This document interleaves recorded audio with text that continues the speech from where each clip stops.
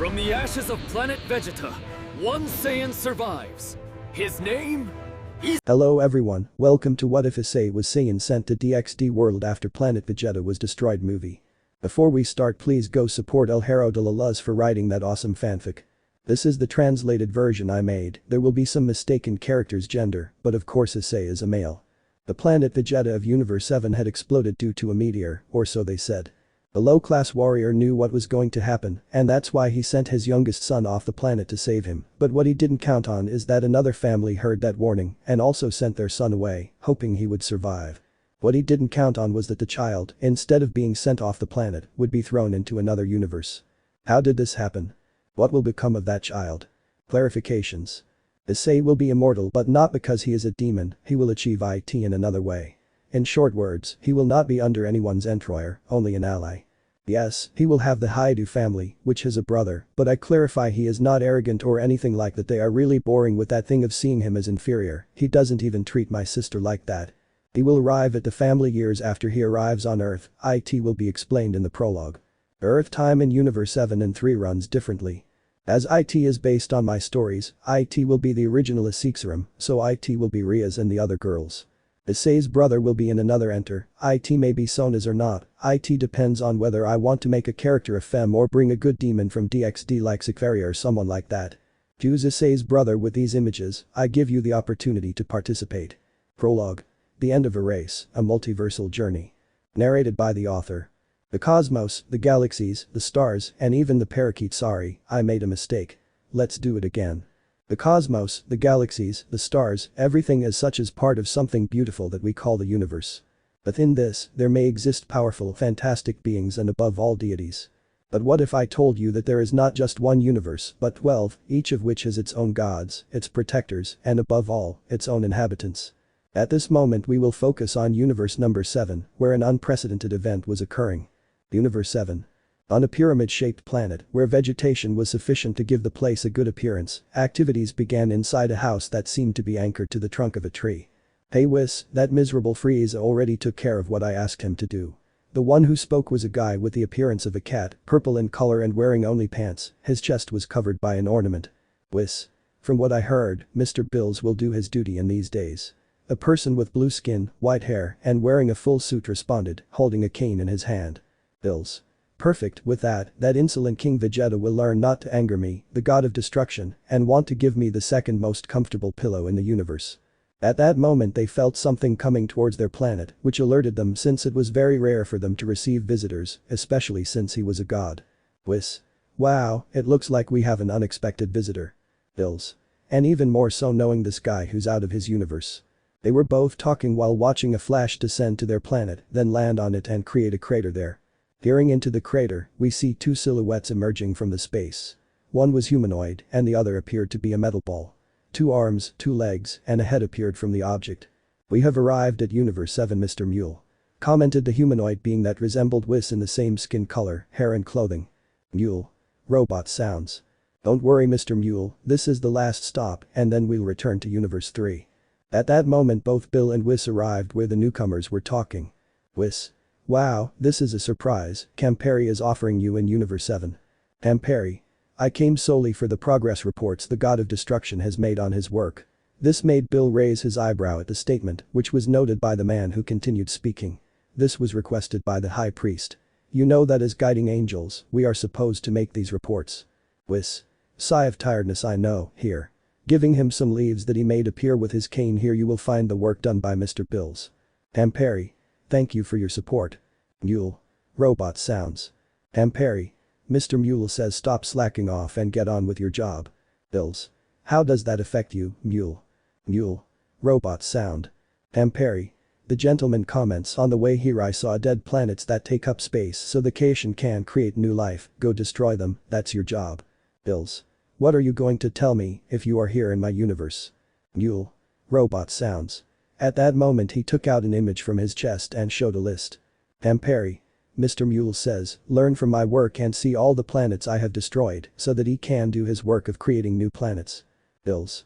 Show off. This of course I comment with a whisper. Campari. Well Whis, it's time for us to go. All that was left was for you to gather your information. Whis. A pleasure to help the High Priest. Amperi. Well, it's time to go. We must reach the limits of the universe to make the leap to ours. At that moment, they were covered by a golden layer and then flew off into the sky. Bills. He's a show-off. Whis. Yes, but it's true, it must destroy more universes. Bills.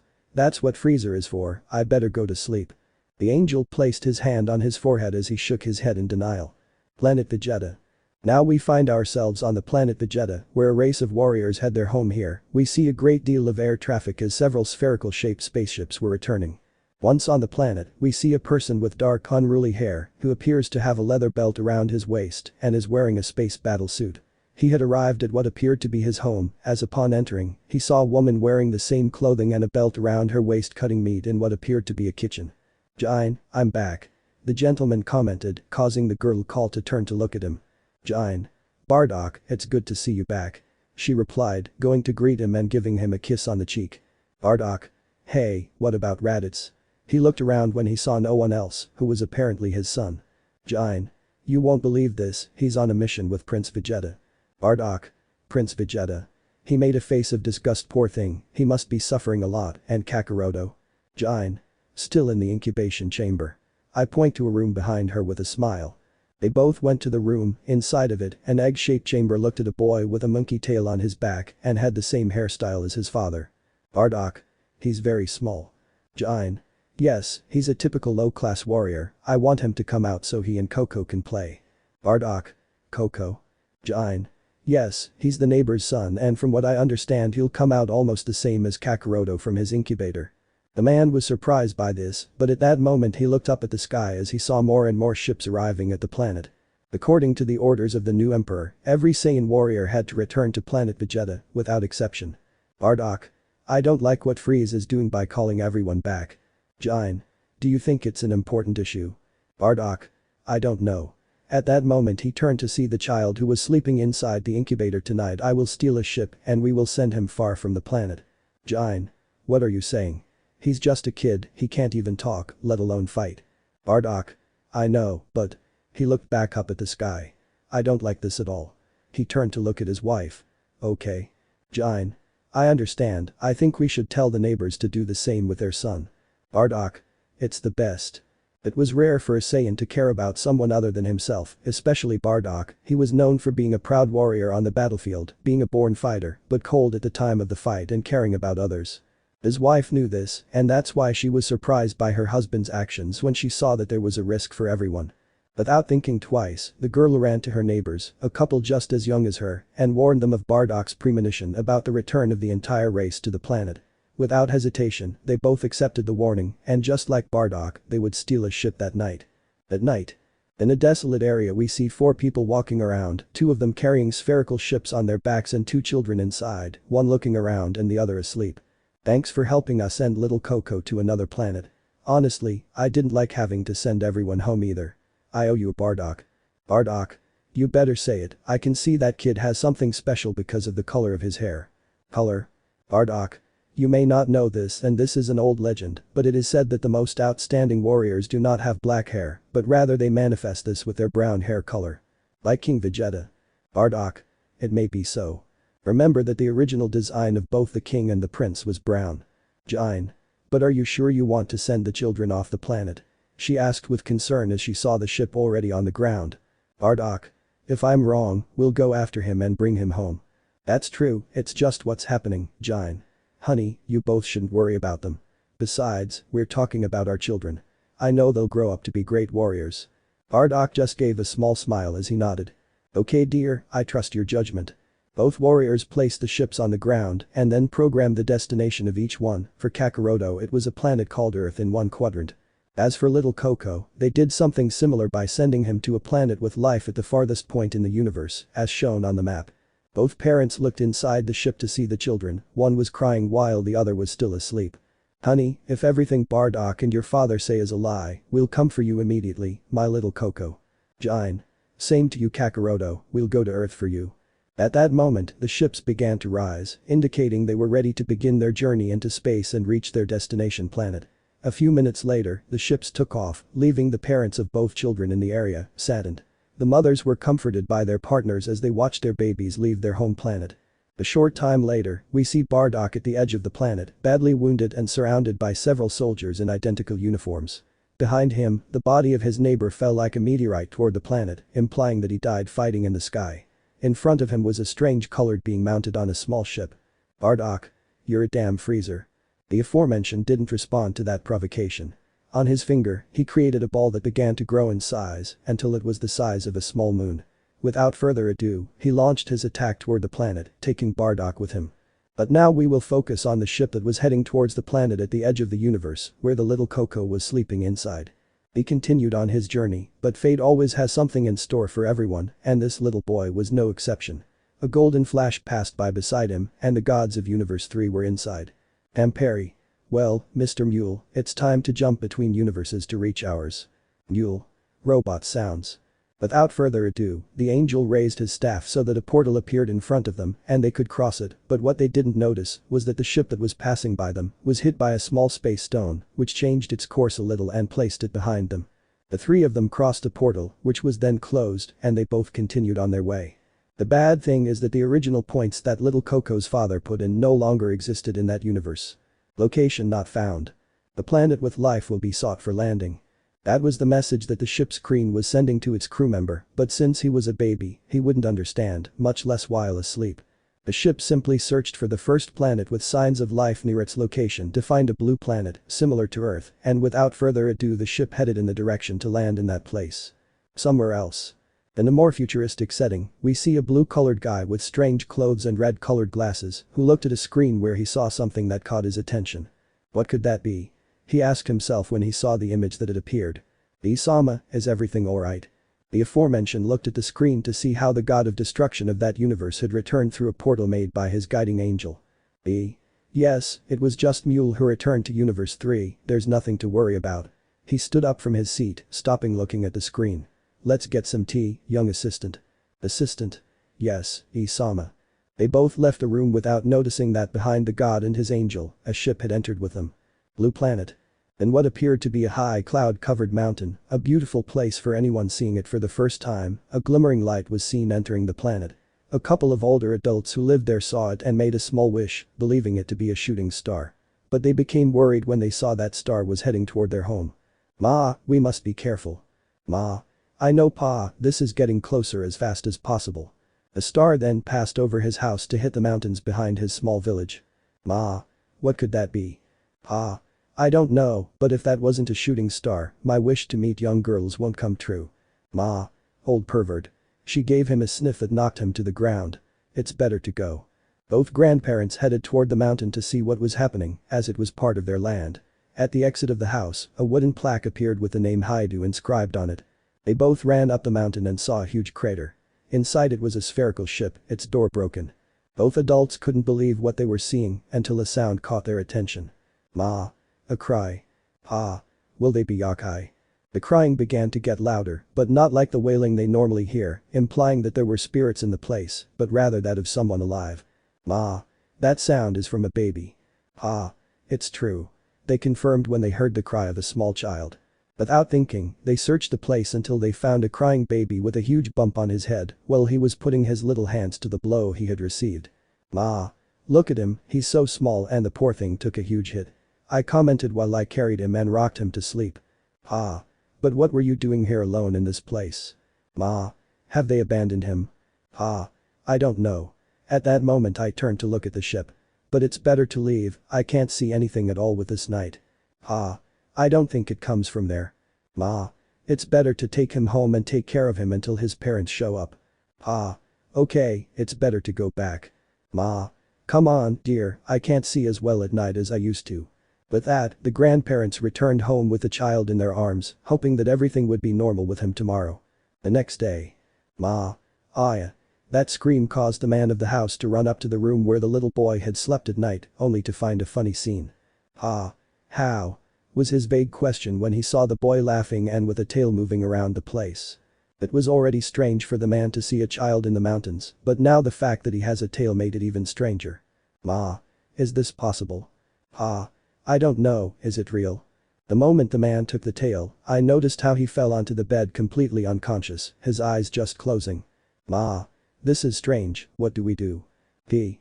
It's best if I go to the temple on the mountain and see if any guardian or mountain god can answer this question for us. Without saying anything else, the old man carried the child in his arms and walked towards the mountain, but this time instead of going to the foot, he went to the top, where an ancient but well-kept temple was located. Ah. Gods and protectors of the mountain, please hear my plea. You'd think the man was crazy to pray in such a place, especially with a child at his side. But what very few knew was that this person had something special. Lord Hyoudou, caretaker of the temple of the sacred mountain of Amaterasu, what is the reason for your visit this time? Exactly, Mr. Hyoudou was the person who took care of not only the mountain, but also the temple that was on top of it. Ah. Oh guardian yokai of the fox, I have come to seek your help for something that is undoubtedly surprising and unreal. The man with the appearance of a fox and wearing an ancient Japanese costume appeared in front of the gentleman. Yokai? What's wrong Hyoudou? Ah. Vera, yesterday something fell at the foot of the mountain, something that seems strange to my wife and me. So we went to investigate and found a strange object. Yokai. Continue. Ah. When we went to see that thing we found it empty, but we were surprised to see this baby near the ship. Yokai. Okay, that's weird. Ah. The strangest thing is this. The man carried the child to show him that he had a tail. Yokai. What thing? Ah. It's the same as I say, that's why I came with you, maybe it's a yokai. Yokai? I don't think so. The guy placed his hands on his chin and started to think about something. It's better if I call Amaterasu-sama and Son Goku too. Ah. Why him? Were you surprised to hear that character's name? Yokai? I'm mostly intrigued by the Kuoh, but it's better if you wait and we'll see what we do. Without saying anything else, a flash appeared in the room and then it was seen that the fox yokai had disappeared. Ah. What are you baby? Asked the old man while carrying the child, who looked at him with doubt. Issei, little Issei. Saying this the child smiled and laughed because it seemed that he had really liked the name given to him. What awaits the little one from another universe in his new home? Chapter 1. Farewell, Training and Reunion. Mount Kiddidik. Near that wonderful mountain we see a somewhat picturesque town. For many, that town should be quiet, where peace should be breathed, but for the past 6 years, this has not been the case. The shops were opening to begin their grape harvest, the elderly were coming out of their houses to sweep their porches, and the birds were peacefully waking up. But this peace was interrupted by a cry. Good morning people. That shout was heard followed by the squealing of a pig. The boy with brown hair was running through the town, riding a large black pig. They were running down the main street. Old man. Wow, now the boy woke up earlier. Upon hearing that shout, the vendors immediately put away their fruits, vegetables, and other products they were going to sell, only to see a cloud of smoke pass in front of them. Salesman. The little one has already done his thing. Saleswoman. But if it weren't for him, our life would be boring. Salesman 4. That kid is a threat, we must stop him. Old lady 3. Oh, shut up, you grumpy old man.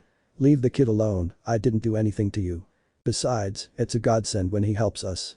Salesman 2. I know, and it's fun to watch him running around town with that energy.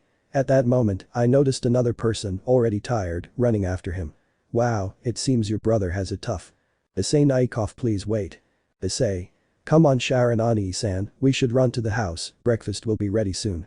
Indeed, the little boy we see running through the village was none other than the boy who came to the Hyoudou family 6 years ago. You may be wondering what happened to the boy's life, but what better way to tell us than with his grandfather. The grandfather narrates. Hello, I won't say my name, the truth is I'm lazy but well, let me tell you a story that not even you would believe, and I'll try to summarize it for you. First of all, my wife and I found a child at the foot of Kiddidik mountain. It was honestly quite strange to find a child in that place near such a strange object.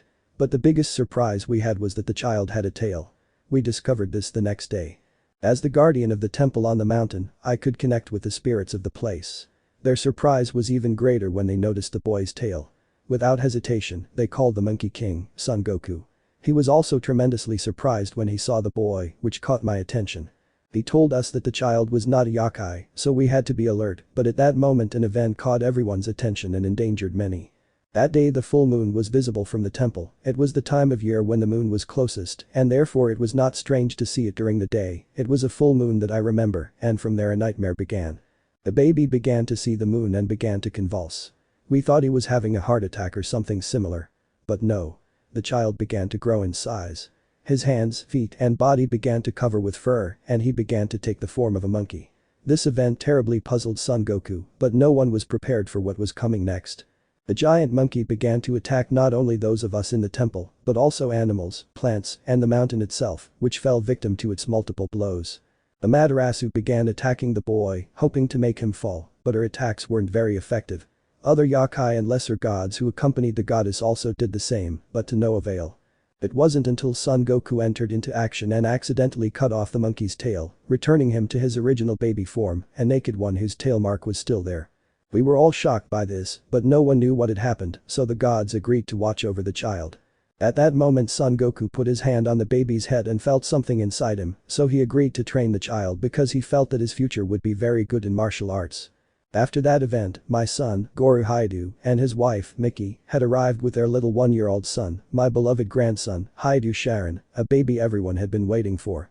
My son and his wife were surprised to see the child there with us, a little boy who lived in our home. We were greatly surprised to see both children calm, side by side. Seeing little Sharon touch Issei's cheek and him laughing warmed our hearts. I knew that sooner or later death would come for us, so I asked my son to care for the child, as if he were his own when that happened. They agreed almost immediately. But an unexpected visitor arrived. It was Son Goku, who had come to explain that at a certain age, he would take Issei to train him. To say that my son and his wife fainted from seeing a supernatural being was an understatement, but in the end, everything was resolved. The little one's first years have been spent between our house and my son's, mostly so he could begin to familiarize himself with all the environments he'd face. The truth is, his arrival has changed everyone's lives for the better, and that's a good thing. At this moment, I'm telling you in the past tense, since death had already come for me. All I know is that my wife still takes care of our house while it's visited by my son and adorable grandchildren. Waiting for the day when little Issei goes to that training session he'd been told about. Normal narration. Little Issei had left that pig near his house, while his brother had arrived behind him, with his soul coming out of his mouth. Upon entering the house, the first thing he carried was a small sape from his brother, with a worried face. Sharon. Idiot, don't do this, you scare me. Issei. Calm down Nai-san, I always do it when I come with grandma. Sharon. It's dangerous and as your older brother I must take care of you from everything. Issei. Thanks Nai-san. I answered while giving him a hug. The truth is that the affection between the two brothers was remarkable and that, added to their family, was nothing they could ask for. Miki. My little one, she ran to hug them and then give each of them a sape. What have I told you about riding pigs? Sharon. But I didn't go. Issei. That's fun. Miki. Yes I say no, it's dangerous. Issei. But mommy we had fun, besides greeting everyone in the village. Miki. My boy. She gave him a small kiss on the forehead while laughing, she saw her eldest son and gave him a kiss too. Come on, it's time for breakfast. Both mother and children entered the dining room, where grandmother was serving food and father was reading the day's newspaper. It was just another breakfast during the children's vacation, but all this tranquility was about to end. While the little boy was telling how his friend the pig was running around and being chased by Sharon, there was a knock at the door. Miki went to greet the visitor and was surprised to see who it was. Miki. Goku-sama. The children's grandmother and father looked toward the entrance of the house and saw that the newcomer was indeed none other than the Monkey King who had said he would come for the child when the time was right. Goku. Excuse my unexpected arrival. May I come in? Miki. Of course. He stepped aside to let the monkey in. Come in. They both went to the dining room where the others were. Sharon didn't know who that person was, but Issei did. Issei. Goku Ajichan. The boy ran to give him a hug, who reciprocated it while ruffling his hair. You might be wondering how this kid knows him if he's supposed to have been not only in the village, but in Kuoh City as well. Well, this is because at the age of 5. Flashback. Little Sharon had fallen ill and ended up in the hospital. His parents needed to be with him in case anything happened and they didn't want to neglect little Issei either, so they sent him to stay with his grandmother, who was already living alone since her husband died 6 months earlier. The little boy didn't understand what was happening and just watched his parents walk away, leaving him with his grandmother. It wasn't that he disliked being there. He loved the place, but not having his brother by his side worried him. One night the boy quietly left home and with his thoughts of returning to his family, made him go into the forest, believing that way he would get to Kuoh faster because there was a forest nearby. The result was that the boy got lost and ended up at the temple he had once visited with his grandfather as a baby, obviously not recognizable there. Fearful and with tears in his eyes at being lost, he entered the temple and sought shelter as a storm was approaching. Issei. Mommy daddy Ani-san Abachan, someone come for me. He said in a low voice while crying and holding onto his knees. What's up kid? Are you lost? This voice caused Issei to turn around and look around. Issei. Who's there? Well, the question is, why are you here? Issei. I got lost and I want to go back home. What's your name, kid? Issei. My name is Issei. Who are you? The voice that was there recognized the child. It was the same one who destroyed the temple and whose tail was cut off. My name is Son Goku. He made his appearance while holding his tobacco pipe. A pleasure. Issei. Please, I want to go home, I'm very scared. Son Goku. Well, I would like to help you, but the coming storm is too dangerous. I commented while looking out the window. Issei. I want my mom. Kuoh. The child's crying, besides being loud, surprised the monkey. Son Goku. Calm down, kid. He told him while touching his head, which made everything worse because the kid cried louder. I know, kid, I'll show you some tricks. Issei. Sniff tricks. Son Goku. That's right. He put away his pipe and stood in a strange position, then kicked and punched the air. What do you think? Issei. Wuao. The little one's eyes shone with admiration upon seeing those movements. That was amazing. Son Goku. Want to see more? Issei. Yes. During the storm, the monkey performed his martial arts movements and was imitated by the child, who did so enthusiastically. That was the first time they spoke, and then she left the boy with his grandmother again, promising to teach him those moves since Issei had happily asked her to. 2 days later, Issei's parents and his brother returned for him. The little boy cried when he saw his brother healthy again and then told him about his crazy adventure, something that Issei's parents knew would really happen sooner or later. End of flashback. Ma. What is the reason for your visit, Son Goku-sama? Son Goku. Well, little Issei, I've come for you to start your training. Little Issei was surprised by this, while Sharon was left with a sad face. Boru. Don't you think he's still too young? Son Goku. Unfortunately not. I looked at Sharon. You see, not only Issei is special, but also his son Sharon. I commented while taking a puff on my pipe. Mickey. What does that mean? Son Goku. Come closer, child. He told Sharon, who was a little scared. Then he made his staff appear, surprising the children and touching the boy's left hand, making a green jewel appear. It's as I had foreseen the time I saw it. Boru. What is that? Son Goku. What you see here is the soul of a dragon, a celestial one to be exact, and his son is the bearer of this. Mickey. How? Son Goku. Let me explain.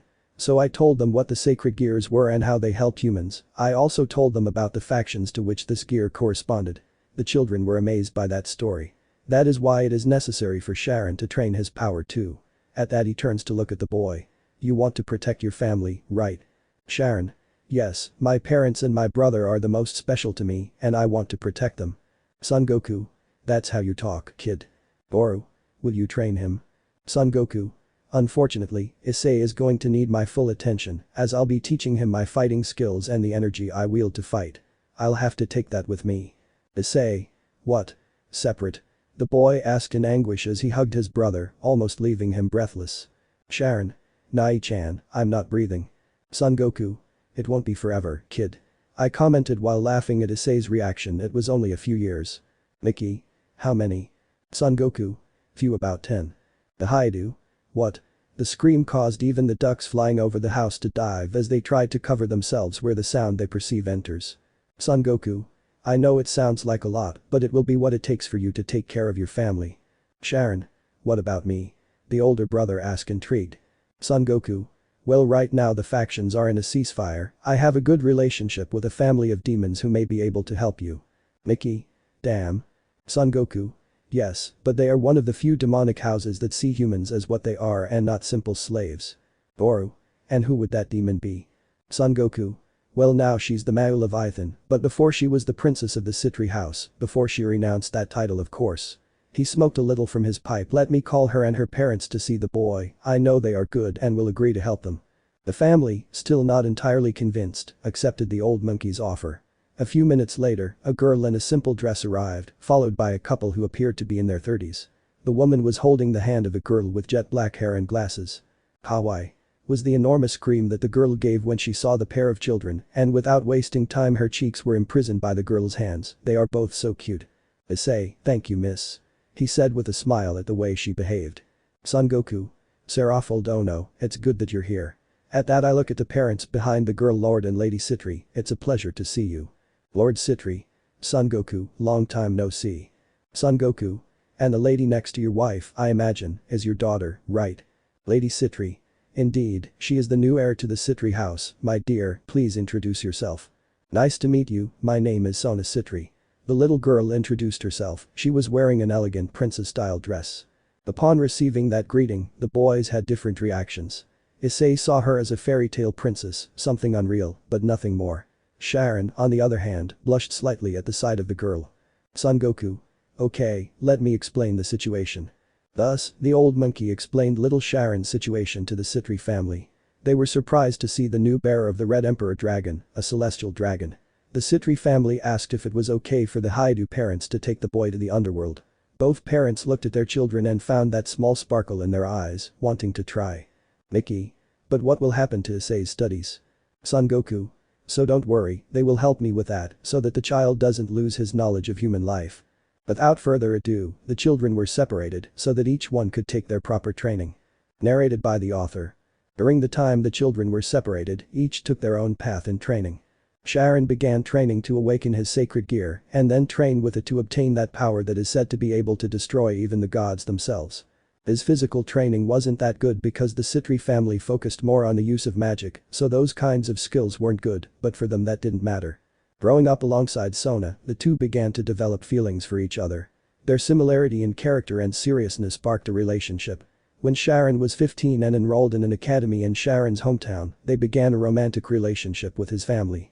The result of the boy's training was that he obtained an armor with wings to be able to fight, but he hardly focused on physical attacks. However, his magical powers were good enough to give a fight to the members of his girlfriend's sister's party. On the other hand, the brunette had a more difficult training. Upon learning that Issei relied on Kai's energy to protect himself, Son Goku focused on a balanced training plan, focusing not only on the physical aspect but also on the mental aspect. The boy was guided by the same martial arts as Son Goku, so he was a punching machine, but with the necessary reasoning to not lose his composure in front of his enemies. That's true, he never lost his positive attitude because it wasn't all about training and studying. He also had fun, especially with the old monkey, playing jokes in the palace of the goddess Amaterasu, who was always chasing them both around the place to make them behave. But during one of the training trips, Issei accidentally ate some peaches from a beautiful garden, causing the boy to fall ill. Everyone on the trip was shocked to discover that the boy had eaten from the tree of immortality. It was a matter of concern for the monkey, as he explained to his parents that the boy would never die, but he would see that later. After 10 years, the brown-haired boy finished his training, and it was time for him to return to his family. His results were enormous strength, intelligence, and a smile that would relieve even the most unfortunate being, but with something that left Son Goku worried during the training. It was a phase he had never seen in another person who trained Kai, especially due to the change in the boy's appearance. However, as it happened, he left it in the background. 10 years later. In the sky of Kuoh, a clear sky with the sun above, illuminating a new day, a cloud could be seen, but this one was something different, it was golden in color and moved at a speed. Above this we see a brown-haired boy with a leather belt around his waist, looking intently at the entire city. Wow, the place where I lived has changed a lot, I wonder how my parents and Sharon Nai are. In fact, the boy who was on top of the cloud was none other than Issei, who was impressed by the landscape. Issei. It's a good thing Ajasan gave me part of his cloud, otherwise it would take me longer to get home. At that I look at what was a building that stood out from the others, then take a photo and see if it was the same one that must be the academy where my parents enrolled me. Come on flying cloud, we must get there on time. The boy was more than happy to return home and see his family. At the doors of the academy was a girl with jet black hair, her hair was long, and she had a backpack on her back, next to her was a brown-haired boy, his gaze was serious, on his sleeve, he had a quote that said Student Council. Well, a new start to the semester. We must make sure that everything goes well on this first day of classes.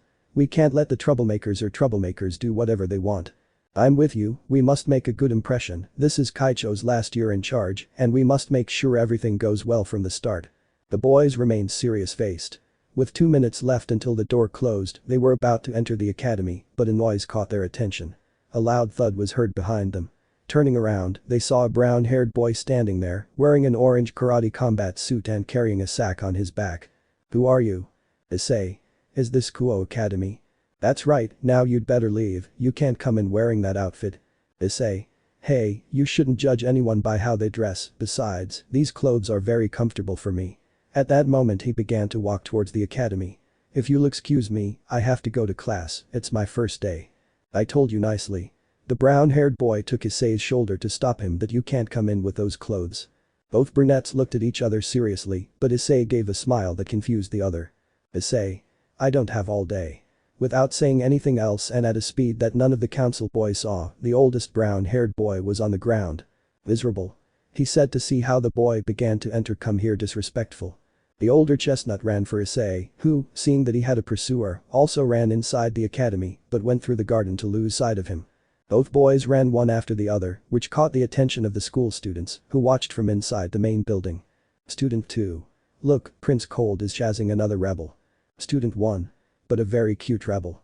Student 3. What a cute boy, I'll never be able to have a girlfriend like that. Student 4. But I've never seen it before, it must be new. The smaller chestnut tree reached what looked like an old building and waited for its pursuer, who was also running, but with difficulty. Issei. Hey, let's calm down and get this straight. It's easy, you're a troublemaker, and I won't let you spoil the start of school under Kaicho's orders. The boy tried to grab Issei, but he had great skills and reflexes, making it difficult to stop him. In a moment, the older brunette grabbed the boy's shoulder, but Issei broke free with a key. This didn't please the other boy, who began to fight against Issei, who only avoided the blows. Issei just looked sideways at that building because he felt like he was being watched by someone from inside, which caused him to become careless and be taken to the floor. Okay, I got you, now we'll go to the address and… Without saying anything, he was thrown again by Issei. What's going on here? Both boys stopped when they saw a slightly shorter girl with short hair and glasses. For some reason she looked familiar to Issei. Hyoudou-kun, answer. Issei. How does he know me? Was his thought when he saw the girl, who had her arms crossed. Not there, he's already angry. It was the thought of the other boy who had a scared face. I won't repeat it again, Sharon. Hyoudou. What's going on here? Issei. Sharon. I looked at the boy in disbelief. Sharon. Do you know me? Issei. Sharon Nai. The brown-haired boy hugged the boy, who recognized that Nai and how he said it. Sharon. Issei. He was in shock, but with immense joy inside. It was the reunion between the two brothers, which marked the beginning of a new adventure for both of them. Chapter 2. Returning home, abandonment. Kuoh Academy. In the student council room, our protagonist was sitting on a chair. He looked around with great curiosity, then looked at his brother who was on his knees with 2 books on his head. Issei. Nai-san, why are you doing that? Sharon. Shut up, idiot, it's your fault. Sona-chan got mad at me, he commented, while the boy was sweating from the effort of carrying the books on his head. Issei. I told you to calm down, that I wasn't doing anything wrong, he replied with a pout. Sharon. Anyway, he snorted in annoyance, but changed his gaze to a calm one, and with it a smile. I'm so glad you're back, Atoto. The brunette was happy and gave a huge smile, which disappeared when the door to the room opened, showing a girl with short hair and glasses, and behind her came another girl, hair of a similar color but longer, both of them dazzling an aura of righteousness. Sharon. Sona-chan. Sona. I'll talk to you later, she said seriously, but with a mischievous smile, causing the boy to sweat. Okay, could you tell me who you are and why you caused damage to the academy grounds? Issei. Well, my name is Hyoudou Issei, and this is my first day of school. The girl was impressed when she heard the name and then remembered where she had heard of it. Sona. You are the boy who left with Son Goku, right? You are Sharon's brother. Issei. That's right. Do I know you? Both Sharon and Sona looked at each other, not believing that he didn't remember when they introduced themselves. Sona. Don't you remember me? I'm Sona Sitri. Issei. I don't remember you. This made both of them fall to the ground from the reaction. They thought that, if he had an idea, but it turns out he doesn't. Wait, as a child I remember a princess, is that you? Sona. Princess. She thought for a while and remembered that the day they met she was wearing a dress of that type. Yes, you mean my clothes that time, that girl was me. Issei. Wow, so you were a princess. Sona simply denied that with a small smile, but what I don't understand is why did you put my brother like that? Sona. Well, you know about the supernatural, right? Issei. More than I should, but yes. Sona. Well, I'm a high-class demon and your brother is my pawn. Issei. Is he your slave? Sona. Not as such. At that she blushed. You could say she's my partner. Issei. Couple. I saw how Sona lifted Sharon and they both held hands. Wait, they are boyfriend and girlfriend, right? Sharon. Actually, more. Issei. Congratulations Nai-san, you have a princess as a girlfriend. Sona. I'm not a princess, she said with a pout, but she noticed that the brunette put on a serious look and looked at the window. What's wrong? Issei. I felt an energy similar to yours looking out that window. Sona. It must be Rias. Issei. Rias. Sona. Yes, just like me she is also a high-class demon. Issei. I mean another princess. Sona. I don't think so. Issei. There's something else I should know, I don't know any other supernatural being in the academy. Sona. Well, both she and I have servants under our care, but neither of us see them as slaves, and they study at the academy. Issei. I see, well now who can I go with to see what's in the classroom? Sona.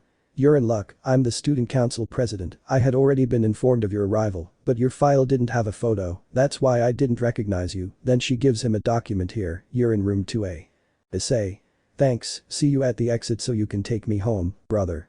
Sharon. Don't worry. Issei. Well, I'm leaving without further ado, the boy left the room, leaving the 3 people who were with him there. Tsubaki. Do you need anything from my Kaicho? Sona. No Tsubaki, you can go, this put Sharon on alert, I need to talk alone with my fiancé. Tsubaki. Understood Kaicho. Without further ado the girl left, but with a blush on her face, because she knew what would happen in the living room. Sharon. Sona-chan. At that moment a light appeared in the girl, which changed her clothing to that of a masochist with a whip. Sona. I think you behaved badly and that deserves a punishment, she commented while stretching the whip. Sharon. Silly Toto, he thought as he watched his clothes go away too, but well, this was already a matter of their relationship. Later. Issei's classes had ended and for the boy it was the most overwhelming thing he had ever experienced. From the moment he arrived at the classroom and introduced himself to the class, the girls there overwhelmed him, mostly because of his relationship with his older brother. The men, on the other hand, gave him dirty looks, saying that another cute boy had arrived to steal the attention of the others, even though they weren't paying attention to themselves. This was especially true for 2 boys who tried to bother the brunette, but with the lack of common sense the yokai gave him, he didn't understand what was happening. Issei. My poor brother, this is what must happen every day, no wonder I was tired when I passed by him to the council room, he said to himself, remembering seeing his brother with a tired face, and even Sona who radiated an aura of happiness, it would be best if. He didn't finish his sentence when he sensed several auras near some abandoned warehouses. Upon arriving, he noticed that everything looked empty, as if someone had set foot there years before. But thanks to his training, he sensed that something was hidden inside this warehouse. Issei. A barrier? He thought as he touched the empty space and felt some energy on the other side. Without further ado, the boy entered and was surprised to see something he hadn't expected. It was a group of boys fighting what could be seen as demons, especially due to their grotesque appearance. Unfortunately for the boys, they were losing the fight as they noticed that one of them was lying on the ground, completely passed out. His hair was light brown and he was wearing Issei's uniform. Issei. Where have I seen it? Suddenly, she noticed one of those enormous demons about to step on a prone figure. It didn't think twice and quickly ran toward the girl. Nuo. Bachao. Rii. That was the cry of 3 people who were having trouble with 2 other demons when they saw the aforementioned girl about to be trampled. But a brown flash passed under the demon's paw, creating a crater in the ground. The demon just looked towards the side where that lightning passed to observe a brown-haired man who had that girl in his arms. Issei.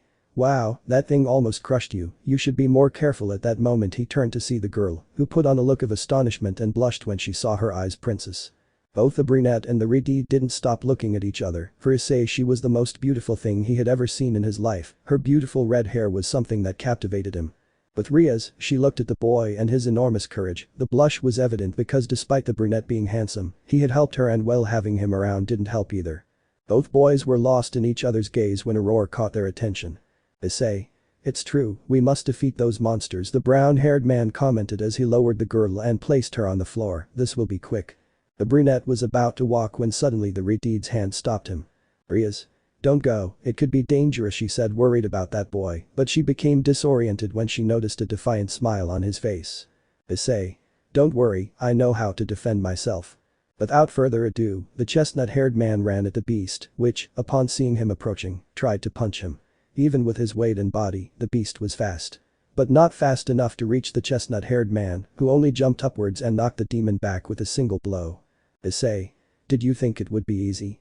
He asked mockingly, but suddenly he jumped and turned in a screw shape to avoid the claw of the other demon, which was faster, unlike the one he threw to the ground. This will be fun.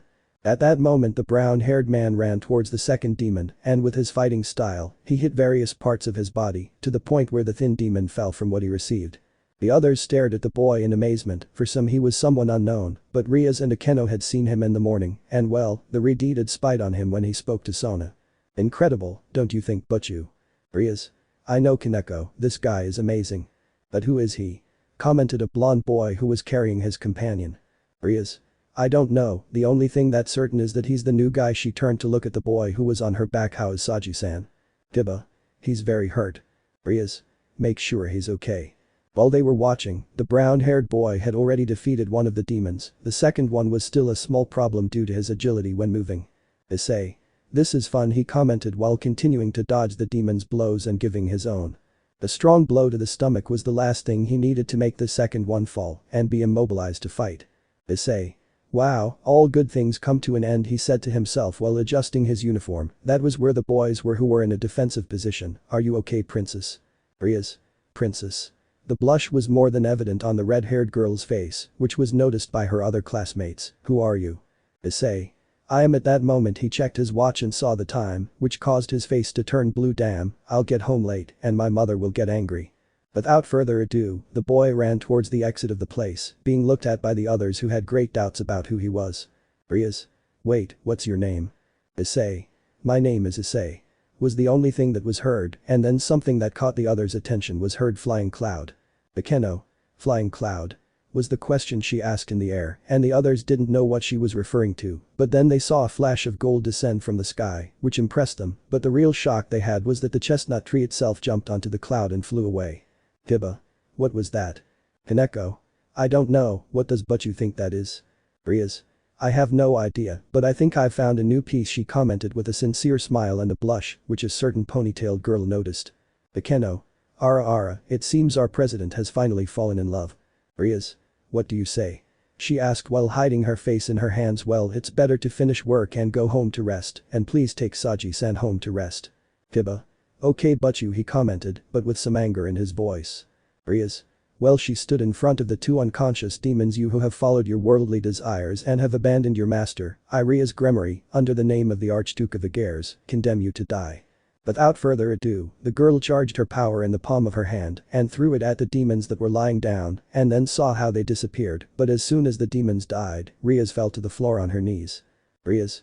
I'm still weak, she commented while looking at her hand. My sister is right, I'm just useless. Bekeno. Don't think about it, Rias, you'll see that you'll be able to strengthen your magical power soon. Rias. It's just that I try and every time I think I've succeeded, I fail again. She began to sob, so I won't be able to get rid of my arranged marriage. Bekeno. You'll see that we'll find a way for you to achieve it, trust me and the others. Rias. Thank you, Bekeno, I wouldn't know what to do without your support. The girl simply smiled and helped her friend up, then left through a magic circle. What I didn't notice was that behind one of the cellars, there was a silhouette that only looked at the end when the chestnut tree had already disappeared and then left through the same circle as Rias. Saji's house. Both boys had arrived, one being carried by the other. Tiba. Defeated again, we almost didn't make it through, he commented with an angry look. At this rate I won't get my revenge. Saji. Nah, don't even mention it, he commented while waking up. If we continue like this, I won't be able to protect my family. I mean Butchu is hot and beautiful but too weak. Tiba. You only focus on that, that's why you get hit by kendo girls all the time. Saji. It's funny, besides a demon like me doesn't feel the blows of those girls, poor Mitsuda and Motohama, I always let them get hit. Tiba. If we continue like this, we'll soon end up dead. That's why I told them they should come with me when I gave them the chance. In the middle of the room a magic circle appeared, where a girl with large breasts and a royal dress came out, her smile was deceptive. Tibasaji. Multi-sama. Multi. Hey guys, I see that once again my weak sister couldn't be of help again, right? The boys just nodded at what the girl said. Multi. The way things are going, that pervert Razor wants to cancel his engagement and he's coming for me, his ambition is great. Tiba. What did you say?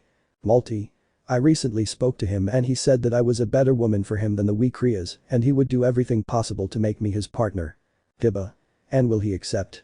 Multi. Of course not, I hate that idiot with all my heart, but since it's clear that she's the next heir to the Gremory house, since my brother is the Mau, Razor is going to want the position of leader. The boys nodded at what was said. Saji. What do you need from us? Multi. It's simple, I need another knight and a new pawn, I commented while taking those available pieces out of a bag. What do you say? Both boys looked at each other and nodded to what he said. Tiba. I will gladly help Multi-sama not to fall into the hands of that guy, he commented while kneeling. Saji. I say that with you I can protect my family, he commented while looking at the pawn piece very carefully. Multi. Okay, I'll go see Rias tomorrow to exchange the pieces. Without further ado, the girl disappeared, leaving the two boys in the apartment. Saji. We did the right thing, right? Tiba. I don't know, but there's no turning back now. Without saying anything else, the boy left the apartment of the person who had been injured to let him rest. Issei's house. The chestnut-haired boy had returned home, excited to see his parents again. The house was just as he remembered it, somewhat small and modest, but enough for a married couple and their children to live comfortably. When I opened the door, I expect to find his mother cooking, his father reading his newspaper, and his brother doing whatever activity a young man his age would do. But the scene he found was something entirely different. Mickey. How did you lose your brother? Sharon. Sorry mom, I thought he was coming here straight from school. Indeed, in front of him were his mother and father looking at his older brother, who was kneeling next to his girlfriend. Boru. They must have been doing something perverted, right? Both Sona and Sharon kept asking for forgiveness for leaving their brother alone. Issei. Hey, hello. Mickey. He must have gotten lost in the city and is being badly influenced by those bums on the streets. Issei. Hey there, he said again, so that his father and the couple of boys turned to look at him. Mickey. Or worse, he must be turning into a rebel without a cause, just because he liked life outside of school better. Boru. Son. Sharon. Atoto. I said this in an annoyed way, not out of hate, just annoyed. Mickey. If your brother, he's already becoming a. The mother didn't finish speaking because when she turned to the door she saw that boy she hadn't seen in a long time, who always had a smile for everything, was standing there. Mickey. Hi son. Issei. Hey mom, long time no. He was thrown to the ground by his mother as she ran to hug him. See you. Mickey. My boy, I missed you so much. She separates herself a little, but look at you, you are too big. She hugged the boy again, who reciprocated the affection. Sharon. It's not fair, they scold me because of him, and they hug him. Mickey. I'm glad you're okay. Suddenly his face changed from a smile to literally having a Japanese demon mask, and then hit him so hard that he fell to the floor. Now explain to me, young man, where the hell did you go?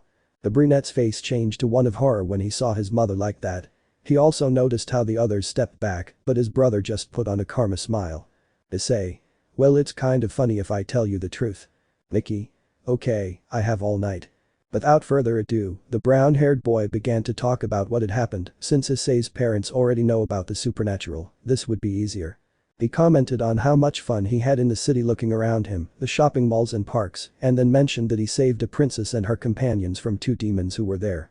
This last point alerted everyone because sightings of renegade demons were becoming more frequent. They learned about this because the brown-haired man described what each one looked like and how they fit into the rank of a renegade demon. Mickey. Princess. Issei. According to what I heard, her name is Rias. I imagine she is the girl you mentioned in the morning. Sona. That's right, she's the other demon who takes care of the city just like me. Sharon. But it's very strange, it's the 5th time this week that we know of rogue demons appearing. Sona.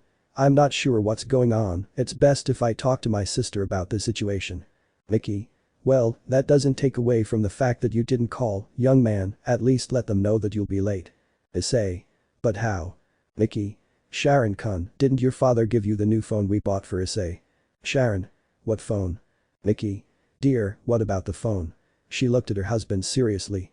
Boru. It's a very funny story, you'll see if we think about how busy today was for everyone's morning. Mickey. You. She was more than upset and it showed in her voice. Boru. I left it on my nightstand in our room. The 4 of them went back when they heard why Issei didn't have his phone. Mickey. Well, it's better to celebrate Issei's return to the house. Sharon. That's right, Atoto, it's good to see you back. Boru. Now with my boy the family is complete. The others nodded and entered the house, but Sona at that moment noticed something Issei had on his waist. Sona. What is that around your waist, Hyoudou-san? I point at the brown-haired boy's waist. Issei. Tell me by my name, no problem, and well, this is something that few of us in my father's family know, just let him have more confidence and he'll tell you. Sona. Okay. Without further ado, the evening began and everyone dined on the wonderful meal that the chestnut mother had prepared. The brunette was surprised when he was told of his Nai-san's engagement and that his fiancée was already living with them. Sona also took the opportunity to tell the brunette how the parody was established, since he found it strange that his brother, despite being her fiancé, was Sona's servant. After Sona's talk, there was laughter and fun for everyone until it was time to go to sleep. Issei. Well, I'll go rest. Sharon. Goru. We too. Without finishing speaking, both were grabbed by the head, this being the work of Mickey, who had a smile that promised pain. Mickey. Well, it's time to talk about your punishment, my dear and my little closet pervert. Issei. Closet pervert. Mickey.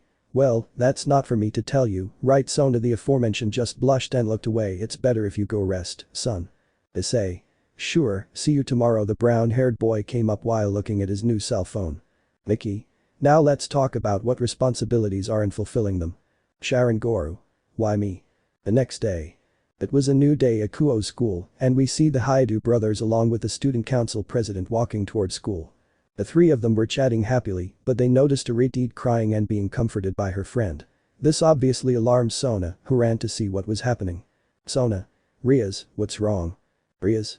Hello Sona, Sharon, she barely said while continuing to cry. Sona. Akeno, what happened? Akeno. The thing is, she was given 2 notifications, the first being that the engagement with Razor was cancelled. Sona. But that's good, right? You should be happy about that. Akeno. That would be it, but here's where the bad part comes. Sona. What's up? Rias. My sister was engaged to that idiot and she blames me for everything. Sona. How? Akeno. And that's not the bad thing. Sona. What could be worse? Akeno. That both Saji and Kiba have submitted their resignation from Ria's entourage. Sharon. What did you say? He got involved in the conversation, but his voice was a little raised due to the impression that caught everyone's attention. Issei. It's best to discuss this somewhere else, don't you think? Said the brown-haired man who placed his hand on his brother's shoulder, who nodded. Princess, he addressed Arete, who barely noticed his presence. Let's move. Rias simply nodded and started walking towards the old occult building, where the brunette remembered someone had seen him. Upon arriving at the place, paying close attention to the entire place, I noticed those decorations that were next to the candles and a watering can. Rias. Please make yourselves comfortable. The others nodded as Akeno brought a tea cart with several cakes. Sona.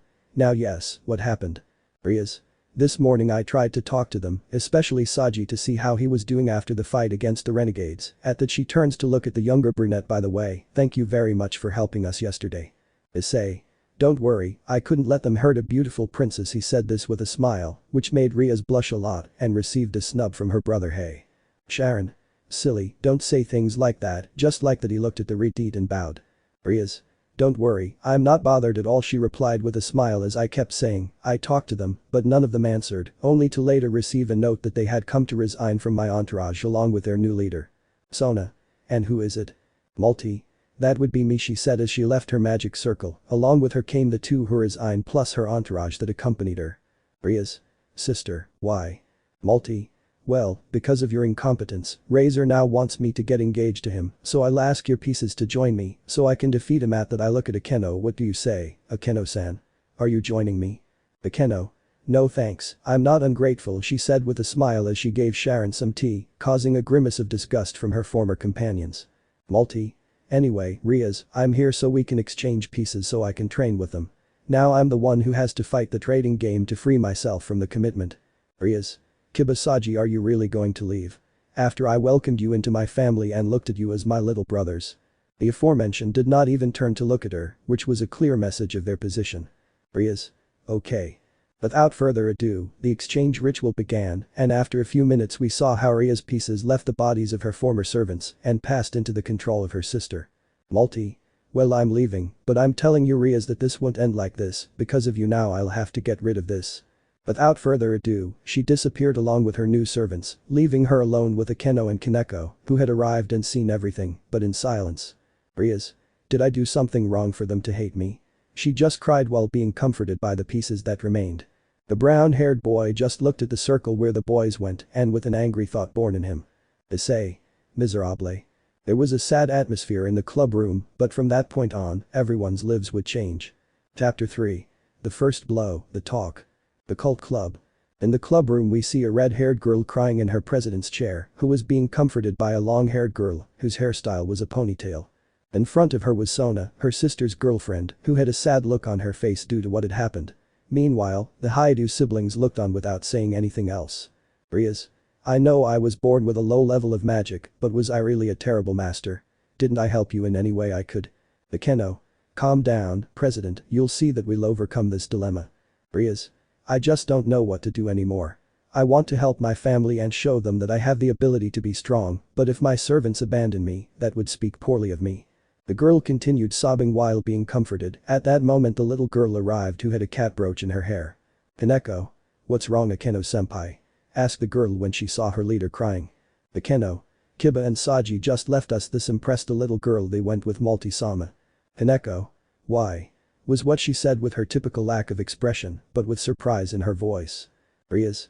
Because of his power," she replied while continuing to sob. At that moment the girl was deep in thought. She knew that Saji could do that at any moment. He would do that because it was clear that loyalty was not his strong suit, but Kiba was what caught her attention the most. "Issei. Calm down, princess, you'll see that everything will be fine," he told her while taking her hand to calm her down. The others watched the boy's actions without concern or respect for personal space, but what captivated them most was his smile, one that managed to convey calm. This clearly made the Retid blush as she looked into those eyes. "Rias? Tell me, Rias. My name is Rias Gremory, but you can call me Rias." "Issei. Okay, Rias, you can call me Issei," he answered with his smile. The Retid liked this a lot, who also smiled and forgot about her problem. "Well, I'm leaving, it's my second day of classes and I want to pay attention to everything." "Issei. Although this bores me because I already know." Without further ado, the boy began to leave the room, to which Rias quickly stood up from her seat. "Rias? Wait." This caught the brown-haired boy's attention. "If you like, you can have it here at lunchtime." "Issei? Really?" The girl nodded at what was said. "Then I'll take the floor. Well, we'll see each other later." Without further ado, the brown-haired boy left the room, leaving the others inside, but the little girl with the cat brooch stared at him. This was noticed by Queen Rias. "Akeno? What's wrong, Kaneko-chan?" "Kaneko? I feel a great energy coming from him." "Sharon? Well, that's simple because he has been trained." This caught the attention of the others except Sona, who yesterday found out everything about Issei's training. "Rias? Sorry, Hyoudou, but what about you?" "Sharon? He's my little brother." "Akeno? I didn't know I had such a cute brother." "Sharon? Well, I just got back, but we have to go, Kaicho, classes are about to start," he commented as he headed for the door. "Sona? Rias?" This caught the Retid's attention. "You'll see that everything will turn out well." "Rias? I hope so," she replied again with that sadness in her voice. Without further ado, they also went to the classroom. As such, the day had passed and with it lunchtime, where the younger chestnut accepted the invitation and going to the club room to eat, he took with him his 20 lunches. The girls themselves didn't believe what they saw because a human had eaten so much without gaining weight. For many girls, this would be a source of envy, but they let it go. Without further ado, the boy introduced himself as Sharon's little brother, the one who lived with his grandmother most of the time. Of course this was a lie because he had spent most of it with old Son Goku, but oh well. The rest of the classes, many of the girls in the school were gossiping about the absence of the prince and the perverted beast. Some said they had dropped out of school, others blamed the beast for hitting their prince and that he would not let them, so that both of them were absent because of the blows. Some blamed Rias because they knew they were part of the same club and believed that the girl had cheated on the prince with the beast, and there were some girls with the dirtiest minds who thought that both of them had missed to do yaoi things, which they loved. The brown-haired boy heard all these murmurs and except for the yaoi, which he didn't know what it was, the rest bothered him knowing what the real reason was. The school day ended and he just went to the occult club room to say goodbye to his new friends, this since Rias told him that he was more than welcome. Without further ado, the boy said goodbye, leaving the 3 girls in the club, but not before Rias gave him a lucky charm, who put it in the bag of her school sweater and continued on her way home. Before leaving, he told his brother on the phone that he was going for a walk around the city and he told him to go, but without the flying cloud, which annoyed the brunette and made him put a pouting emoji. Without further ado, the brunette left the academy heading for the center of Kuoh. What he didn't notice, or so we thought, was that several people were watching from a tree. "Well, Rainer, it's your turn to sweet talk," the boy commented, one of the shadows, who looked good wearing a hat. "Rainer? You'll see that by tomorrow the boy will be more than dead," she responded in a neutral voice, but with her objective in mind. Meanwhile, our chestnut tree walked through the city, amazed at how much it had changed since he was a child, including the buildings and some shops closing or getting lucky and increasing in size. Issei. Great, the comic store is still open, he thought as he saw several kids coming out with their magazine in hand and their favorite Avenger shirts. After a few hours of exploring what the city had to offer, he went to a vending machine to buy a can of soda and recharge near a railing on a bridge that spanned a river. Issei. This has really changed a lot since I went to train with old Son Goku, he said to himself while drinking his soda. Excuse me, commented a shadow that stood next to the brown-haired boy. You are Hyoudou, Issei, right? Issei. This is one of the presences I felt following me. I look at the person next to me to notice that it was a girl in another school's uniform. Issei. Yes, it's me, he commented while taking his position to have a more pleasant conversation. I knew it, you know I've always seen you pass by this place, the girl commented with a blush. Issei. But he just arrived, I noticed something he doesn't like about that. Issei. It's serious, I hadn't seen you around here and I see that by your uniform we don't go to the same academy. True, but every time I pass by here on my way back home and see you, you really caught my attention. Issei. Yes, of course, he commented with a chibi face. I'm serious and I really would like to go on a date with you. Issei. Date. He said with doubt, since he didn't know that term as such. You know, going out for a drink, talking about what we like and all that. Issei. Ah, you're talking about comparing. The girl understood the expression and nodded. I'm sorry, but I don't know your name and I'm not interested. He began to walk, leaving the girl stunned, who didn't imagine that her tactic of making the boys fall would not work. Without further ado, she returned to the boy who took her by the arm. It's true, I didn't tell you my name. The girl took a straight posture again and then bowed. My name is Yuma, a pleasure. Issei. My name is Issei, he answered with a big smile. Yuma. Well, now that we know each other, do you want to go on a date with me? I asked with a small blush and a small, shy smile. Issei. No, he answered again with that chibi face and continued on his way, leaving the girl with the same smile, but with drops on her neck when she saw that her plan didn't work. Yuma. Wait, he ran to the boy to catch him. Why not? Issei. Well, the fact that you told me your name doesn't mean we want to court each other, he said calmly. Besides, there's a girl I'm attracted to, and it's with her that I want to have what you call dates. Yuma just kept a serious expression because his plan to go out with the boy wasn't working out, but a brilliant idea occurred to him. Yuma. I know, if you accept the date with me, you will know what you should and shouldn't do with that girl on her date. This caught the brown-haired boy's attention. What do you say? Issei. She won't leave me alone until I say yes, but it helps to see what she's planning. Also at that moment the image of the redeed came to him and he blushed. It will help me have a good ritual to court Rias. Issei. Okay, you win, all to know how to have a good date with her, he said to the girl, who just nodded. Yuma. You'll see that we'll have a lot of fun. How about tomorrow after school we have that date? Issei. Well, it seems fine to me. I looked towards a tree that was near the place and noticed a certain presence. Kaneko-chan. Yuma. Great, she clapped her hands like a girl who knows she's triumphed. We'll see each other here after class. Issei. Okay, without further ado, the brown-haired boy continued on his way while the girl took another path, placing a sinister smile, knowing that her plan worked. But what the girl didn't notice was the presence that was also watching them under the tree with a paddle. Kaneko. I must warn but you. Without further ado, the girl left the place to go to her mistress and tell her what had happened. Hyoudou house. At the entrance of Issei and his family's house, the aforementioned was about to arrive while looking at his cell phone. Issei. I must tell this to my brother. I don't like those strange presences in the city, he thought as he opened the gate of the place. Without saying anything else he looked up and saw his brother kissing someone. Issei. Sharon Nai, I want to tell you that the boy stopped continuing because he was in shock when he saw what was happening. In front of him was his older brother kissing a girl who wasn't his girlfriend. Issei. What's going on here? Sharon. This, brother, is not what it seems. Issei. What do you mean it's not what it seems? You're deceiving Sona-senpai. Sharon. Let me explain, he commented while the girl he was kissing just looked at him with some doubt because she didn't know who he was. Issei. But she's your girlfriend and you're cheating on her with her friend, he said with the same shock because he remembered seeing that girl in the morning. Excuse me Sharon-kun, but who is he? Sharon. Momo-san, let me introduce you to my brother, his name is Issei. Momo. Oh, it's the same one you told me was training, she bowed in greeting. A pleasure, my name is Momo, I'm Sharon's lover. Issei. And you say it that way. The scream was so loud that it was heard inside the house where Issei's parents and his brother's girlfriend had left. Sona. What's going on here? Why was everyone shouting? Issei. Sona-senpai, my brother is not here. Sona. You haven't told him the truth, Sharon, the girl commented while glaring at her boyfriend with a stern look. Let me explain to you inside what's going on. Later. The brunette's eyes were spiraling after Sona's conversation about how she let her brother have a harem and who made it up. Issei. So because he's a demon they let him have a harem. Sona. Well, I allowed it. I saw that my pieces truly love your brother and I didn't want to be selfish in only having his love for me. Momo. Well, almost all of them. Tsubaki-senpai is attracted to Kiba-san and Sona. I felt, after what happened today, I don't think I'll see it the same way, the girl commented seriously upon seeing her queen's expression upon discovering the boy's true intention. Issei. Wow, they're just like those guys, I commented heavily. Sona. What types? I asked seriously. Issei.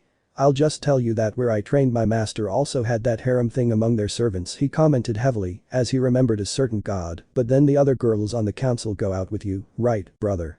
Sharon. Yes, just them, I'm not so perverted as to have more girls, besides I love them, and I know they love me too. Sona. It's true that we love each other, but that you're not that perverted, I'm putting that up for debate, she said with a flirtatious smile, which made the boy blush. Sharon. What were you going to tell me about all this? Issei. It's true, he said while putting his hand on his chin. Sona-senpai, something bad is happening in the city. This caught the boy's attention. Sona. What's up? Issei. In the city, besides your presence, I feel another type of energy, one very different from yours. Sona. How is that? Issei. For example, with you I feel a dark energy, but I don't feel bad intentions, neither in you nor Rias. Heim. Momo. Heim. Sona. That's what Issei says to Rias, but he continues.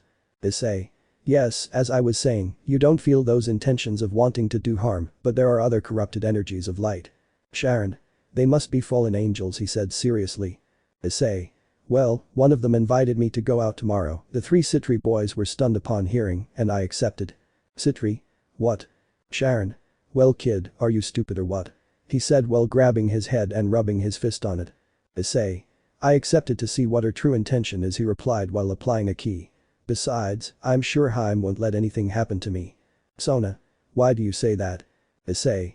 Well, today that catgirl was following me all day and I feel like the same thing will happen tomorrow. Sona. What can you do? The girl said heavily. You better get out of here tomorrow. Issei.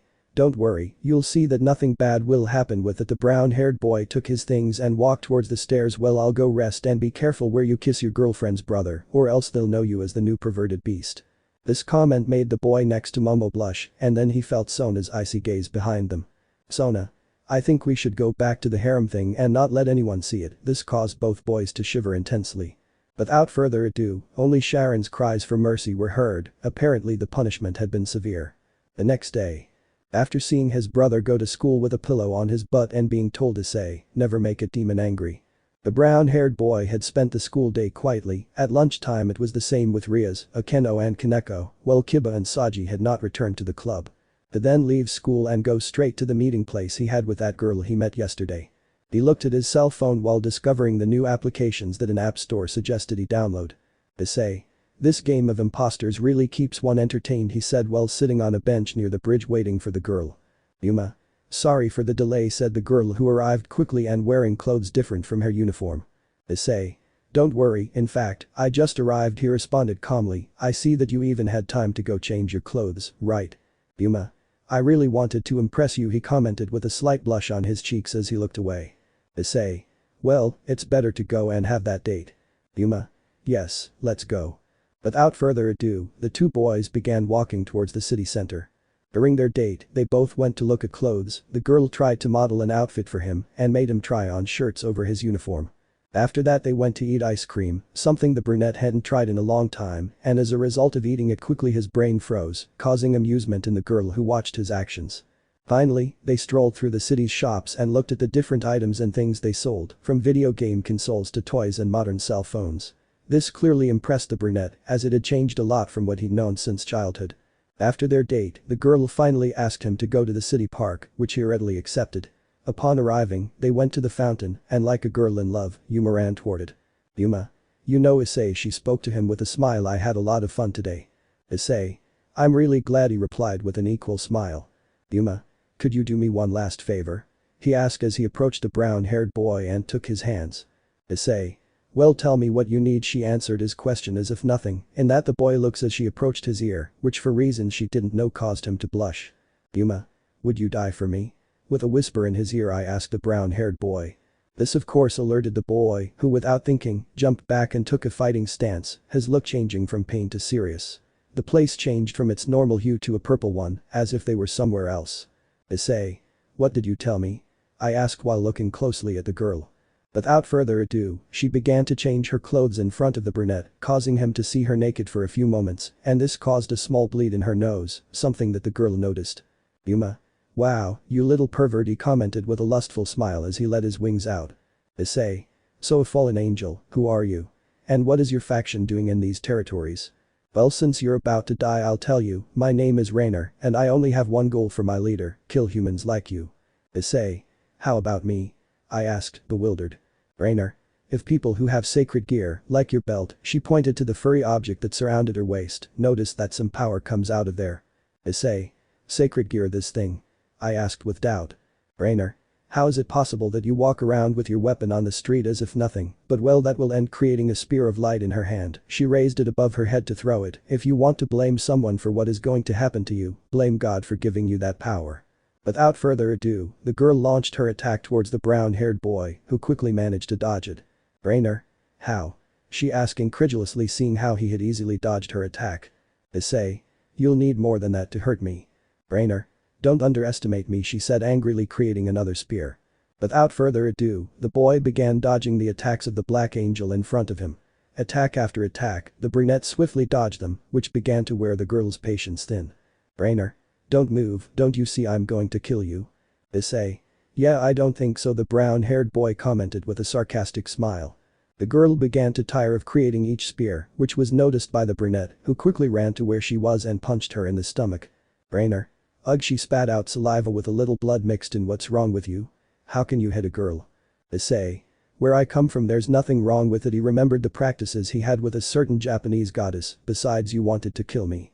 The girl fell to her knees while breathing heavily, which the boy noticed, but he was unable to dodge another attack that came towards him and winded him in the rib. Issei. Damn, I got too confident, he said, taking his rib and seeing that blood was coming out. It's true, insignificant human, and that's why your time has come, commented a new being that had appeared in the place. This one had a trench coat and a hat. Rainer. Don't seek, idiot, he was almost mine. Don't seek. From what I see, it was the opposite, but now it's time for me to finish the job, he commented while creating another spear. At that moment, a light began to shine on the ground next to the chestnut tree, where a crimson circle appeared. Don't seek. Damn, the owner of the place showed up. Rainer. Your master? I asked with a little fear. Issei. I must press the wound well and with more calm I heal. Don't seek. I can see you're still a beginner, this boy doesn't have a demonic aura, so it must be a summoning pamphlet, he replied, while undoing his attack. It's time to go. Without further ado, the two disappeared from the place, leaving the brown-haired man kneeling and watching who was leaving the circle. Issei. What now? I asked and then fell to the ground. The one who came out of the circle was none other than Rias Gremory, who appeared on the scene. Rias. Issei, she said worriedly, seeing the boy lying down and bleeding. Then she activated a magic circle in her ear. Sona. I'm Rias, I'm just telling you that Issei was attacked. If you don't worry, I'm going to cure him, okay? Tell his family. Without further ado, the girl cut off the connection, and without wasting any time, she took the brown-haired man away, leaving the park in total silence due to what had just happened. The next day. It was a new day for the chestnut tree, who began to wake up. Issei. Wow, what a good sleep, with this I recovered my energy, now I can heal my wound. He stretched his arms to his side, suddenly he felt something soft, something he had never felt in his life, and he squeezed it gently, only to hear a moan. Kaya. Without further ado, the boy turned around and saw Redeed lying next to him, who was naked and with a huge blush on her face. Issei. Haim? He asked fearfully as he squeezed what he had in his hand again. He noticed that it was one of her breasts, that even with the size of his hand, he couldn't take it completely. Rias. Issei. Issei. Why is she naked? Rias. First, could you stop squeezing my chest? The brown-haired boy noticed that and quickly released his grip on the Redeed's body. Thank you. Issei. Now if you can answer me, why are you naked? He asked with a blush on his face. Rias. Well, yesterday you were attacked and you summoned me with your blood. Issei. How did it happen? Rias. Do you remember the pamphlet I gave you? The boy nodded. Well, that serves to summon one of my servants. Issei. True, it's the method that demons use. Rias. Yes, that's why yesterday I took you out of that place and brought you to my house to heal you. Saying that, the brown-haired boy turned to look around and in fact, that was not his room. Issei. I see, thank you very much Rias Haim, he said with a smile. Rias. Moo, don't tell me that, she commented with a pout on her face, then changed her expression to a serious one. Hey, can I ask you a question? Issei. Of course. Rias. Yesterday I tried to reincarnate you to heal you faster, but I couldn't, she said as she took out her chess pieces. Why? Issei. Well, that's simple, I don't think I can reincarnate because I'm almost immortal. Rias. What? The cult club. Issei's brother, his girlfriend, Sona's queen, and Ria's equal were gathered in the club room.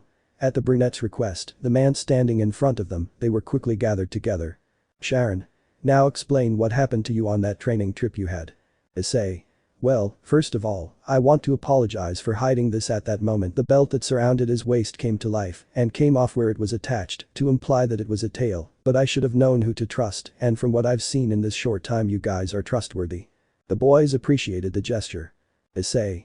Before I tell you what happened, let me tell you Rias Heim, that no matter how hard I try to reincarnate, I won't be able to surprise the others except the girl who had a sad look. Rias. Because of your near immortality, right? Issei. Yeah, just out of curiosity, why did I want to be reincarnated? Rias. When I saw you the day you arrived, I noticed that you had something special and my urgency in wanting to get rid of the commitment I had wanted to recruit you, but after what happened to my sister and my threat I knew I needed help. Issei. Is that why you let him attack me? I asked seriously. Rias. I didn't mean to put you in danger, but Kaneko warned me about your encounter with those fallen angels. Issei. So I wanted to see their intention. Rias. I'm sorry she said while bowing and tears came out of her eyes. It was not my purpose for you to be in that situation, but I was no longer thinking clearly. The brunette just put his hand on her shoulder, causing the girl to look up. Issei. After being abandoned like that, I imagine you weren't thinking things through clearly. The girl felt her eyes water again and bowed again. Rias. Forgive me please. She screamed with a broken voice while she continued crying. At that moment she felt her face collide with something soft to see that she was on Issei's chest while he hugged her. Issei. Calm down Heim, this usually happens to the best. The girl only clung to the boy when she felt that he had hugged her and returned the affection. Now I know that you want me to be your servant, but unfortunately it won't be possible. The girl just lowered her head, but we can be allies. The girl turned to look at him and without thinking she nodded as she put her face back on his chest. Rias. So warm said the girl, but at that moment Sona made a noise, as if she had coughed. Did I say that out loud? The others nodded and she hid again. Sharon. Well brother, now tell us, how is it that you are almost immortal? Issei. Well, the story is a bit long, but all this is because of my training. Sona. I'd like you to tell us, but it could be at lunch, classes are about to start. Issei. Sounds good to me said the boy who still had Rias in his arms. Bakeno. Just two things, 1. Can't he die? Issei. Well sooner or later I have to die, but if it's because of age it will take a long time. Bakeno. I see, and 2. But you. How does Issei-kun's chest feel? This made the two boys blush and they separated from each other with a blush. Without further ado, the children laughed at this act of the children, but what they didn't notice was a bat that was looking towards the children's window. Chapter 4. Issei's tale, a blonde appears. The cult club. In the club room, we see Ria's entourage, now comprised of only her queen and rook and Sona Sitri with her queen and pawn. Everyone was seated, facing the boy, who would recount what happened to him during his training. Issei. Well, this will be quick since there isn't much to tell, so here we go. Narrated by Issei. I still remember the day Grandpa's son Wukong came to my grandmother's house and took me to the Yokai realm to begin my training. It was a quiet goodbye, as I knew I'd be returning home to my family sooner or later, so I happily agreed to go train with him. Honestly, when he told me about the training, I was fascinated by everything he said we'd be doing.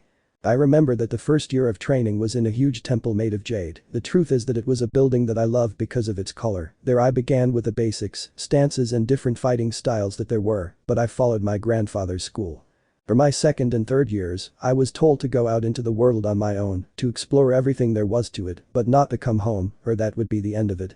The truth is I was tempted to return, but I realized it was to fend for myself when I no longer had anyone or when circumstances warranted it. But the most important thing was to strengthen my weakness. What was that? Well, if they pulled my tail, I'd lose all my strength. Narrative interruption. Sharon. So you no longer get weaker if your tail is pulled. Issei. That's right. Sharon. Damn, the boy snapped his fingers. Sona. And what was that? Sharon. I won't be able to stop my Itoto like I did when I was a kid. I remember when he didn't pay attention, we would pull his tail to get him to stop. Issei. Yes, and that's why he hit me face down on the ground many times for that act, he commented while showing a scar on his forehead. Sharon. Guilty, he said with a certain grace in his voice. Issei. Well, as I kept saying. Narrated by Issei. The third year was the most painful for me, as I had to train hard to keep my tail from sapping my strength. It was then, on the way back to the temple, that I saw a troop of monkeys. They used their tails for what they were, an extension of their bodies, as they swing through vines or across enormous waterfalls, creating a bridge between themselves. But anyway, with a lot of effort I managed to overcome that weakness I had, and for the return during the 4th year I began now with the real training, using my inner power, or as Grandpa's son calls it, Kai. At first it was based on meditation, something that really bored me, but I had to learn to awaken that power. After awakening it, he taught me to release it from within me as if it were an attack, so I can throw spheres with my energy. Narrative interruption. Bekeno. Ara, so you can use the power inside you, isn't it like spells? Issei. Not as such. I've seen many lower level yokai cast spells to use their power, which is why they require certain seals when releasing it. I imagine the same thing happens with demons. Rias. That's right, we cast spells to perform our attacks. Issei. Well, with me it's different. Hineko. In what way?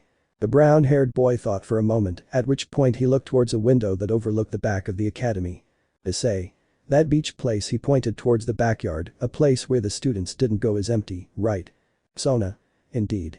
At that moment the chestnut tree approached the window, with the eyes of the others fixed on him, they observed what he would do. Issei. Well, this is Kai. At that moment his hand began to light up, and then he saw something yellow hit a rock, and it flew into 1,000 pieces. Those present were wide-eyed, especially at the way he invoked his power. But among them was a girl who trembled at the sight. Issei. This is what I mean by Kai, it's the energy that's inside, he commented with a certain smile, but he didn't notice at the moment that his brother positioned himself behind him. Sharon. Idiot, don't do that at school, she scolded him while hitting him on the head. Issei. Well, as I continued telling and already touching on the subject, this is the reason why they can't reincarnate me, he commented while looking at the huge bump on his head. Narrated by Issei. During the 6th year, my training had evolved from simple movements or fights against dummies to fights against the gods in that palace. Mainly, fighting against Grandpa's son Wukong. These fights lasted for hours, with no one even able to catch a break. The blows could be heard all over the place, making us the center of attention. But something happened during one of those fights. While we were fighting, I was sent flying by a blow into a garden, one I had not been to in all my time living there, because I was told that it was forbidden for a mortal to enter those grounds.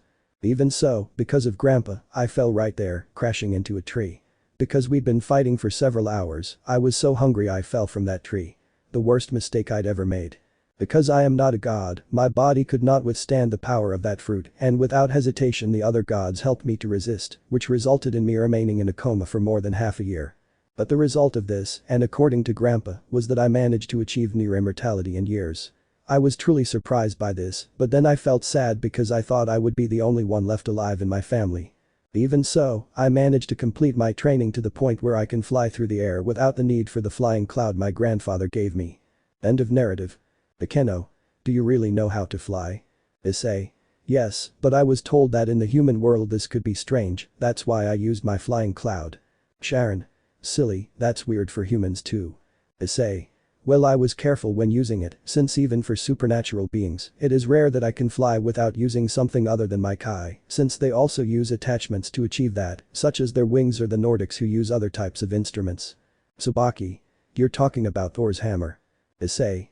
Exactly, but well princess, this is the reason why you can't reincarnate me, since my power is even greater than yours, and above all I am almost an immortal.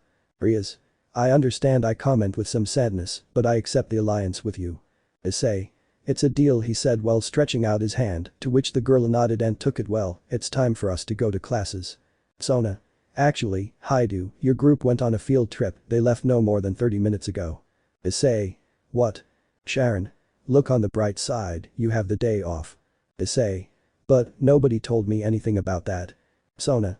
Well, you can still get to know the city more calmly, even though I gave you permission to do so. Issei. I wanted to go, he said with a pout, but well, since I'm leaving, Sona-san Ani-sama, Haim-san, he commented with a smile as he left the classroom, leaving everyone wondering what had happened, which caused everyone to go back. Sona. Rias, the mentioned girl, turned to look at the black-haired girl. Tell me, what will happen with your engagement? Rias. I was replaced by my sister, but I'm afraid she'll retaliate against me. Sona. It would be best if you trained, she commented as she left the room with her boyfriend and her queen. Kaneko.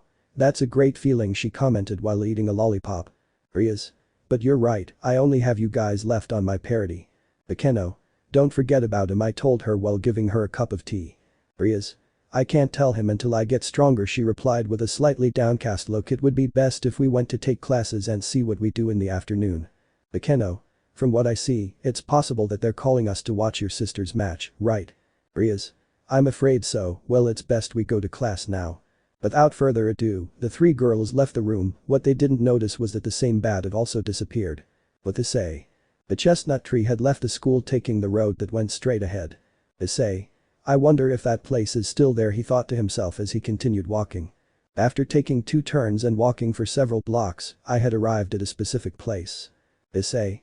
Yes, I knew he would be here, he hasn't changed at all, he commented upon seeing a park. It was the same one where he came as a child to play with his brother. I wish Shido-kun was in the city and could play like before.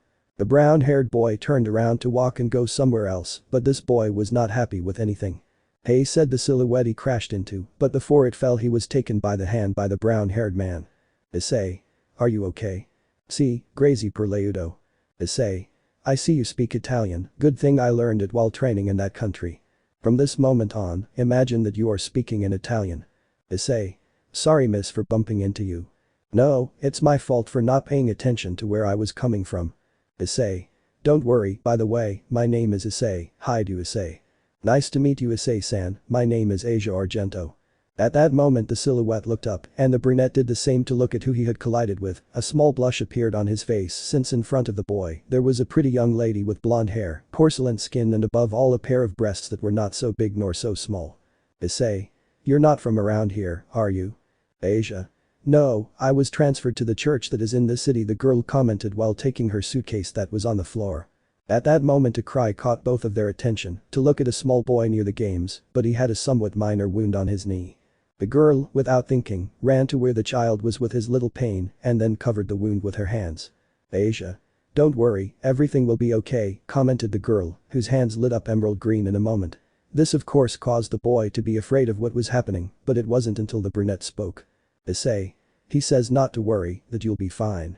Child. Are you sure, sir? The brown-haired boy just remained silent upon hearing that phrase that was said to him.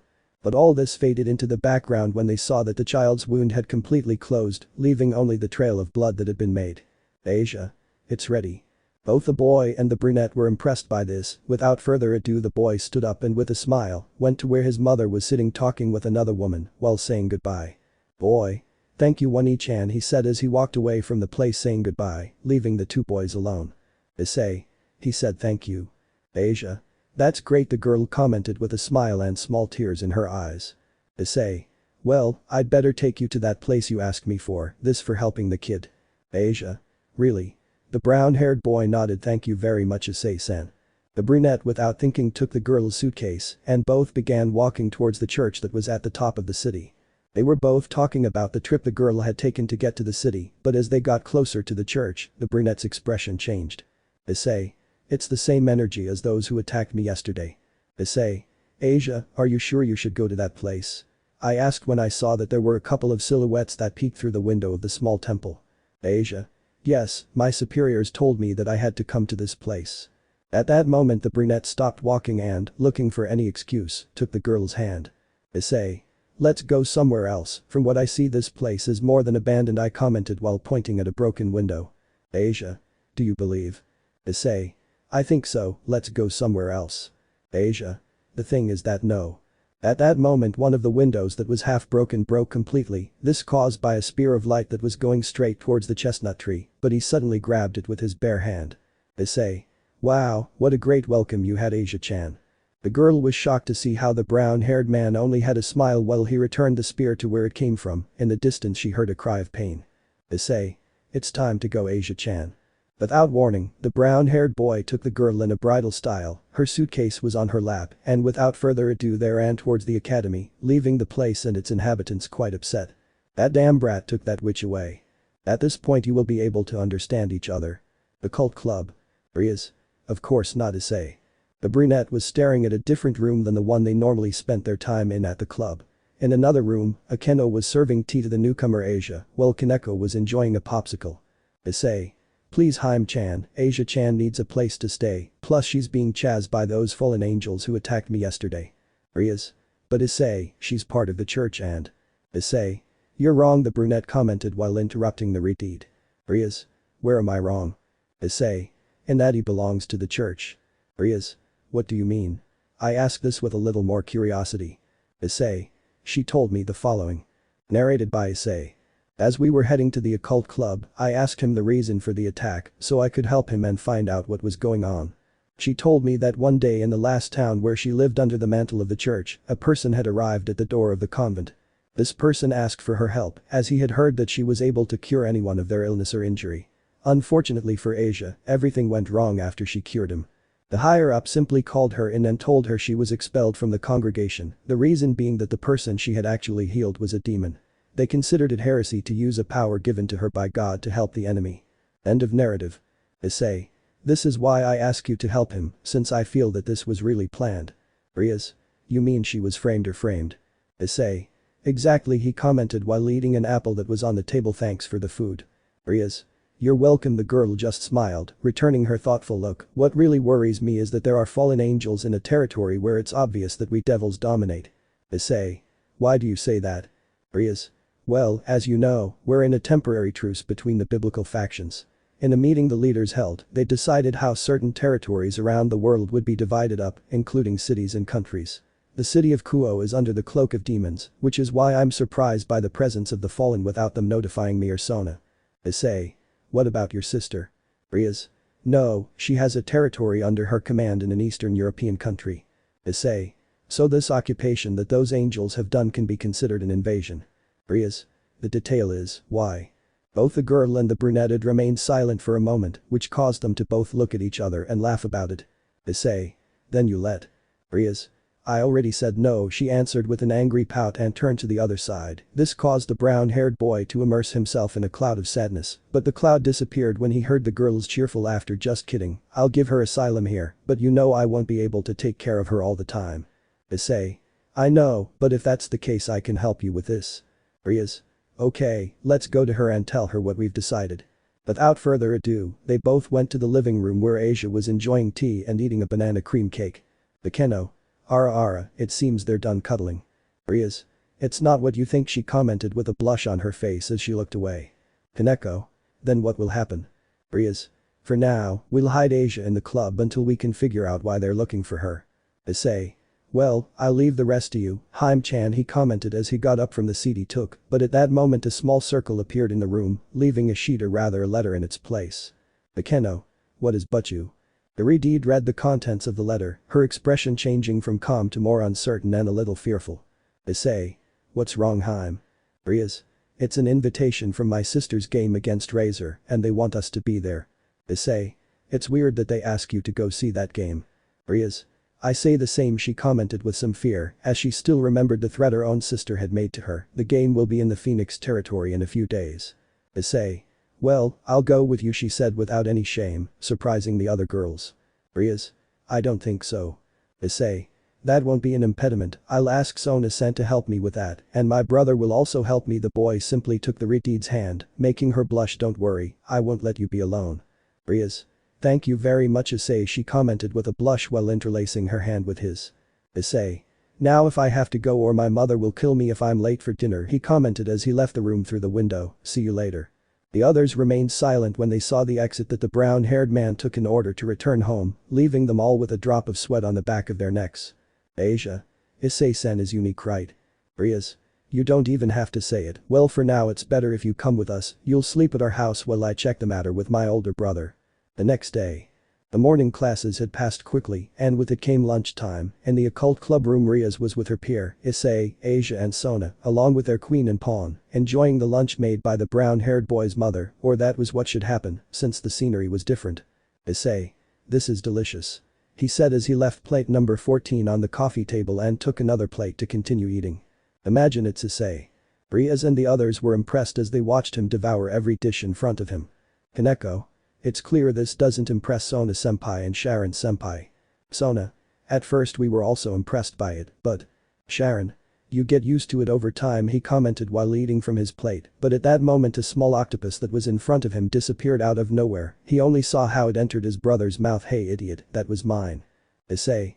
Sorry bro, I thought you wouldn't eat that, he commented while taking a sip of his soup. Rias. What I don't understand, why did you get so hungry? Issei. Aspax Damawaja. No one understood him because his mouth was full of food. Sharon.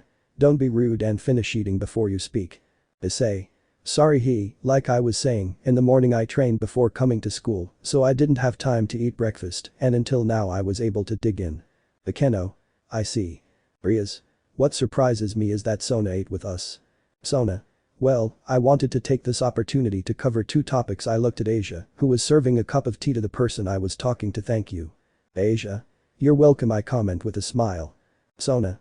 As I was saying, I wanted to know what we're going to do with this guest. Rias. Well, she is a former member of the church accused of heresy, he told her while drinking some tea, so I gave her shelter in what she decided to do. Asia. I'm grateful for that, she said while bowing. Sona. The fact is that she came with deception from the fallen angels, why we still don't know. At that moment, the Red Emperor Dragon glove formed on Sharon's arm. Greg. Maybe I have the answer. Sharon. Do you know something? Greg. It's just an idea and that's because they're looking for sacred gear and its users. Issei. It's true, that fallen angel attacked me because he thought I had that thing the talking glove said. By the way, hello Red Lizard. Greg. Hey, have more respect for me, brat, I'm. Issei. According to Grandpa Wukong, you are a dragon cursed by the Dragon Queen Tiamat. Sharon. What do you say? I ask with some curiosity. Issei. Yes, there was a time when he and another dragon fought and you borrowed Tiamat's treasures to fight that one. Greg. How do you know that, brat? Issei. Because of you, the sweater my brother gave me had your scent mixed in it and I was chased by that crazy psychopath who was just looking to kill the wearer for losing her things. Sona. Anyway, the point is that we have a theory as to why there are fallen angels in place. Rias. But why do they seek this power? Issei. Well, we can only find out if we fight them. Rias. I don't think it's the best thing to do, remember what I told you yesterday and. Issei. The truce is only between the biblical factions, me as a mere human. Sharon. Demigod. Issei. Whatever, I can investigate and defend myself without any problem. The chestnut tree left his 30th plate next to the other dirty dishes while stretching, showing off his toned body. Issei. Ah. Thanks for the food, I ate too much. The boy stood up and started walking towards the exit of the club, or rather towards the window. Sharon. Where are you going? Issei. I'll go investigate this at once. Sona. But don't you have an exam in an hour? Issei.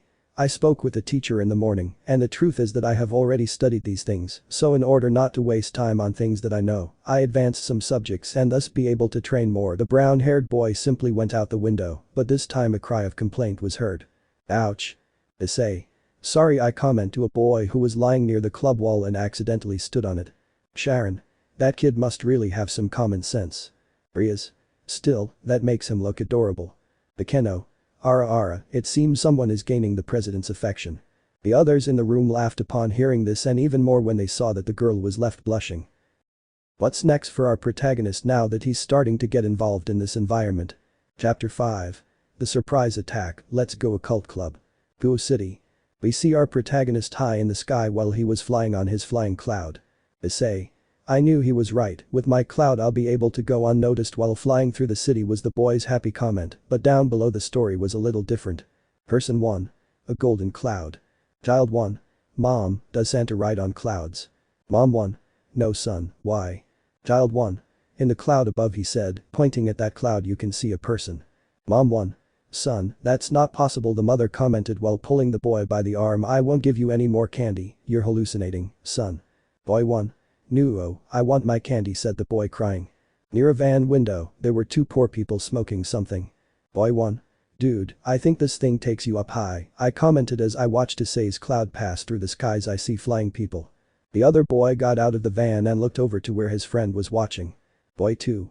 True, I see it too. He looks at his cigar with great joy. What a tremendous note you're giving us, old man. These and more reactions were heard on the ground, something that also reached ears at Kuoh Academy. Student 1. Have you seen the golden cloud? They say that if you make a wish, it will come true. Student 2. I knew that a fantastic being travels on that cloud, according to my grandfather's story. Student 1.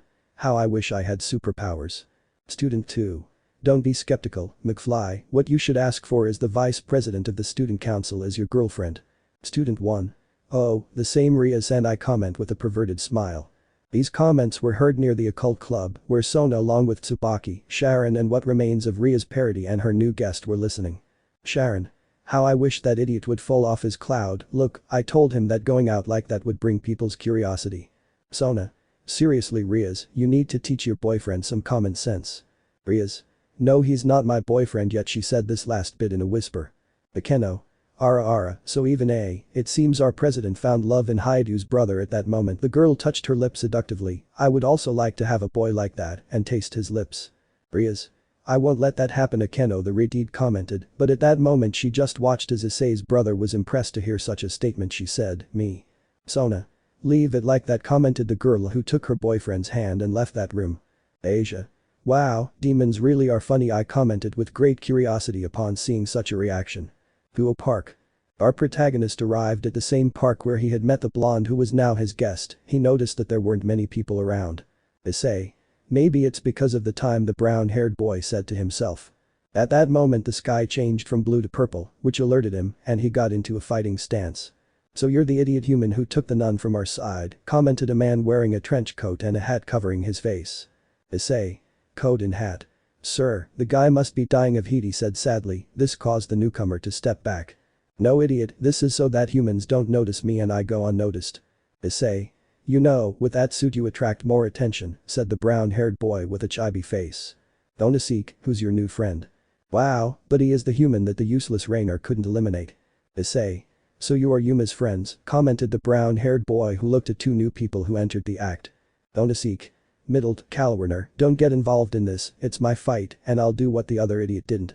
At that moment the fallen man fell to his knees while holding his stomach. In front of him was the brown-haired man with his elbow in front of him and in the position that he had hit him. Donasek. Miserable.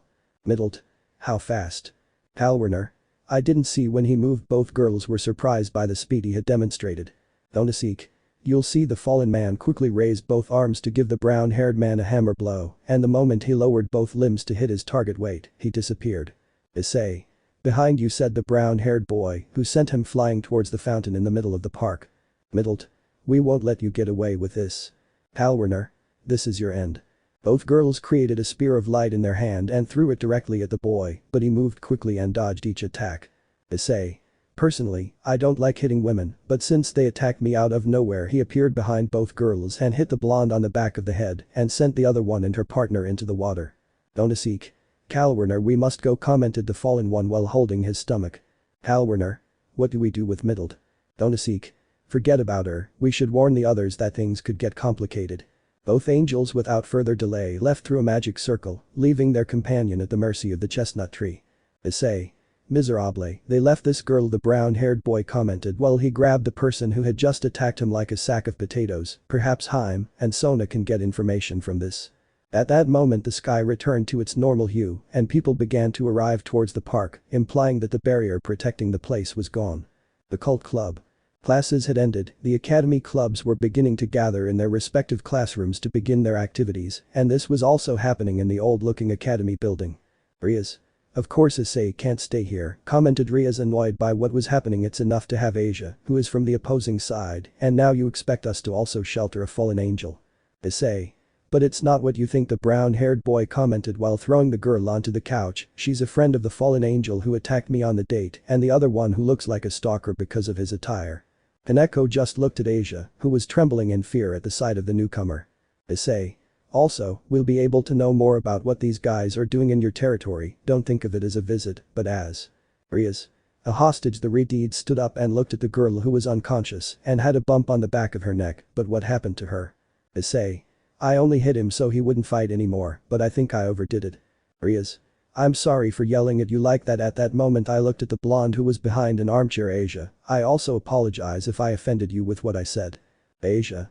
Don't worry about it, Gremory-san. Sona. Rias, what does this mean? The newcomer commented upon seeing a fallen angel on a chair. Sharon. Don't tell me, the brown-haired boy commented and turned to look at his brother. You brought her, right? Issei. In my defense, she and her friends wanted to kill me, the brown-haired boy commented while eating an apple. Besides, we can get information from her. Sona. That would be dangerous for the current truce. It's best to send her to her leader and let him take care of the matter. Rias. I think the same. We don't know how powerful she is or what role she really has in her faction, but we can't leave her here at the academy. You and your brother are in danger if someone looks for you for your power. At that moment the girl began to murmur something in her sleep. Middled. Steal sacred gear, kill owners of the territory. Kuoh. The girls were shocked to hear this, which alerted both of them, and without thinking, Sona created a rope around it to tie it up. Sona.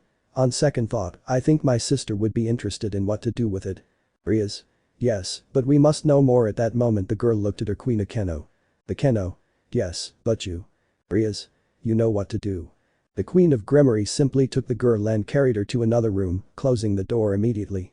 Sharon. By the way, brother. Issei. Yes. Sharon. Mom got a message from Grandma this morning and I forgot to tell you, Grandma says, and I quote, at that moment I clear my throat, dear stupid grandson, once again you left it at the temple, son will send it to you today, she says to tie it up and not lose it or else you'll know the consequences. Of course, she said this in a grandmotherly voice to give the note realism. Issei. Oh no, I left it again. At that moment the boy left the room, leaving the others with a lot of doubt. Kuoh. But you, I'll go do the contract I'm assigned to. Rias. Yes, please don't take too long. The albino nodded and went through the magic circle in the room, which they used to go to the contracts. Sona. What did he forget? Sharon. I have no idea, the boy commented as he looked where his brother went, but at that moment he put on a smile. He's always been like this. The Kuoh. But you, the girl quickly entered the room. We have problems. Rias. What's up? The Kuoh. I managed to get some information out of the girl and she told me that they plan to attack us during our contracts. Sona. Momo, Tsubaki. Sharon. We have to go find them. Rias. Kuoh. Issei's house. The chestnut tree had arrived quickly on its flying cloud and had landed in the back garden of its house. Mickey. Son, the lady commented in surprise as she looked at our protagonist in the courtyard. How was that? The cloud, right? Issei. Yes mom, it's the fastest way to get anywhere. Mickey. You must be careful, on the street I heard about your cloud being the cloud of wishes, the lady commented as she went to the living room. Issei. Mom, did I get something? Mickey. In fact, yes. At that moment she brought an object covered by a black bag, the object seemed to be thin. Your grandmother says that son told her not to forget it again. Issei. I won't do it, he commented with a smile as he took it out of that bag. How could I leave you behind? At that moment his phone rang, it was a message from his brother. Issei. What's up now? The brunette read the message that had arrived, but his gaze went from one of great doubt to one of seriousness. Issei. Kuoh-chan. Without saying anything else, he left the house, which alarmed his mother because she had never seen that look on him. He is normally always happy. Mickey. I better tell Sharon, she said to herself as she took her phone. Random house. In one neighborhood of the city, people were relaxing in their homes, sampling the food they had prepared. Families were together spending quality time, or so it's usually expected. But in a house, where the light was off, all I could hear was things falling inside it. Ahaha, just look at the poor demon, commented a silhouette that was in front of a Kuoh who was hurt because of you. This sinful family has received God's cleansing. Kuoh. You're a bastard, commented the girl who was holding her arm while bleeding from her head. That doesn't matter, I will bring peace and put an end to the dirty demons. At that moment, the silhouette raised a sword he had in his hand, with the intention of killing the girl. She dies. Grow up now. The two looked out the window where the voice had sounded, but at that moment the voice inexplicably broke, or so they thought. W. The silhouette had barely finished speaking as an object hit him in the stomach and embedded him into the nearest wall, which he collided with. Kuoh. Senpai. Issei. Kuoh-chan, are you okay? Kuoh. Senpai, what is that? She asked while pointing at what was in her hand. Issei. Well, this. What the hell is this? A servant of the Buddhists here. Issei. You're a murderer, the boy commented as the object he had in his hand retracted. Look what you've done here, you killed innocent people. I'm only in charge of eliminating the disgusting demons and those who ask favors from them. My name is Fred and. Issei. I didn't ask for your name, bad man, even though you're a father or something like that, the brown-haired man commented as he got into an attack position. Tell me who you think you are, attacking the people of this place. Fred. Stupid, I'm an exorcist, that's why I do this job. Wait a minute, the exorcist looked at the brunette in more detail. You're the idiot who took the healing witch. Issei. How did you tell him? Fred. That idiot was supposed to be under our control by now, but I'm finding I'm going to have to get rid of you before I go after that thing. Issei. I won't let you have Asia-san under your power. They both looked at each other seriously, but at that moment two magic circles appeared next to them. Fred. I think the owners of the place have arrived. Rias. Issei, what does all this mean? Sona. A member of the church. What is he doing in this territory? Sharon.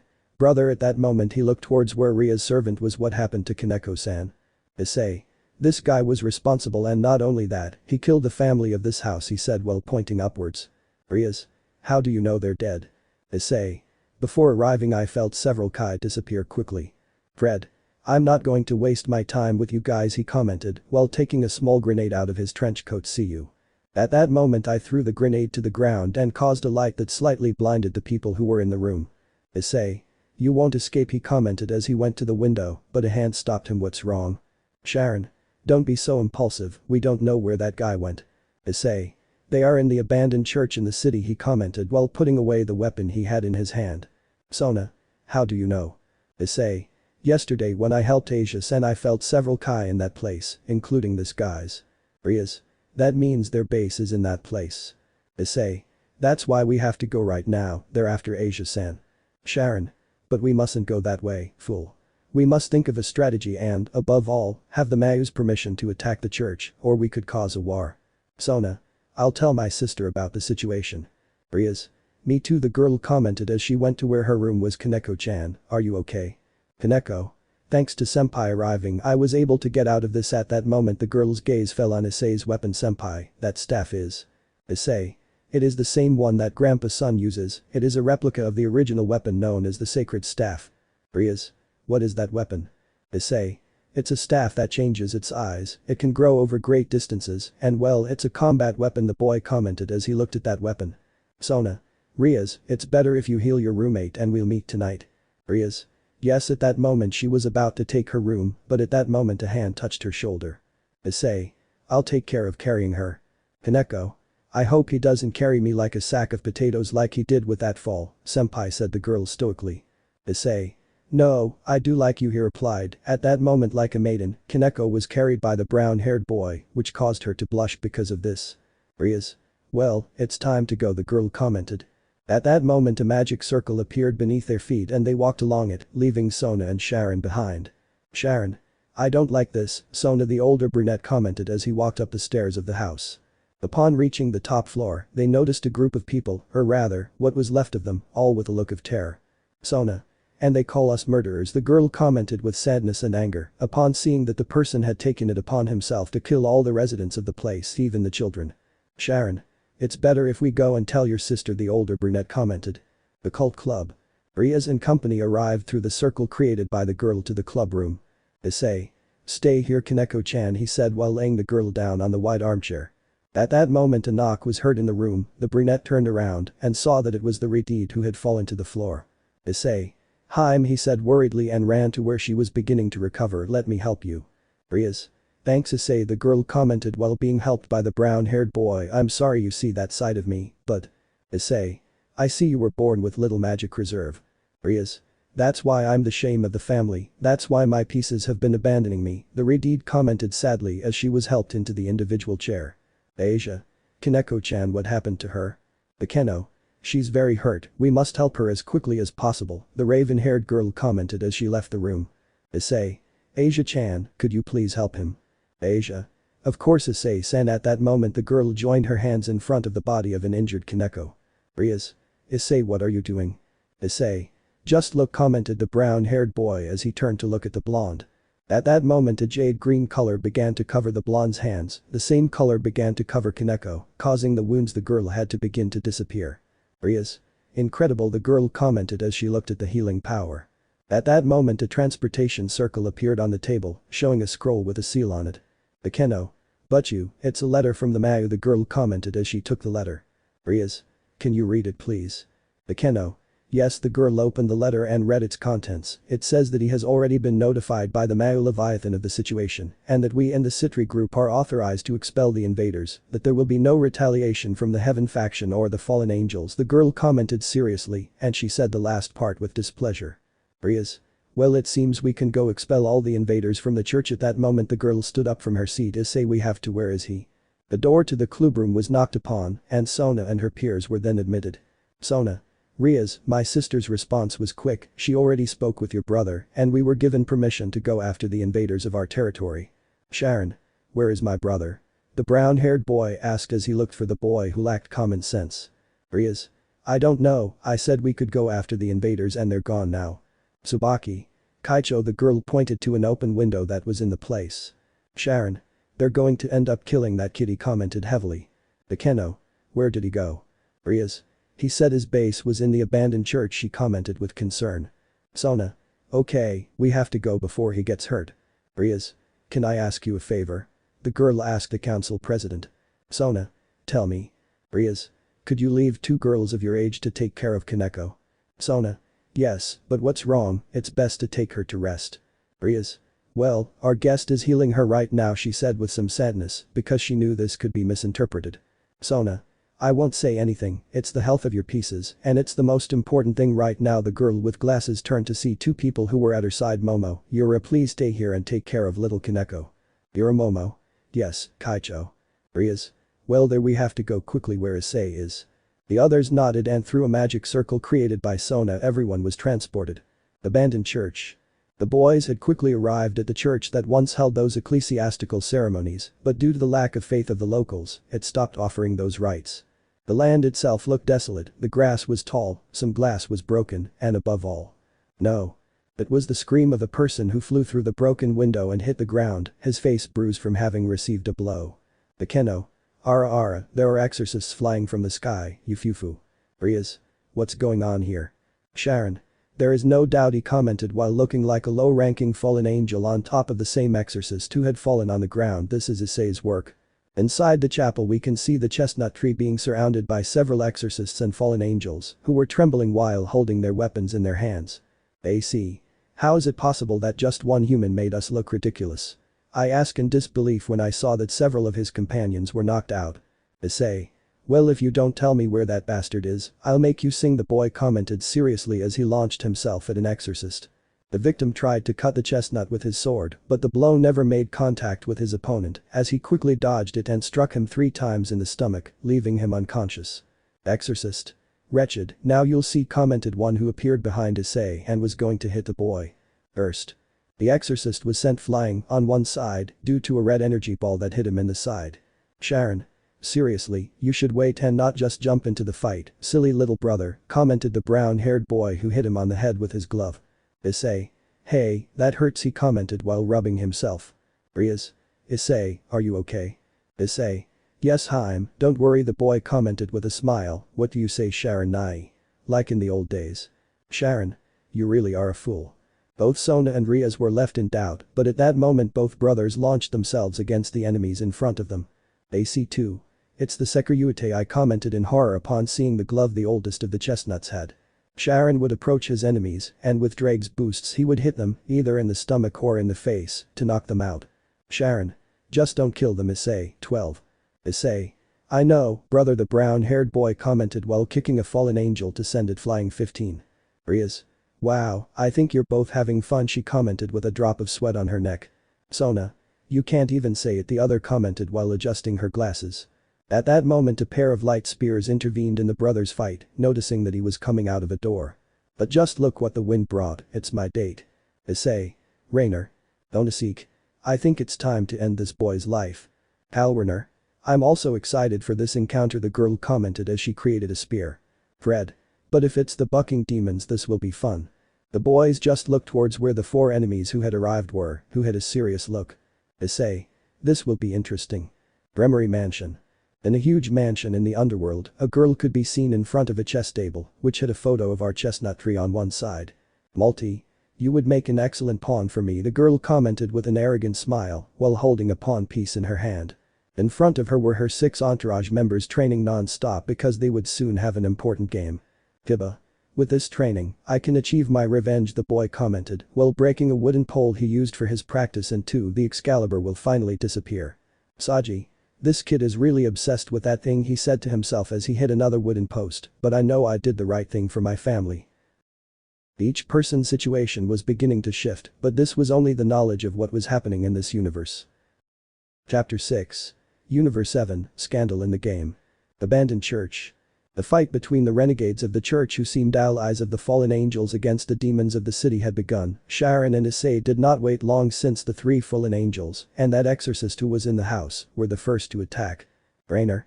Now I'm going to kill you, pretty boy, said the fall while attacking Issei, who only quickly dodged the attacks. Donasik. I'll get revenge for what you did to me this afternoon, he commented as he joined his companion in attacking the smaller chestnut. Issei. Come on, the kids at the temple are faster than you guys when it comes to fighting, he simply dodged every blow that came at him. Fred. Today my sword will finally know what it is like to kill a legend like the Sekiryuutei. Unsheathing his sword he attacked the older chestnut, who had only summoned his glove. Halwarner. Do you underestimate us? The girl asked angrily as she attacked in the same way. Sharon. No, but I don't want to draw more attention with the power that I can really use, and from what I see, he's holding back. His rivals watched as the younger chestnut tree was literally playing with the other two, who, out of desperation, were unable to hit the boy. Halwarner. Idiots, don't let the boy get you into his game. Rainer. You say that because your rival isn't smiling every time we attack him, she replied while trying to hit him with her spear of light that she had created. Tsubaki. Shouldn't we help them? Rias. It seems Issei is having fun, she said very calmly, seeing the brunette smile. Sona. Sharon-kun, stop playing around and get this over with. It's already dinner time and your mother will get angry if we don't arrive on time. The smaller chestnut, like a meerkat, raised his neck upon hearing this, and suddenly his stomach made the characteristic noise that indicated he was already hungry. Issei. That's true, we should go eat. Well, it was a good warm-up and 2-kill time, but it's time to finish. Sharon. I agree with you. Boosted.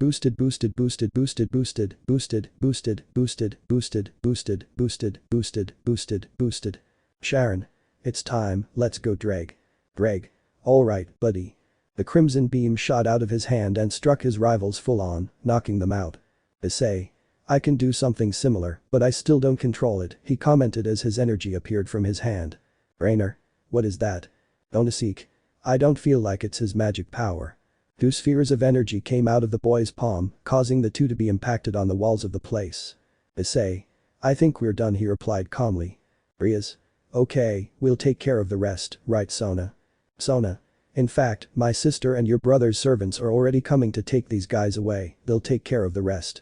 Iridid nodded and she, along with Akeno and Kaneko, left the place, leaving Issei and the others there. Issei. Okay, I'm already very hungry, let's go home brother. Sharon. We must wait for these guys to arrive first, the older one commented without paying attention to where his brother was, or rather that he was no longer there. Did you understand, Issei? Sona. Honey, she pointed to the window, indicating that the boy had already left the place. Sharon. Common sense doesn't exist in this boy. Universe 7. We are now in universe number 7 where Bills, the god of destruction, had bet the super dragon balls with his brother Champa, god of universe 6. Could you hurry up Jaco, we've been traveling for a long time. Jaco. Shut up Bulma, it's going to take us as long as it takes to go with Zuno. Bulma, a woman of a certain age who lives on planet Earth in that universe, had left with Jaco, a police officer from the Galactic Patrol, to the center of the universe, the reason, to go with a wise being who knew the answer to the entire universe. Bulma. You're telling me this person actually knows the answers to the entire universe? Jaco. That's right, he knows everything that has happened for millennia, his knowledge is infinite. Why the urgency? Bulma. It's to know all the information about the Super Dragon Ball, and there's also something that has left me doubts for a few months. Jaco. And what will it be? Bulma. You see, on my last birthday, the day we met Mr. Bills and Whis, we wanted to know how Goku could become the Super Saiyan God phase. Jaco. How do you think that guy is a god? Bulma. Did you forget the blue phase the day Frieza returned to Earth, that is a Saiyan god who reached the phase of a Super Saiyan? Jaco. I don't understand what you're talking about. Bulma. That doesn't matter, that day we asked Shenlong to help us look for another pure-hearted Saiyan, since 6 were needed, but he said there were 2, but they wouldn't be of help because one had his heart full of hate and another was innocent, but due to his enormous power, he couldn't bring him to Earth. Jaco. And what about that? Bulma. I said that there was another Saiyan from this universe, but his location was unknown. Jaco. And how does this Shenlong know that another one of those warriors really exists? Bulma. That's why I ask you to take me to that guy. Jaco. I already told you his name is Zuno. Bulma. Well that guy, so hurry up and we have to get there with the juice. Jaco. It's Zuno and you better calm down, we're still halfway through the trip, his planet is at the center of the universe. Bulma. Since she said as she sat in the passenger seat, she looked at a picture of a green Martian. Hey, who is it? Is she your girlfriend? She asked, pointing at the image.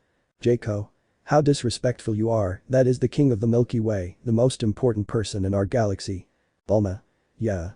It doesn't look that big of a deal. Jaco. I don't know how I agreed to take you to the great Zuno. Bulma. Because I'll tell my husband to put you in your place if you don't help us with this, the woman responded angrily. After a somewhat long journey, both arrived at Zuno's planet, who was expecting a gift or something similar to have the right to ask his questions, depending on the gift was the number of questions he could answer. Innocently, Bulma spent one more question, since she spoke in the form of a question, so she realized in time that she had only been granted 3 questions. Zuno. Okay, what's your last question? Bulma. Thank goodness, Shenlong recently mentioned that there was one more Saiyan besides those who live on Earth and the other 2 that we only know are together, but not their exact location, but what about the other one? Zuno. A long time ago, when the planet Vegeta was destroyed by the evil Emperor Frieza, 2 capsules left that planet, both destined to go to the planet Earth of this universe, but one of them deviated along the way. The detail is that the god of destruction of Universe 3 made his jump from universe, and with it, he took the ship of that infant. Its location is unknown to me, I can only intuit that that child is in that universe. Bulma. What? Zuno. Well, those were your 3 questions, he said with a stoic face. Bulma. But how can we contact him? Zuno. I've already answered your 3 questions, it's time for you to go. The girl reluctantly left the place because she could not find out more than if there was another Saiyan from this universe, but that she could not find him here. Bulma. The boys must know. Later. You must be kidding. Bulma. No Vegeta, do you believe me Goku? Goku? Sorry, but it seems untrue. In front of the blue-haired woman were 2 men dressed differently, but their clothing shared a symbol on their chest. Bulma. It is not, according to what that Zuno said, there is one more Saiyan in this universe besides the 2 that Shenlong mentioned. Goku. Wow, so there's another Saiyan from our universe, I wonder if that guy is really strong. Vegeta. Don't talk nonsense Kakaroto, we don't even know if what they told Bulma is real. Bills. What are you 2 idiots talking about? The god of destruction had arrived at the terrace where Bulma and the others were, holding a sweet snack in his hand. Goku.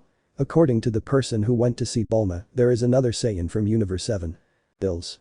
What do you say? Whis. Wow, that's a big surprise. Bills. And tell me, where is it? Bulma. That's what we don't know, according to what that Zuno guy told me, when the god of Universe 3 came, he unknowingly took him with him. Bills. Wish. Whis. Yes, sir. At that moment he looked through his staff, which began to project several images inside it. Whis. As I recall, it was 40 years ago when Mr. Moscow came to Universe 7. Goku. Mr. Mosquito. Whis. He is the god of Universe 3, he answered while continuing to look at his staff. Well, Bulma was right. At that moment, he began to project the image of 2 spherical spaceships traveling together. A small Goku could be seen through the glass of the ship. Goku. That's me. Next to his ship, there was a little brown-haired boy who was crying louder than baby Goku, but Vegeta noticed something. Vegeta. That's impossible, he said to himself. Bulma. What's wrong? Vegeta. That kid has brown hair. Goku. What's wrong with that? Vegeta. Among our warrior race, most have black hair, just like your children. Goku. That's right. Vegeta. But it is said that there are exceptions, where Saiyans with brown hair have enormous base power. Goku. So it's possible that he's stronger than us. Vegeta. It's a possibility. Bills. Anyway, what did he tell you about the Super Dragon Balls? Bulma. So, he told me there are 7, and that they are divided between Universe 6 and 7. Bills. That means that damn Champa has been entering my universe without my permission and taking the spheres that belong to my side. Whis. That is the possibility. Bills. What else did he say to you? Bulma. They are the same as the Dragon Balls, you recite a spell, and it ends with the phrase Chanmeg, but for this you must speak in the language of the gods. Bills. I see, well it's time to go. Whis. Whis. Yes sir, both of them without saying anything else flew away towards this planet. On the way they were both serious. Whis. What do you think, sir? Bills. I must speak with Moscow, we cannot allow a human from our universe to be where they are, but it will be for later, we must win the tournament between the universes. Whis. The person who asked me to contact will see us on the planet in a few days. Bills.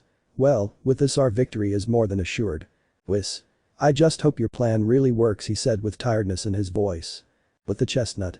A new day began on planet Earth in Universe 3, Issei was training near his house, since that night he had a somewhat strange dream. Issei. What could all that have been? Sharon. What's up, brother?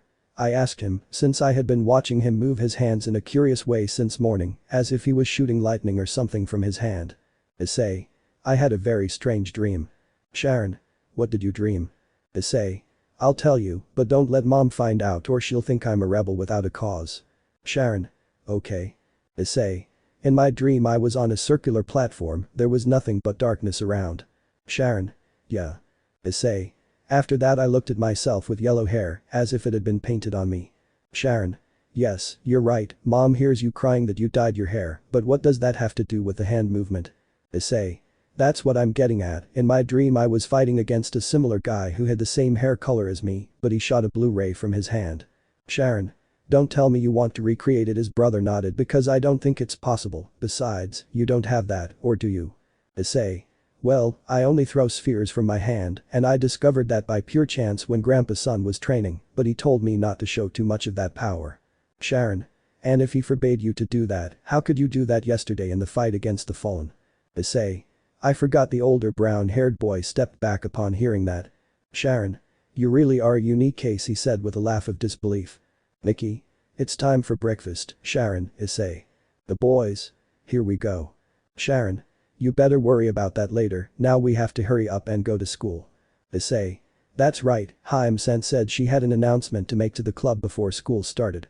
Without wasting any time, both boys had their breakfast, or in the case of the brunette, he devoured all the food in front of him. They finished, and at Sona's suggestion, or rather because her family ordered them to, the three of them walked to school. Issei. What happened yesterday that I left? Sharon. That's true, because you didn't warn us that you were leaving, you fool. Issei. Sorry, but I was already starving. Sona. Don't worry, my sister's servants took the Fallen and the church members before the Mao Lucifer. Sharon. They'll take care of all this, let's just hope it doesn't get any worse. The boys arrived at school, where each went to their respective space, or rather club or council room. The brown-haired boy arrived at the place where Rias told him he would be more than welcome, but he never imagined he would see the following scene. Rias. Welcome, said the girl, while in front of her was Asia in her school uniform. Asia. Thank you very much, but you. Issei. What's wrong? Rias. You see, I talked to my brother, and when he told me that Asia had been excommunicated from the church, there would be no problem with reincarnating her at that moment. The symbol of a bishop appeared behind her, now she is my new bishop. Issei. Congratulations, Asia. Asia. Thank you very much, Issei-san, I remain in your care from now on. Issei. Well, Rias. Well, it's time to go to class, Issei. Can you accompany her? I agreed with Sona that I would be in your classroom. Issei. No problem for me. By the way, I wanted to ask you a favor. Rias. Yes, tell me. Issei. Will you have a space where I can train freely? Rias. Huh. Later. Classes had ended, and Issei spent the entire time with Asia, who was starting to attract all the girls' attention due to her foreignness. The brunette was grateful for this, since he had been the center of attention since he arrived, especially since he was the brother of one of the student council members. Asia. Wow, school is fun, she said with a smile. Issei. You don't even need to say it, he said calmer as he opened the door to the occult club. Rias. Welcome, the girl commented as she welcomed the boys. How was your first day, Asia? Asia. It went well, but I'm still not used to Japanese. Rias. Don't worry, I know you'll master the language in no time. By the way, Issei. The retard looked at the brown-haired boy. Issei. What's wrong? Rias. I spoke with Sona, and well, since she lives with your brother, I asked her to give Asia accommodation. The brown-haired boy was surprised by this. I know it's sudden, but we still don't know what will happen after this attack orchestrated by the Fallen and agents of the church, so I fear they will come for her. Issei. Well, if that's the case, don't worry, I'd be happy to stay with you. At that moment a letter appeared in the middle of the room, which Rias immediately recognized and made a face of disgust. Akeno. What's wrong? Rias. It's part of the underworld, they want us to show up immediately to watch my sister and Razor Phoenix's game. Issei. Game? Rias. If you let me explain. The girl told him how commitments happen in the underworld, and that, sometimes, those in commitments look for ways to dissolve the relationship, often through rating games. Issei. And what are those rating games? Iridid explained that they were fights or games between the nobility involved. The games could vary, but the objective was the same, to have a winner either by completing the game or eliminating the king. This because the demon system was governed by chess, so as in the same game, if the king is defeated during the game, the competition ended. Issei. I see, but why are you asking to go watch your sister's game? Rias. That was supposed to be my game, but because of my low magic power. Issei. Did you want that boy as your fiancé? Rias. No, that guy is arrogant and a pervert, but the simple fact that I was voted aside for my lack of power and poor combat ability makes me the shame of the Gremory house. The chestnut tree was impressed when it heard this. Issei. But is that what your family thinks of you? Rias. Except for my brother, who is the only one who supports me, my sister mistreats me and well my parents. Issei. Don't tell me, they're more worried about what people will say about your family. The quiet girl just nodded. Akeno. It's better to go but the game was 1 hour ago. Rias. Even in that they tell me too late, the Redeed commented with an aura of depression. The brown-haired boy really felt bad for the girl. Being considered the weakest in a group must be the worst thing, especially for her family. Issei. Can I accompany you? Rias. Sure, but please don't say anything, devils are very influenced by one's behavior and appearance. Issei. I'll keep that in mind. Rias. Akeno, please. Akeno, yes President. At that moment the members of the occult club were transported thanks to the seal on that letter. Aim location. The boys reached the climax of the game, both Multi and Razor had few pieces left. On the Redeed side, only the boy with a shield in his hand and Kibba remained. On Razor's side he had his queen, his bishop and a rook left. Multi. This is all your fault, idiot, you couldn't protect the others, as my bishop, it's your duty to be the most powerful when it comes to defensive magic. Boy. I don't understand what happened, my defense is supposed to be stronger than this. Razor. Give up now, darling. It's more than obvious that this game is for me and you'll be my new wife. Multi. I'd rather be a bitch than be married to you. The others watched the game from their seats, on one side was Ria's family, who only looked at their daughter's situation with concern. On the other hand, Razor's parents were more than calm, since for them the game was more than solved. Rias had arrived where her brother and some members of the Demon Council were, who were surprised to see the unwanted daughter of the Gremorys there. Councilman 1. What are you doing here? Now Lucifer. I invited them, whether they like it or not, she is my sister, and she must be aware of what is happening in the Gremory house. Councilman 2. But the Gremorys didn't inform me that she was coming. At that, one of the councillors looked closely at the chestnut tree that came with them. On the other hand, Issei was looking at the game in front of them, but his face went from calm to serious. Rias. What's up? Issei. For some strange reason, I feel like the energy of that idiot who abandoned you and the other one from the shield is gradually decreasing. This caught the Mau's attention, who also observed that aspect. They are supposed to be in a hidden spot, and the attacks they had received were not so serious as to put them in that condition. Councilman 3. Are you a Buddhist? Issei. What? Well, I was trained by Grandpa's son, but… Councilman 3. I'll ask you to please leave then, this is just from the demons and… Now Lucifer. Now I understand, he said seriously. At that moment the game place returned to being an empty space. Councilman 1. What does this mean, Sirzechs? Sirzechs. To you I am the Mao Lucifer, and I see that the boy noticed something that I overlooked at that moment. Several seals came out of the ground, surprising everyone in the place. Can you tell me what this means? Councilman 4. It is our duty to see that the underworld prevails, and if it is through arranged marriages we… Sirzechs. I've heard enough. At that moment his voice began to echo throughout the place. This game is cancelled. Razor. What? Everyone in the place went to where the Redeed was. Ria's family noticed their daughter, but they simply didn't say anything to her. Ria's mother. What's wrong, son? Razor's father. What does all this mean, Mao Lucifer? Sirzechs. Well, thanks to them, he commented while pointing at the council members. I have discovered that Razor Phoenix has cheated in this game. Razor. This is outrageous, I don't resort to this kind of trickery to win my games. Sirzechs. Well, but apparently for others this is the right way. Multi. Does that mean the engagement is off? Lord Phoenix. Of course not, the Phoenix family and the Gremorys had reached an agreement to have this engagement. Lord Gremory. I'm sorry, but it's true. Multi.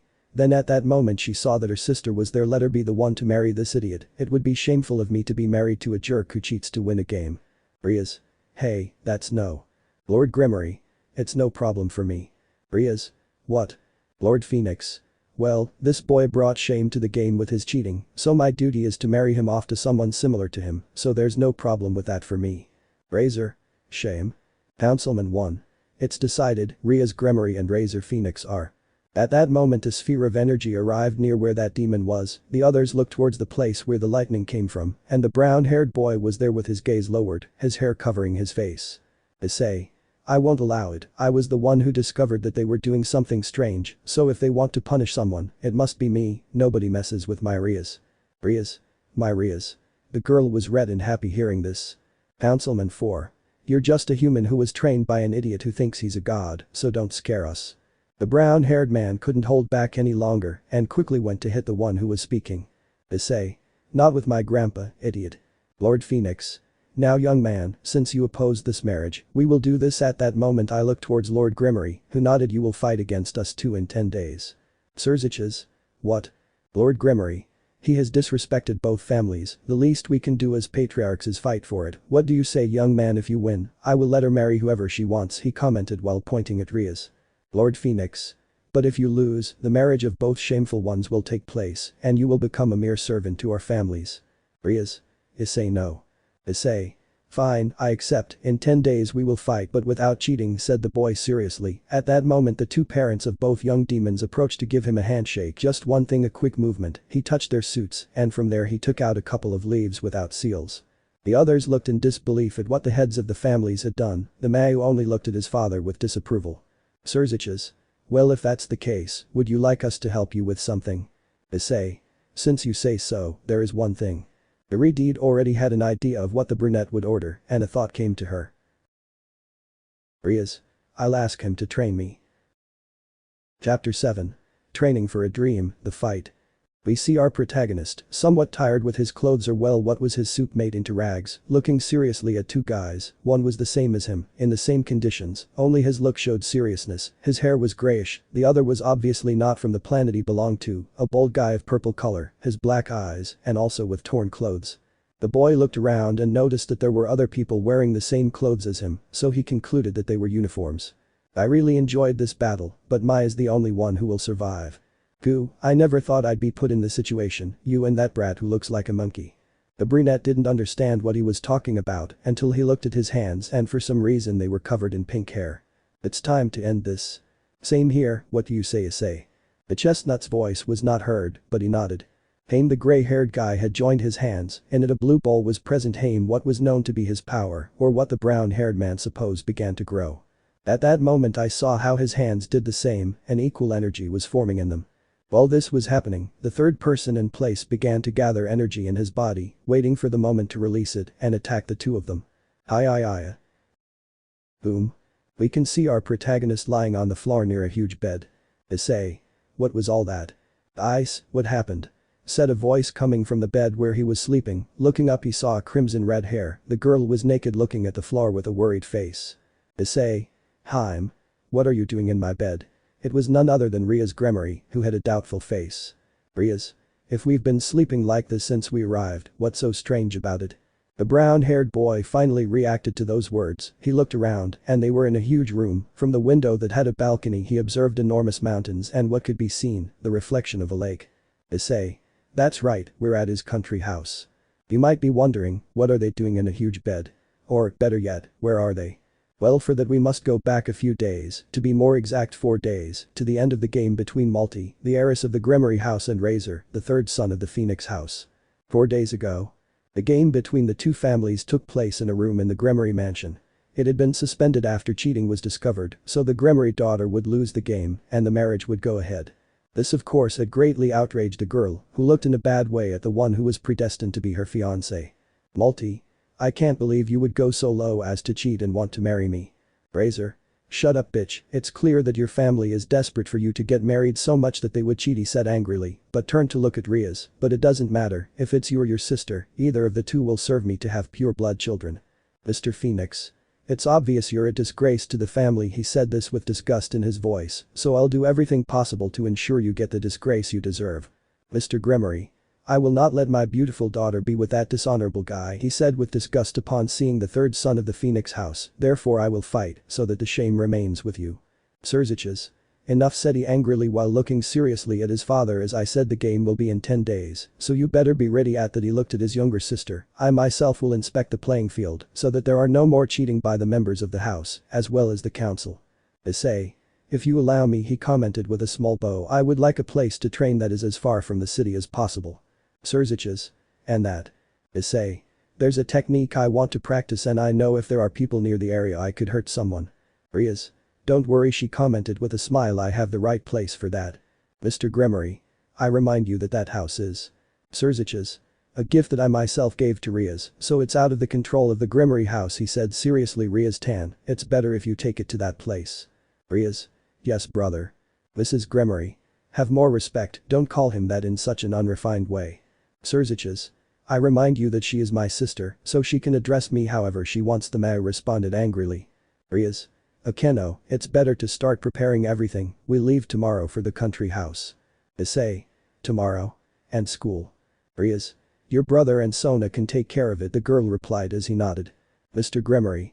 Well, if that's all, I'll ask you to please leave my house, he commented seriously as he left the living room with his wife and daughter. Behind him was his maid, but she discreetly said goodbye to Rias. Sirzechs. I'll take them home, he commented while creating a circle under his sister's parody. She looked at her old pieces, but they simply left the room where their new mistress had gone. Current time. We see the boys in the dining room of the country house, where they had already been in the place for 3 days with the chestnut training. Issei. Haim, it's not that I mind sleeping with you, but why naked? Rias. I don't see anything wrong with it, I don't like to sleep in pajamas, and besides, it's not normal, a couple does it. Asia. Couple. Akeno. I didn't know you were already a couple. Issei. What? Rias. Wait, did I say that out loud? The others nodded in shock or with a mocking laugh, to which the girl, full of shame, left the room. Haneko. Here you go, senpai, she said while carrying more than 30 plates of food in her arms. I hope you enjoy it, but you prepared it in the morning. Issei. Thank you, Kaneko-chan. As soon as the dishes were placed on the table, he began to devour them without any remorse. This is delicious, he said after finishing swallowing some spaghetti. The blonde, who was joining Ria's peer group, watched as the brunette ate his food quickly, but enjoying every bite. Asia. I didn't know there were people who ate that way. Akeno. You'll get used to it, she said while laughing at the brunette's actions. Haneko just ate a little bit of rice in front of her and looked at the brown-haired boy expressionlessly. After a few minutes and a huge pile of plates in front of Issei, he simply stretched. Issei.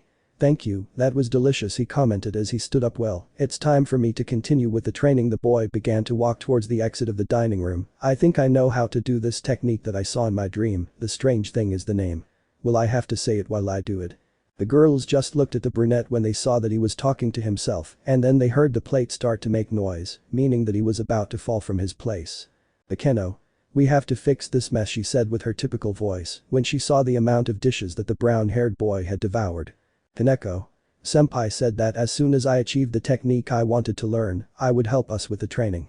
Akeno. Then we have to go quickly where he and Rias are. Lake. Iridide was sitting near the shore of the lake. She had a moment of embarrassment with the boy when she told him she had feelings for him in the most unorthodox way. Rias. I hope you don't misunderstand me about us being a couple. The girl was just throwing a rock into the lake. I don't know how she did it, but in this short time she's won my affection. At that moment Rias noticed that the brown-haired man was standing near the lake. He had a serious look while he raised his hand in front of him, and his hand began to light up, and then he expelled the energy he had in it. Issei. Okay, I've got this down. At that moment the boy put his hands up like in that dream he had. He closed his eyes, but to his surprise nothing happened. Issei. Should I really say the words? He questioned himself when he saw that nothing happened. Well, I'll try. Rias just watched as the brunette held his hands in a somewhat odd position, something that really caught her attention. Issei. How was it? Like that came, in the same position he had his hands before. He began to concentrate and a small ball of energy began to create him. The ball he had began to grow larger, which impressed the boy, but of course without losing concentration as he was taught in his training. He set his gaze towards the lake, or rather a tree that was on the other side of the lake, high like in the dream he had. He threw his hands forward. Where a trail of light the size of a soccer ball came out of his hands, heading towards the tree he had pointed at. Issei. How is this possible? He asked himself when he saw what he was doing with his own energy. After a few seconds of travel, it hit the tree that was in the place, knocking it down in the process. Rias.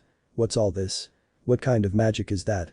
She asked herself when she saw what the boy she likes had done, but it was fast, since she saw that the brunette fell to the floor after her technique disappeared ice. Without wasting any time, the girl went to the rescuer as he fell face first into the lake and couldn't get his face out of the water. The others arrived where the two were, watching one of the most captivating love scenes. Akeno. Ara, a kiss like that in the lake is what I expected from our couple. Asia. It's not fair, I want a kiss like that too. Kaneko. I don't think that's a kiss, she commented upon seeing what was really happening. Rias had pulled Issei out of the water and he was unconscious, to which, without thinking, she gave him mouth-to-mouth resuscitation, but for the others, they thought that both were having a somewhat amorous encounter. Rias. Are you okay? Issei. I think I'm already hungry, said the boy as he was waking up from that. The others just backed away upon hearing that, since they had just recently finished cleaning up all the mess they had made in the kitchen. Rias. Ice, can I ask you a favor? Issei. Tell me, what do you need? Rias. I want you to train us, the girl responded with determination, her gaze said it all. The brown-haired boy observed this and just smiled. Issei. Let's train like Grandpa's son. The others were surprised when they heard that. Universe 7. Now we will focus on those warriors who until recently were unaware that there were more of their race beyond planet Earth. But at this moment we find ourselves in what appears to be a room where there is nothing, only a temple in a huge white space. Two Herglasses were the only decorative elements. Goku and Vegeta were training since in a short time they would have a martial arts tournament against Universe 6. Both of them were throwing punches left and right, hoping to get stronger and win the competition. But during the fight, Goku noticed something odd about Vegeta's face. Goku. What do you think? Vegeta. It's none of your business, insect, and let's get on with the fight. Goku. Vegeta, haven't you noticed that I've already knocked you down twice? He said, pointing to the roof of the building where they were, and on the ground where they were practicing there was a silhouette of it. Vegeta. TSK. Goku. It won't be because of what Bulma told us about that Saiyan who is in another universe. Are you worried about this one? Vegeta. Not that, insect said this one angrily while squeezing his hands, but because of the color of your hair. Goku. That's right, you said his hair color was weird, that it was brown. Why? Vegeta. I better tell you to continue with this, he said to stop his attack. The Saiyan warriors that have that particular color, it is said that they are exceptional warriors, they are born with a higher fighting power than average, and if they train in the proper way they are lethal beings. Goku just listened attentively while his eyes shone. It is said that it was only necessary to send one of these warriors to conquer a high-level planet. Goku. So, what's more powerful than us? Vegeta. I will not allow that insect will see who the powerful Saiyan prince is and will see that I will be one of the most powerful including Bills and Champa. Goku. Yes, we must not give up against them. Well, let's continue with this, he commented while transforming into the blue phase and attacking his opponent who also took the training they were doing seriously. With Issei. We return to Universe 3, specifically to the place where the brown-haired boy was practicing the new technique he saw in his dreams, but not only that, near him were the girls practicing in an unconventional way. Rias. Is this necessary? The girl asked tiredly, her clothes all dirty. Kaneko.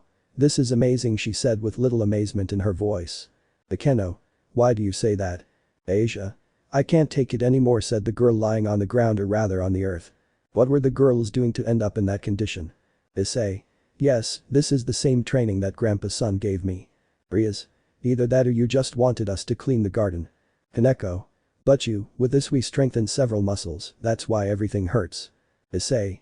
Exactly, he said upon reaching the garden that was clean. Although you may not believe it, this type of work strengthens the muscles evenly, unlike those who do certain exercises. With this you strengthen everything at the same time. Rias. Okay, what's next? Issei. Well, for now we're going to take a break, the boy commented as he sat next to the girl. Asia. Issei-san, is that how he trained? Issei. This was just the beginning. In fact, if they want their training to be really good, we'll have to look for a milkman in Kuoh. Rias. What for? There's a store nearby, and the delivery guy also stops by. Issei. You'll see, I don't want to take away the excitement of what will happen, said the boy. Rias. We'll be here until your fight against my father. Issei.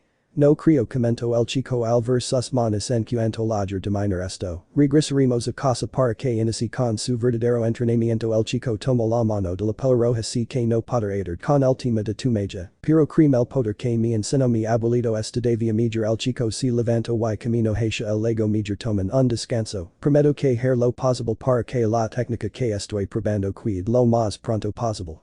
The girls just smiled upon hearing this from the brunette, so without thinking they fell backwards to take a break after the work they just did. Rias. Yes, my whole body hurts. Kuoh Academy. We can see Sona in what is the student council room, who was looking at some papers with the seal of the Mao Lucifer. Sona. So you've decided where the game will be, but why here? Sharon. According to Gremory-san's parents' request, they don't want her to step foot in the underworld. Sona. All this is nonsense, said the girl angrily, then her boyfriend went behind her and hugged her. I don't know why she is treated this way by her family. Sharon. I know my brother will do something to help her. Then he checked his cell phone, since he had received a message from the miner. How strange. Sona. What thing? Sharon. He wants me to find a construction site and a milk delivery stand. Sona. How, for what? Sharon. I have no idea, but he wants it ready for after the game. Sona. Your brother is unique in that kind of cases. Sharon. He's just a fool who gets into trouble without thinking about what he's doing. Sona. You really miss him. Braid, that's my partner, hahaha. Days later. In the occult club room were Issei with Rias and her peer, Sona and her peer. The Mao Lucifer and Rias' brother. Sirzechs. They've taken too long, the Redeed commented upon seeing the time. Everyone present was in a certain atmosphere of uncertainty or something similar, except for one person. Issei. Okay, I'm ready, said the boy as he stretched his legs. Sirzechs. By the way, Hyoudou-kun. Issei. Yes. Sirzechs. I heard that you have the ability to fly, and in fact several people have seen you. Issei. Well, as such I don't know how to fly, he said while scratching the back of his neck. What I do is use the flying cloud that my grandfather gave me. Sirzechs. Flying cloud. Issei. Yes, let me show you. He approached the window, something that surprised Amau. Well, flying cloud. Redeed was surprised by the boy's scream, but his confused face turned to one of astonishment when he saw a flash of gold approach the window. Sirzechs. What is that? At that moment the cloud entered the room, surprising those who did not know it, of course, with the exception of Sona, Sharon and of course Rias. Akeno. Ara, I didn't know this kind of thing could exist. Issei. Unlike the ones my grandfather and one of his successors make, it was given to me by the Buddhist gods. Momo. This is incredible. Sirzechs. Well, you better leave it here since you're going to use it. Issei. Why? At that moment two circles appeared in the club room where Ria's parents and the Phoenix family had made their appearance. Mr. Gremory. Well, let's get this over with, he said arrogantly upon seeing his rival. Mr. Phoenix. This day you will feel the flames of the legendary Phoenix. Razor. What is that thing? I point at the flying cloud. Sirzechs. Since I know that my family and your father will use their wings to fly and have an advantage in this fight, I decide to balance everything, so I will give permission for Hyoudou-kun to use his flying cloud.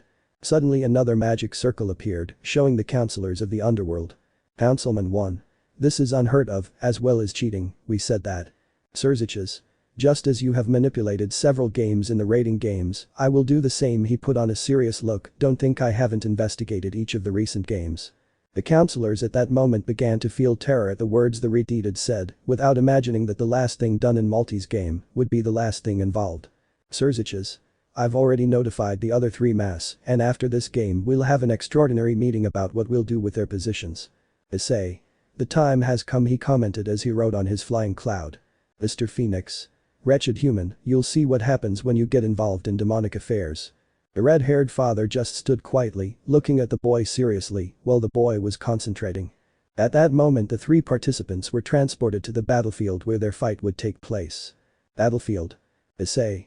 Boy, are they lazy, he said as he looked at the fighting field. We are in the schoolyard. Mr. Phoenix. You're stupid, can't you see the color of the sky? The brown-haired boy raised his gaze and was surprised to see that it was purple. Issei. Wow, maybe they're lazy. In the club room, a girl with glasses burst into a rage upon hearing that comment. Voice. Let's start with the fight between the leader of the Gremory family, the leader of the Phoenix family against the human Hyoudou Issei. Issei's calm look changed to a serious one, observing his rivals, who were more than ready to start the fight against the boy. Voice. Start. Issei. Let's go, flying cloud. The boy flew towards the adults. Mr. Phoenix. Just die, he replied as he threw fire from his hands. Mr. Gremory. It's your end, he commented while launching a red ray from his hand. The boy, in midair and with the help of his cloud, dodged both attacks to go first against the blonde, who couldn't react and received a kick to the back of the head, sending him to the ground. Mr. Gremory. What happened? Issei. This, he responded to give a hammer blow with his hands and send him to the ground as well. With this we will fight on my ground. From his hands, he gathered energy which he threw towards his adversaries. Mr. Phoenix. What is that? Mr. Gremory. It's not me. He didn't finish speaking as they received the chestnut's attacks, causing them to be shot in different directions. Issei. First you, he said as he fell to the ground from the height where he jumped, but the moment he touched the ground, he shot out towards Ria's father. The Redeed managed to react, but only to start fighting the boy. Punches and kicks came from both of them, but only the brunette managed to block the Redeed's attacks. Mr. Gremory, on the other hand, was taking a beating. Between kicks and punches he received one last blow received that sent him straight to the old academy building. Issei. I think this helped. Without stopping talking, he dodged a blue fire attack. It's true, I forgot about you. Mr. Phoenix. Unlike that idiot, I have the ability to regenerate. Issei. Yes, I can see now, he commented when he saw that he had fire on his face that was healing him. So with you, I will do something different. At that moment, as if it were a machine gun, the brown-haired man launched energy from his hand. Mr. Phoenix. I won't fall for that trick twice, he replied while shooting fire from his hand. Both attacks began to collide, causing smoke to begin to block each other's view. Issei. It's time. The blonde continued attacking towards the place where the brunette was supposed to be, and at that moment a cry of pain began to sound in that place. Mr. Phoenix. Hahaha, I'm already making that idiot suffer. Wait, you idiot. Everyone in the room was surprised to hear the voice of the one who was screaming in agony. It was none other than Father Gremory, who after a few seconds, the smoke dissipated, showing the redeed with several burns. Mr. Phoenix. How? Issei. Behind you was what he told him when this turn began to hit the blonde several times, who couldn't respond in any way. After a series of punches and kicks, he kicked him in the stomach, which with the force he had launched him straight into the redeed, causing them to collide. Issei. I think that's all, he said calmly as he looked at his battered opponents. Mr. Phoenix. I won't let a miserable human humiliate me. Mr. Gremory. Defeat is not an option, he said with difficulty as he stood up. At that moment, both began to gather the remaining energy they had after such humiliation. In the blonde's hands, he held black flames, and with the redeed, the energy was crimson. In the observation room, the Phoenix family looked at those flames in his hand. Razor. Why are those flames that color? The others pampered the family matriarch, who put on a serious yet disapproving look. This is Phoenix. You are committing taboo in order to make that human disappear. Mother, what are those flames? Mr. Phoenix. Within the clan, there is a technique that creates flames capable of sending the victim's soul to a purgatory where there will be no rest. That's why they're considered taboo, as it's the lowest thing a member of the Phoenix family can commit. Hearing that, the redeed became worried about the boy she likes. Returning to the brown-haired boy, he felt that the power they were both preparing would play tricks on him. Issei. Fine, I will disobey my grandfather, but I must put an end to this, the brown-haired boy commented as he stood in front of them. He began to breathe calmly, until hey. Sharon. What is that? The man Lucifer looked at what the brown-haired man was doing. It was something similar to what they did when they released their power. Sirzechs. It's Hyoudou-kun's power. Back with the boy, the parents of both families were shocked to see the brunette unleashing such power. Mr. Gremory. Impossible, he's supposed to be a simple human. Mr. Phoenix. I don't give a shit, it's time for this to go away. Issei. I just hope I don't overdo it, the brown-haired boy commented while he was surrounded by that white aura. I look stupid, but I have to do it. In the room, the girls of Rias' parody were red with embarrassment. Hineko. I think so. Rias. If so, it won't come out otherwise. Sharon. What thing? Asia. You'll see, Hyoudou-san. Returning to the fight, the three looked at each other seriously while the brunette was enveloped in that white aura. Issei. Came. Mr. Phoenix. Die, damn you. Issei. Haim. Mr. Gremory. It's time for the House of Gremory to win. Issei. Hi. At that moment the three launched their attack that they had prepared, but to say that this was easy for the brown-haired man is an understatement, since the moment the three attacks collided, the flames and lightning that the demons had launched were consumed by Issei's power. Councilman. It's impossible for a human like that to exist, he said fearfully upon seeing the brown-haired man's power.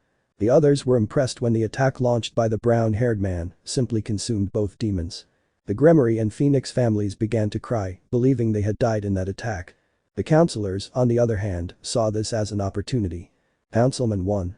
That human has killed 2 demons, we must condemn him to death for that act. Councilman 2. That's true, and anyone related to him must submit to our demands, or they will also have the Sirzechs. It's better if you don't talk, he said while continuing to look at the screen. Besides, that boy isn't that stupid. Issei. I think I went a little too far, he commented to himself when he saw the conditions in which they were both left. Although they were not dead, their clothes no longer existed, not to mention that they were both knocked out. Boys. The game is over, victory goes to the human Hyoudou Issei. Issei's friends and family, despite being blushing when they saw how his power was activated, were happy.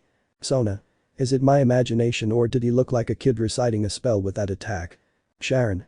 Don't even mention it, considering his age and his attack. Greg. But we almost do the same thing as that. How pathetic I sound when I throw the lightning bolt. Sharon. I'll tell you the truth or we'll remain friends. The dragon inside him began to cry in shame at seeing that he could also look ridiculous when he said his attacks. But that didn't take away the chestnut's victory. Everyone was impressed by the result, but a sound caused them to turn to the screen.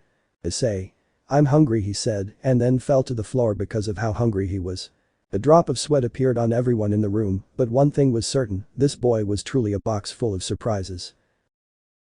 Jade Palace. We see the first son looking at a small sphere that had fallen to Earth almost 16 years ago. Son. I think it's time I told Issei-kun the truth. Son. Of its possible origin. Chapter 8. Training and problems with Kuoh City. It was a beautiful morning in the city of Kuoh. Its inhabitants barely woke up to carry out their daily activities, which consisted of washing, eating, and going to their places of work, whether school or work. The most important part of the day, breakfast is not complete without a plate of food, a piece of bread and most of all. Madam. My milk has already taken a long time to arrive, I won't have time to make the children's breakfast without. Excuse the inconvenience ma'am, but here is your milk, said a blonde-haired girl, who in her hands had a carton of milk with empty bottles. There was only an empty space where she had taken a full bottle. This girl was none other than Asia, who was wearing running pants, sneakers and a sweatshirt that protected her from the morning cold. Lady. And the usual milkman. How did you get here if you're not in the truck? Asia. I don't know until when, but my colleagues and I will do this. I promise I'll try to arrive earlier tomorrow. Lady. Why are you doing all this? Asia.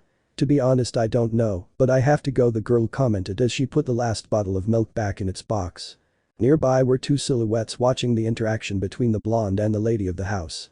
Okay Asia, I see you're done, it's time for you to go back and leave your box and go to the house to change, Kaneko will go with you. Asia. Thank you Issei-san, the girl replied as she said goodbye to her last client, then went where the boy and his entourage were waiting. Issei-san, why are we doing this? Issei. As I said, it's part of the training, I think Kaneko already understands where all this is leading. Kaneko, yes senpai. Issei. Okay, we have classes in a little while, so it's time to go change, he said with a smile. Besides, I'm already hungry. Asia. I'll go help your mother with breakfast. Issei. Really? Thank you, your food tastes delicious, I know that in the future you will be a great wife. The girl blushed upon hearing this and left with her companion, who bowed and left the place. Well, it's time to go see how they two are doing.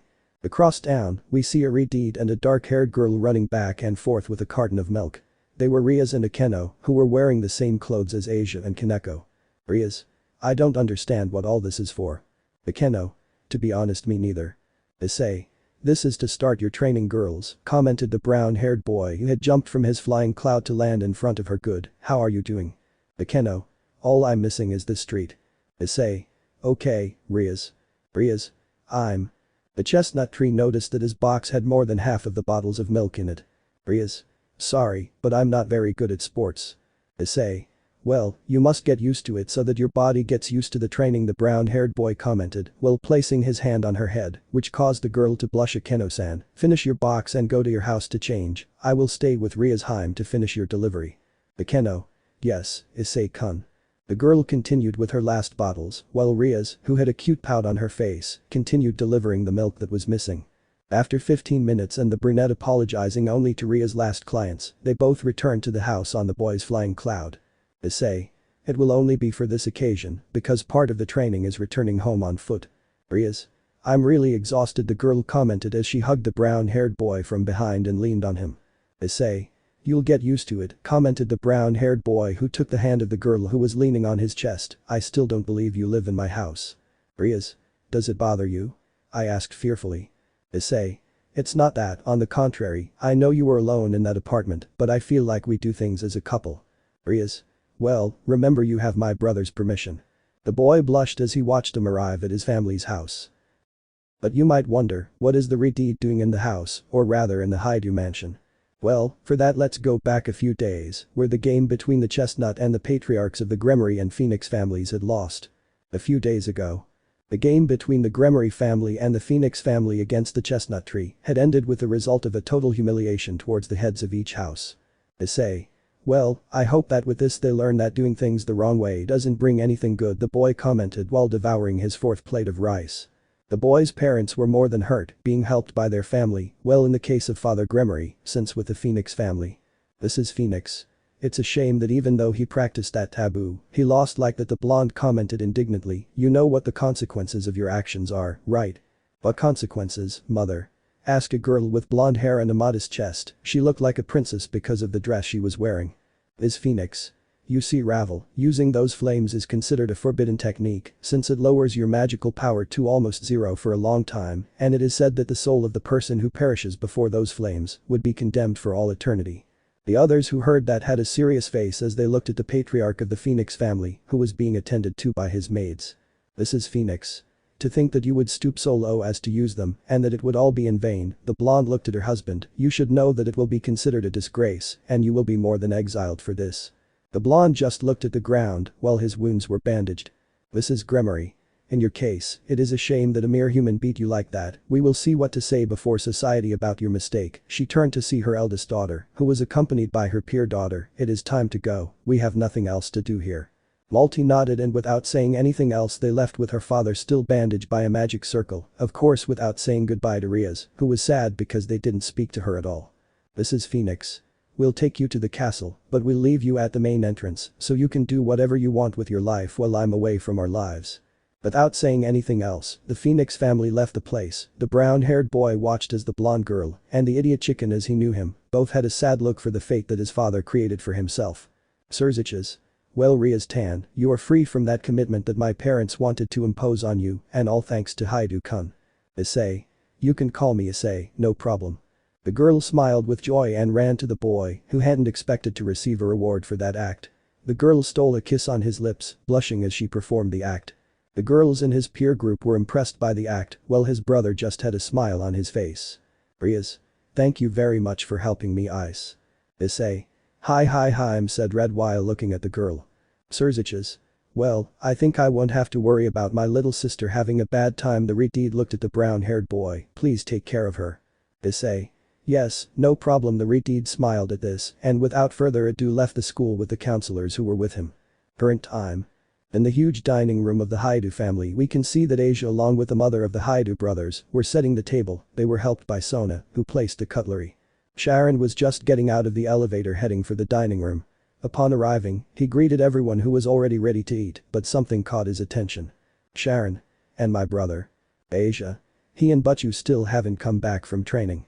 Sharon. Training. Asia. Well, I still don't fully understand what the training Issei-san is planning for us is like, but starting today we'll start delivering milk around the city. Sharon. What's that kid up to now? Mickey. Well, all that's left is for him and Rias to arrive. I hope they're not late since they have to go to school. At that moment, the particular noise that Issei's cloud made was heard and then it moved away from the house. Issei. Well, it's time to eat, he said happily as he entered with Rias in his arms. Sona. What happened to him now? Rias. I won't say anything, said Roja as she sat next to the brown-haired boy who didn't waste any time and began to devour the breakfast in front of him. Issei. It's part of the training. Rias. Speaking of which, could you tell us what the training will be like? Issei. I'll tell them during lunch, for now we should enjoy this food and go to classes, the boy commented while swallowing a fried shrimp. Sharon. Hey, would you mind covering your mouth when you eat? Issei. How delicate, Ani-san. B. The first few hours of classes had passed and despite the boy being asleep between classes, he was able to answer questions about the subject without any problem. To the teachers, it seemed that this boy must be more advanced than he appeared. But well, returning to the club room, we see the occult club and the student council, everyone was there to find out about the training that Ria's group would have. Issei. Well, since everyone is here I will explain how we will train, the boy commented while eating a sweet given by Kaneko. First, we will wake up at 4 in the morning to go out and deliver milk, like we did today, that will be the way to warm up the muscles. Well, that will only be the beginning. The girls and Sharon were surprised because that was just one thing. Issei. Since we have classes, we won't be able to do anything else until the afternoon, after they finish and before they go to fulfill their contracts we will go. Rias. Well, you don't have to worry about that, said the girl with sadness in her voice. Sona. What happened now? Rias. This morning I received a letter from my family saying that they were taking my contracts in this city to give them to my sister. The girl expressed her sadness at this fact. Sona. They really treat you like this because of your lack of power. Issei. Well, that will be fixed with training, the boy commented with a smile as I was saying, and thanks for the clarification, after classes we will alternate between 2 jobs that my Ani-san did me the favor of getting. Sharon. I still think this is all weird. Asia. What jobs are they? Issei. We'll be helping out with a construction project and a farmer near the city. The girls felt disgusted when they heard that, not because they had to work, but because they thought they would have a bad time with the vulgarities they might receive. Sona. Now I understand why you said that to your brother. Bakeno. What thing? Issei. Well, I asked him to tell Sona-san to hypnotize the workers there and make them look like skinny men, so they will never know they are women. The girls breathed a sigh of relief upon hearing that is for the farmer. He is already an elderly person and only seeks help in his work. Bakeno. Ara, you will help us perfect our body. Issei. Not as such, when I see that you have advanced in this I can teach you how to handle Kai, he commented while making a ball appear in his hand. This is the energy that we all have inside us, I learned this from my grandfather. Rias. I understand, this will help me, right? Issei. Exactly, he commented while taking out his cell phone and sending a message. We will supply your little magical power with Kai energy. Asia. And us. Issei. My grandfather has taught me that we can all be a family, but we also have to know how to defend the family. That's why I will train them, so that they don't depend on one person. The girls understood this and said nothing more. At that moment a light appeared near the boys, where a Buddhist symbol made its appearance. Asia. What's that? Issei. It's something I asked my grandfather, use it for later, the boy commented as he took the box and carried it to a corner of the room. Rias. Well, it's time to go back to class, we'll see each other in the afternoon, said the retreat as she got up from her seat. The student council was the first to leave, leaving Sona and Sharon behind. Sona. Do you think his training works? Sharon. I don't know, I thought I would teach them how to fight, but this is weird. Thanks to Akeno's help, the boys had transported themselves near the farm where they would do their afternoon training. Issei. Okay, let's go there, the boy commented while being followed by the girls. Good afternoon. Farmer. I'm glad you're here. I thought you wouldn't come anymore, commented an elderly gentleman. Thank you for coming. With this back pain, it's hard for me to do this work and I think I'll have to sell my land if my children don't take responsibility for this. Issei. Don't worry, we can see that topic later. Okay girls, the four approached the brown-haired boy. They were wearing comfortable clothes to do their training. It's time for you to plow the land. Girls. What? Issei. Yes, your job will be to plow the land of this place, he said, while pointing to a huge piece of land. This will serve as your training. The girls were impressed by the huge area in front of them. Kaneko. Senpai, a question, she said while raising her hand. Issei. Yes. Kaneko. We'll use tools to do this. Issei. Of course not, it wouldn't make sense to do this job with the help of tools, the boy commented as he showed how they would do the job using only their hands. The idea is to strengthen their body, he commented as he finished the first row of plowing. The girls were surprised by the speed at which the brunette did it. Issei. Okay, it's time for them to start. The girls, without replying, began with the work that the brown-haired man had given them. The old man was just drinking a cup of tea while he watched the girls start their work, which in his opinion was very slow. Farmer. Are you sure they won't use the tools? I think they'd finish faster if they did. Issei. It would be, but the point is for them to become stronger. Don't worry, we'll finish this in the time it takes. Farmer. I understand. Well, there is a girl who is really good, I commented when I saw Kaneko's work. After a few hours, the girls had finished their first day of work, so they were exhausted from the physical labor. Issei. Well done, it's time to go. Farmer. Thank you very much for the help, I hope to see you soon. Issei. If you don't worry, and as for your land, I will talk to certain people, so be aware. Farmer. Okay.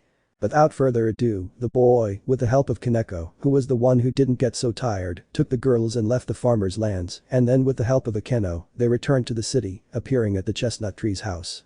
Upon arriving and at the chestnut tree's suggestion, they stayed overnight at the chestnut tree's house. Of course they asked his mother for permission, who happily accepted. After a relaxing bath and dinner they went to sleep. The next day. Classes had ended and it was time for the second training session. This time they went to the construction site, where the construction foreman was already waiting for them. Issei. Hello, it's a pleasure. Foreman. I've been waiting for you for a while, you should have been here 30 minutes ago. Issei. Well, we all go to school, so you'll understand that. Foreman. Anyway, just hurry up and get started on the job, he said without looking at the girls, who in his eyes were very fragile children. Issei. Just remember about the payment. Foreman. Start your work first and we'll talk about that later. Rias. What are we going to do here? Issei. Well, the work here is construction, simple as that. Akeno. I mean carrying supplies and all that. Issei. That's right, so it's time to work. Asia. Shall we use our hands? I asked fearfully as I saw them breaking stones. Issei. Not this time, you can use the work tools. The girls nodded and, without further ado, began their work. To the workers, they were just kids trying to do what they were pathetically doing. Just like their first training session, the girls were tired and went home to rest. Already at night. The brunette asked the girls to see him in the mansion's living room, which they could barely do due to their enormous tiredness. Sharon and Sona were also there. Sona. They look terrible. Sharon. What kind of training do they have? Issei. Well, these 2 days I have seen that they want to accept my training, and I am truly pleased, the brown-haired boy commented with a smile. Rias. I want to be strong so I don't bring more shame, she said with her fists clenched, looking at the floor. Issei. I know you'll make it. He took out of the box that came to him some stamps on some bracelets, something that the girls found strange. Well, from now on you will use this for your training. You should put them on your ankles and the other on your wrists. He gave each girl 2 pairs of bracelets. The Keno. What are Issei-kun? Issei. You better try them. The girls complied and placed their ankles first, then moved on to their left hand. When that happened, they all bowed to the floor at the same time. Rias. What is this? Issei. These bracelets will help you with your training. Each one has a seal that makes each of them weigh 7.5 kilograms. Sharon. Are you going to carry 30 kilos each? Sona. Hey, that's extreme, don't you think? Issei. This is just the beginning. When you get used to it, you'll be able to carry one like these. At that moment he took off the wristband he had on his left hand, gave it to his brother, who when holding it fell to the floor because of the weight it had. Sharon. You must be crazy, this weighs like 30 kilos alone. Sona. Who designed this for you? How did you fight normally with this on? Issei. Grandpa's son. Well, those alone weigh 30 kilograms each. I also have my boots and my red shirt. The girls just paled at the thought of the brunette carrying all that weight as training and moving, as if nothing happened day after day. Issei. Well, it's time to go to sleep, tomorrow they have to train. Days later. The girls had finished their work on the farm. Little by little they had gotten used to the weight that the chestnut gave them for their training. The girls and the brown-haired boy began walking back home as part of their training so that the weight of the wristbands wouldn't affect them and they could increase the weight of it. The boy was in the back looking at his companions with a satisfied smile while he was held by the Redeed's hand. Rias. Ice, thank you for helping us with our training. Issei. Only the physical part. If they want to increase their magic they will have to ask for help. Rias. I know, but I know my brother will help me with that. Issei. I'm sure. The girl rested her head on the boy's shoulder when a light caught her attention. Rias. Look, how beautiful the full moon looks. The chestnut heard that and turned to look at the moon, then stood still for a moment. Rias. What's wrong, Ice? At that moment, the brunette began to breathe heavily as his heartbeat rattled, something that surprised the Redeed. The others realized their friends had been left behind and turned to look, only to see the brunette fall to the ground. The Keno. What's wrong? The boy's breathing became increasingly labored. Rias. Asia, try to cure him, the girl commented desperately upon seeing the brown-haired boy's condition. Asia. Yes, but you. The girl put her hands and started to heal the brunette, but nothing happened. Why isn't it working? At that moment, the brunette's height began to increase, his clothes began to tear, and his body began to fill with hair. At that moment, Kaneko noticed something. Kaneko. But you, look at your tail, it's moving desperately. Rias noticed that and called her brother to find out what was happening. He told her he would come right away. The Keno. Let's call your brother, maybe he knows that. Roar. The girls were thrown into the air by the enormous roar that was heard, noticing that the brunette had already grown in height, or rather that his body was no longer the same. Rias. What is that? In front of them was a giant monkey, who roared furiously and began to destroy everything in its path. It didn't take long for Lucifer and Issei's brother to arrive, because the message was clear, something had happened that they didn't know what it was. Sirzechs. What is that thing? He said, looking at the giant monkey. Sharon. Where is my brother? Asia. Hyoudou-san, that's Issei-san. Sona, Sharon and Sirzechs were shocked to hear that what was in front of them destroying everything was Issei. Sirzechs. How did this happen? Rias. I don't know, we just looked at the full moon and this happened. Sharon. Okay, it's not a werewolf, but what is this thing? Sona. We should tell Son Sama, maybe he knows that. Careful. The girl shouted when she saw a huge rock coming in her direction, caused by one of the blows the giant monkey gave to the ground. Sirzechs. We must not allow him to go beyond this place. Dwarf planet. On a planet that only had one small house in the whole place, there was a guy with antennas looking into nothingness. What is that thing? Aoi-sama, what's wrong? Aoi-sama. I just felt an energy I've never seen on planet Earth. I know it's the South Kaya-sama, but there's almost no information about Universe 3, so I'll put it here. The planet where demons and lesser gods live. Aoi-sama. That same bunny. Bunny? But that's strange. Their power is supposed to be too low, except for their leaders, who could only be sensed. Could it be one of those beings that call themselves yokai? Aoi-sama. No, his energy is very different from that one, he said seriously, while his gaze did not move away. I think I should tell Issei about this. Back to Earth. The giant monkey continued with his destruction, while the others waited for the boy's grandfather to arrive, at which point a transportation circle appeared. Sun Wukong. What's wrong, Sharon?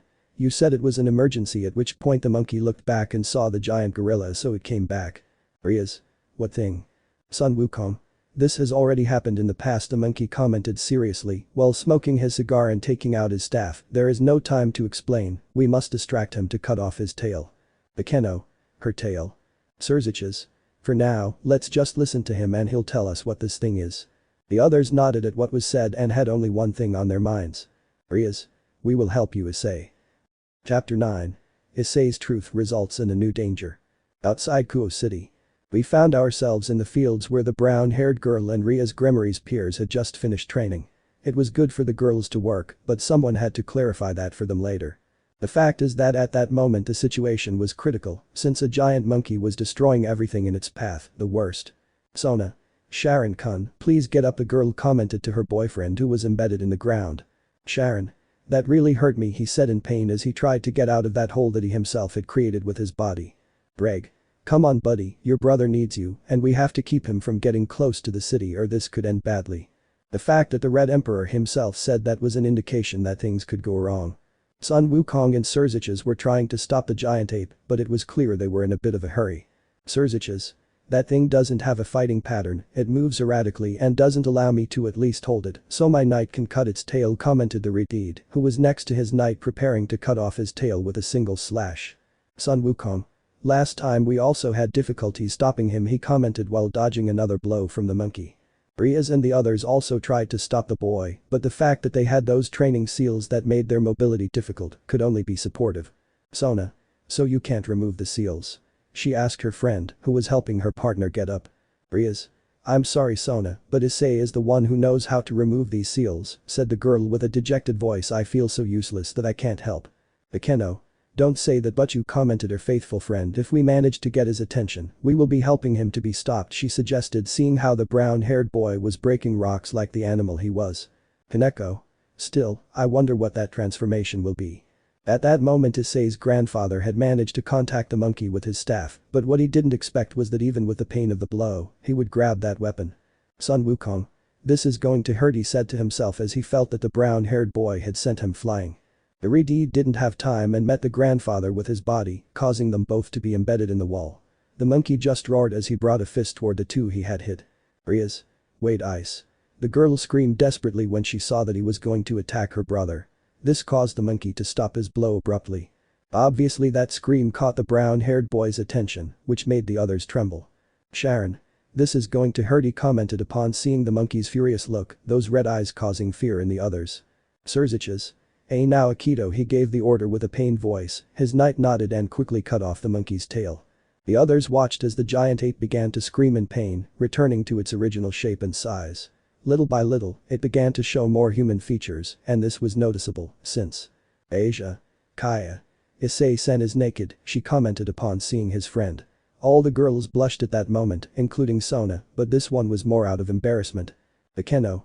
Ara, the president has something to entertain herself with, I would also like to try a little, Yufufu, she commented with a blush and a nosebleed when she saw the boy's sculpted body. For the boys, they were on the ground after, despite having that strength, the raw power of the giant monkey was something they hadn't expected, well in the case of the Buddhist monkey, something they had forgotten. Aikido. I hope I have helped Sirzechs-sama, with your permission, he said politely as he disappeared from the site. Sirzechs. Still, I wonder what this thing is, he said in surprise. Sun Wukong. It's better if I tell you what we've investigated, he commented seriously while taking the boy like a sack of potatoes, but first, it's better if we remove those seals, he said simply while erasing the seal from the girls. Rias. Could he do that? Grandpa nodded. Then why didn't he take it away from us from the beginning? Sun Wukong. I forgot, ha ha ha ha, he laughed as he walked with a brown sack, who, at his brother's request to his girlfriend, would create a blanket to cover the boy's body. Sirzechs. Wait, where are you going? Sun Wukong. To the boy's house. Sharon. Isn't it easier to go for a magic circle? He asked with a certain irony in his voice. Sun Wukong. That's right, please take us to your young red dragon, he said as he returned to the group. Sona. Okay, time to go. At that moment the entire group that had been at the incident simply disappeared. Near the place, there was a small wooden latrine where the owner of the fields was leaving the place. Sir. I wonder what all those tremors were about. His face showed shock when he saw that part of his land was in ruins or with rocks on top of it, but what happened? Planet Kuoh. We can see that being who was looking in one direction, but his face was serious. Kuoh. What could that thing have been? Bunny. What happened? Kuoh. From what I saw, it was a giant monkey that released that enormous power, but out of nowhere it reduced its size and turned out to be a boy. Bunny. But what does that mean? Kuoh. I don't know, since the god who ruled that world died, I haven't been able to go back to that planet. Bunny. He had that system so he could travel, right? Kuoh. Indeed, but since he died, his children have not been able to master that whole system, he said seriously as he began to walk home. I should contact Isama and tell him about this, but at that he put on a sad face, but knowing him, he must be busy with his research, so I think this will take a while. Issei's house.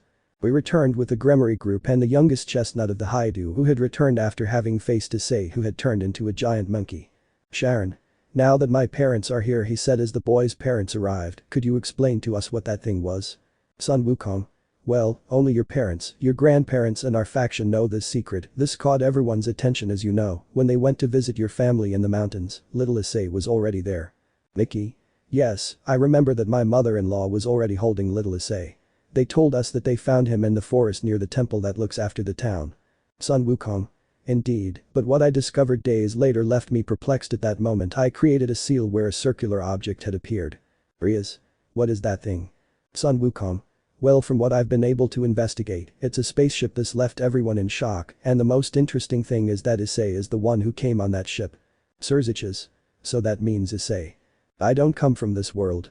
The others were scared when they heard a new voice, they turned to see, and the one who was at the door of the room was the brunette who arrived wearing his pajamas. The parents of the Hyoudou brothers went to their youngest son and hugged him with all their strength. Boru.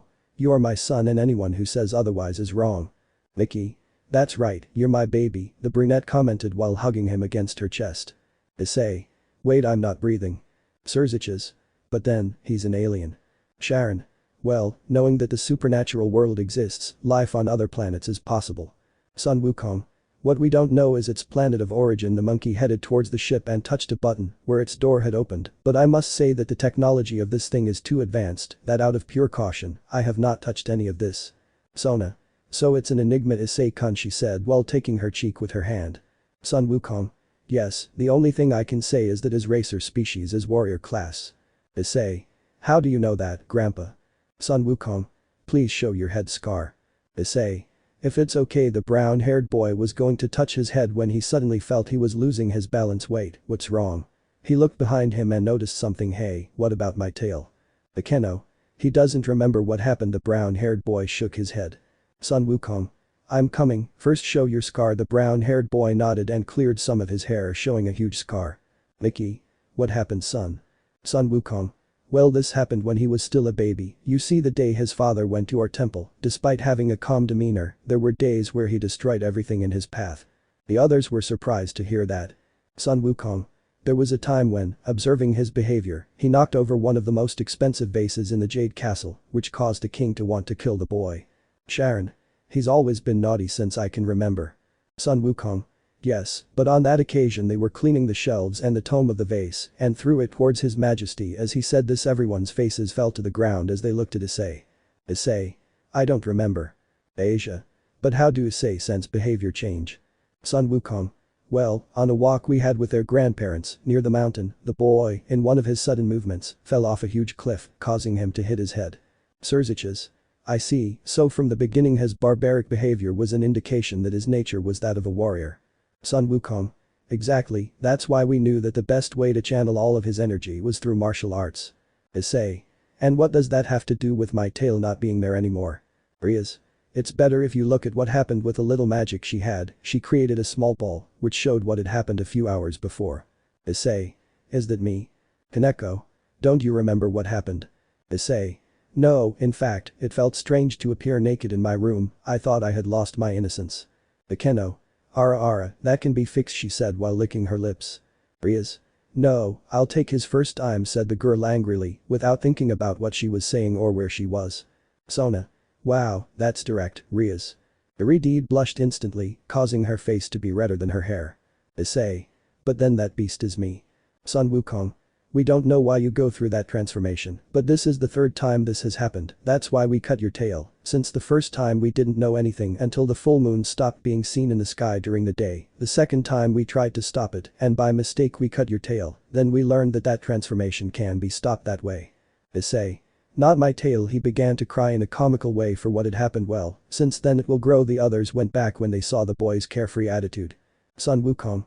Well, now you know why you shouldn't see the full moon, so next time you better be very careful. Sirzechs.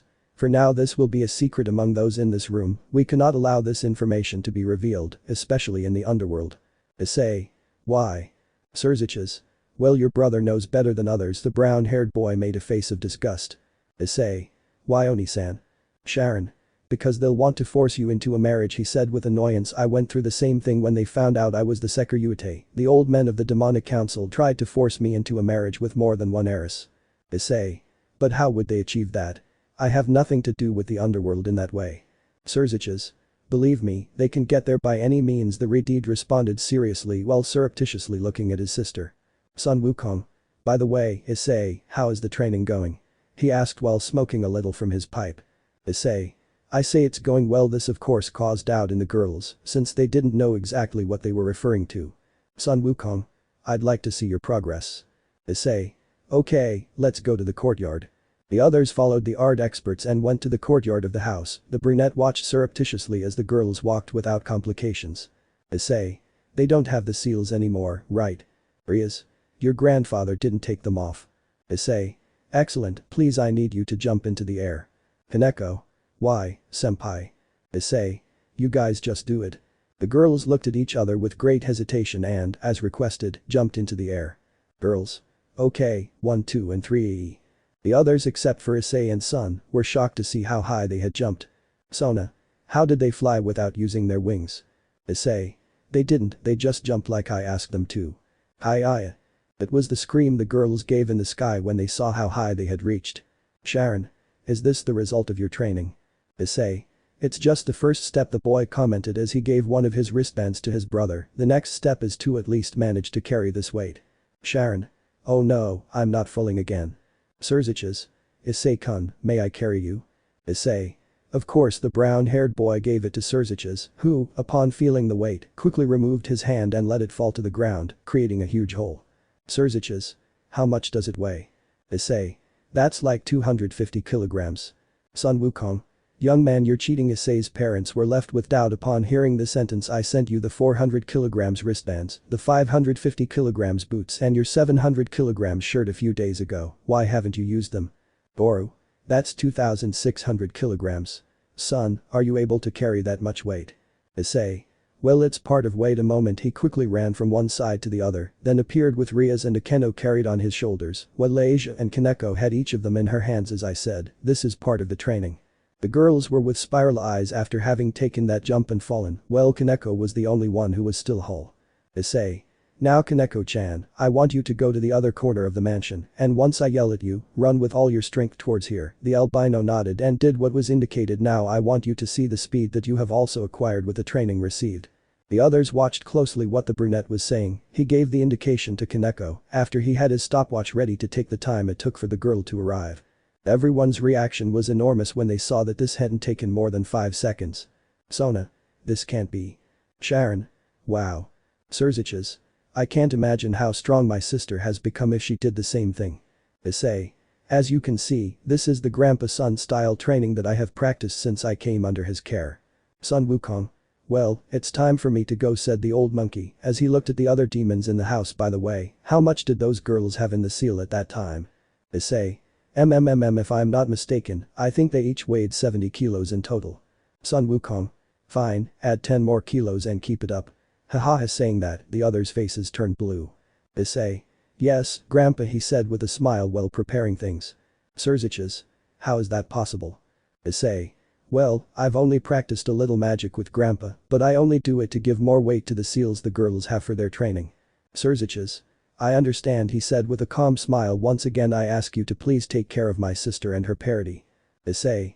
If there's no problem with it, he commented while still having the girls on his shoulders. Sirzechs. It's best I leave before I draw the attention of the council to the fact that I've been out of the underworld for quite some time, on leave. The others simply bowed their heads and nodded at the Retide's farewell. Issei. Well, I'm very hungry, let's go eat something, said the boy with great energy. Sona. We should let the others rest first, don't you think? Issei. That's right, Kaneko-chan, can you help me please? Kaneko, yes senpai. Supreme planet. We found ourselves on a huge planet where you could see the great technology it had since there were enormous buildings in the place. In the main building, the Kaioshin of Universe 3 could be seen looking at various data on a huge screen, apparently it was part of his research. At that moment, a message arrived in his email inbox, as it was known because the message had appeared on the side of his screen. It's from Kaio-sama of the North, what does he want now? The god opened the email and read the contents inside, his look went from serious to one of astonishment. A new species on that distant planet. I looked at a notebook I had at my side. I haven't been to that quadrant for a while, and well, it's not that I don't want to, but after that stupid war those guys had, they were no longer of interest. The boy took a photo of the planet, which he had marked with an X. Next month I'll go see what's going on, but for now it's better for Kaio to keep an eye on that planet. Will I have some time to spare from this work? To say that the Kaioshin's email caught his attention is an exaggeration, but something in it sparked his interest. A guy who turns into a monkey, that's interesting. Time skip. It had been 2 weeks since Issei's giant ape transformation and Rias' training, and their parody was still ongoing. By this point, the brunette had begun training them in combat, something simple but sufficient enough for them to be able to defend themselves. Issei. Well, I think they are ready to use the Kai, the boy commented as he looked at the girls lying on the ground due to exhaustion from moving a huge rock that was in the place. Rias. That's great, said the tired girl as she sat up and looked at the boy she liked. Issei. Okay, I call everyone's attention when I see that he also sat down. I want you to try to do this. He placed his hands in a circle, closed his eyes, and his mind calmed. The room itself began to take on a quiet but very pleasant atmosphere. Out of nowhere, a globe began to appear between the brunette's hands. Asia. Wow, that's amazing. Issei. What you see here is Kai, he commented calmly as the ball of energy remained in the palm of his hands. It is the vital energy that all living beings have within us. I want you to concentrate and create a ball similar to the one I just showed you. The girls nodded and each of them began their new workout. Issei. That's what I want to tell you. Don't despair, this takes a lot of time. The use of Kai, unlike magic, takes greater physical wear, so using it inappropriately can make you weak in the middle of combat. They nodded and began their concentration exercises. The brunette watched as each of them focused on what was indicated, but this was interrupted by the alarm on his phone. Issei. Okay, training is over, we have to go to class. Issei. Although for me all that is boring. Girls. Understood. Each of them took a bath quickly. Rias and Asia had gone down first to help with breakfast for the inhabitants of the house, followed by Sona and Sharon, who were already getting ready to go out. Rias. Aren't you going to have breakfast? Sona. Not today, we have an emergency meeting with the school principal. Issei. What problems are there now? Sharon. It's not that, in a week the parents' visit to the academy is coming up. This clearly left the Retite in shock. It was possible or not that her family would attend that event, but it would be more for appearances than anything else. Sona. Well, it's time to go, see you in the afternoon. The Sitri couple left the mansion, leaving the Gremory group in place having breakfast, except for the Retite who did not touch her breakfast during that time. Issei. Are you okay? He asked worriedly seeing the state the girl looked in. Rias. Yeah, don't worry, it's better to finish the meal and go to class. He nodded and continued devouring every plate in front of him, as if there was no end to it. But with Rias, her thoughts were the ones that kept her from eating her meals for the day. Rias. Will they come? Kuoh Academy. Sona, along with Sharon, and behind them Tsubaki, who caught up with them along the way, arrived at the academy where they studied. But they were greatly surprised to see two figures whose clothing made them stand out from the rest of the place. Tsubaki. President. Sona. Yes, I already detected it, she commented while squeezing her fiancé's hand a little, who understood the message. Good morning, we are looking for the owners of this territory. Sona. What are two servants doing here in the territory of a demon? We have come to request a meeting, as an event has occurred that could break the temporary truce between the biblical factions. Sharon. Is that a threat? No, we simply want to prevent a new war from starting here. It is very important that we are attended to as soon as possible. Sona. Come back in the afternoon and I'll give you an answer, for now we have to go to class. Well, we'll come back later, if you'd excuse me. Without saying anything else, the two people whose entities were hidden by a robe left the place. Tsubaki. What could have happened? Sona. I don't know, but coming to a demon's territory with two holy swords, that might be bad news. Sharon. We must notify Rias. Sona. We'll do it over lunch, but I have to say I don't like this at all. What events could affect the Kuoh children with the arrival of these emissaries? Condominium. In a huge, luxurious apartment, a person could be seen holding a glass. The liquid was indistinguishable, but from the way he drank it, it was clear it was alcohol. So the red one is in this city. I just hope that guy behaves and doesn't make a scene. Chapter 10. The training does not end, the church's envoys. Kuoh Academy. We are located in one of the best academies in the city of Kuoh, which was previously exclusively for girls and recently became a co-educational school. The students walked calmly towards her, well, most of them. Issei. Come on, repeat after me, zigzag, zigzag. The Keno. Zigzag, zigzag. She ran calmly with a beautiful smile. She was wearing an academy sports uniform that highlighted her figure. On the other hand, Kaneko was simply doing the set exercise.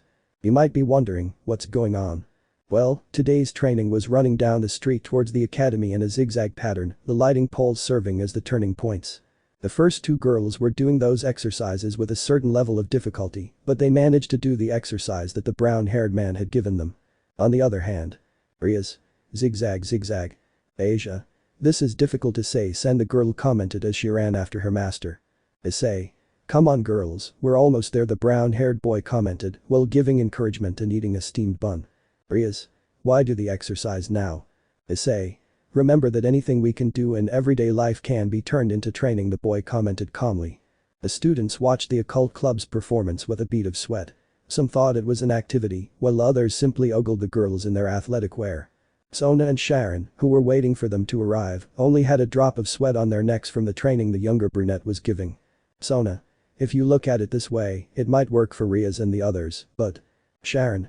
This is embarrassing, he commented as he saw his brother encouraging the girls by pushing them from behind to finish the exercise. Sona. I'll talk to her in the afternoon at home, I just hope nothing bad comes out. The brown-haired boy nodded and they continued waiting for the other students to enter while they observed that the occult club, which had already arrived, was heading towards their building where the club was located. Later. The day had passed, classes had ended, and as usual, the brown-haired boy was waking up after a boring day for him. For Asia, with whom she shared classes, the only thing Issei's actions seemed funny to her. Rias and the others were already in the occult club, having received a message from the underworld, which had the seal of the Gremory house. The Keno was pouring some tea for her mistress, who was already looking resigned. The Keno. What's wrong, Butchu? Rias. The Gremory house does not want the Kuoh territory to remain only under the command of the Sitri house and the Sekiryuutei. The Keno. What will they do? Rias. What I thought they would do, send my sister and her peerage to take care of the city. The others were surprised to hear this. It was clear that Rias was being relegated from all her duties as a high-class devil. Issei. And when do they arrive? Rias. Tomorrow, she replied as she left the letter on her table. I don't know what we'll do. Issei. What do you mean? Rias. Part of the contracts we made were the income for Akeno and Kaneko, but without them I will no longer have the means to pay them. Issei. If that's the case, you shouldn't worry, the brown-haired boy commented as he gave him a wad of bills. Rias. And this? Issei. You think they've just been training for free, the brown-haired boy commented with a mischievous smile. I've been charging for the work they've done since we started with all this. Rias. I can't believe it. Issei. As long as we do this in training there will be no problem, besides I already talked to your brother and he will support me with something. At that moment a letter with the seal of the Mao Lucifer arrived. Rias took it and read it. She was surprised by the content of the letter. Rias. What is this about a landowner? Issei. The field where we have been training, your brother bought it and now everything we harvest from it, its sales will be for us. The girl was moved by the brunette's act, who without thinking threw herself into her arms and began to kiss her cheek. Rias. Thank you for not letting me fall, she said as tears ran down her cheeks. The Keno only had a warm smile upon hearing this, and even more so upon knowing that her friend and mistress was not abandoned in such a way by her family. At that moment, Sona, along with her queen and her fiancé, entered the room. Sona. Rias, hey, I don't like that your sister is the one in charge of Kuoh City, she commented seriously as she sat down and received a cup of tea from Akeno. Rias.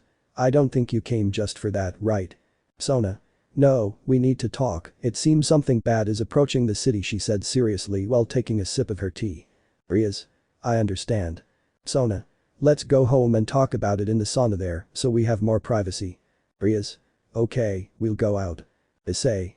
Well, that means you have extra training this weekend. Rias. I think so, huh? Issei. You must make up for what you will lose today. The girl just nodded a little hesitantly, knowing that this compensation would be harder. Rias. Let's go now, she said with an aura of defeat. The girl was followed by Sona and her queens. Sona and Tsubaki said goodbye to Sharon, but not before asking him to lead the student council activities meeting. Sharon. See you later, brother, said the boy as he followed his president. Issei. Okay, Asia and Kaneko, it's time to continue training. The girls nodded as they followed the brown-haired boy, of course it was noticeable that both girls were having a hard time walking.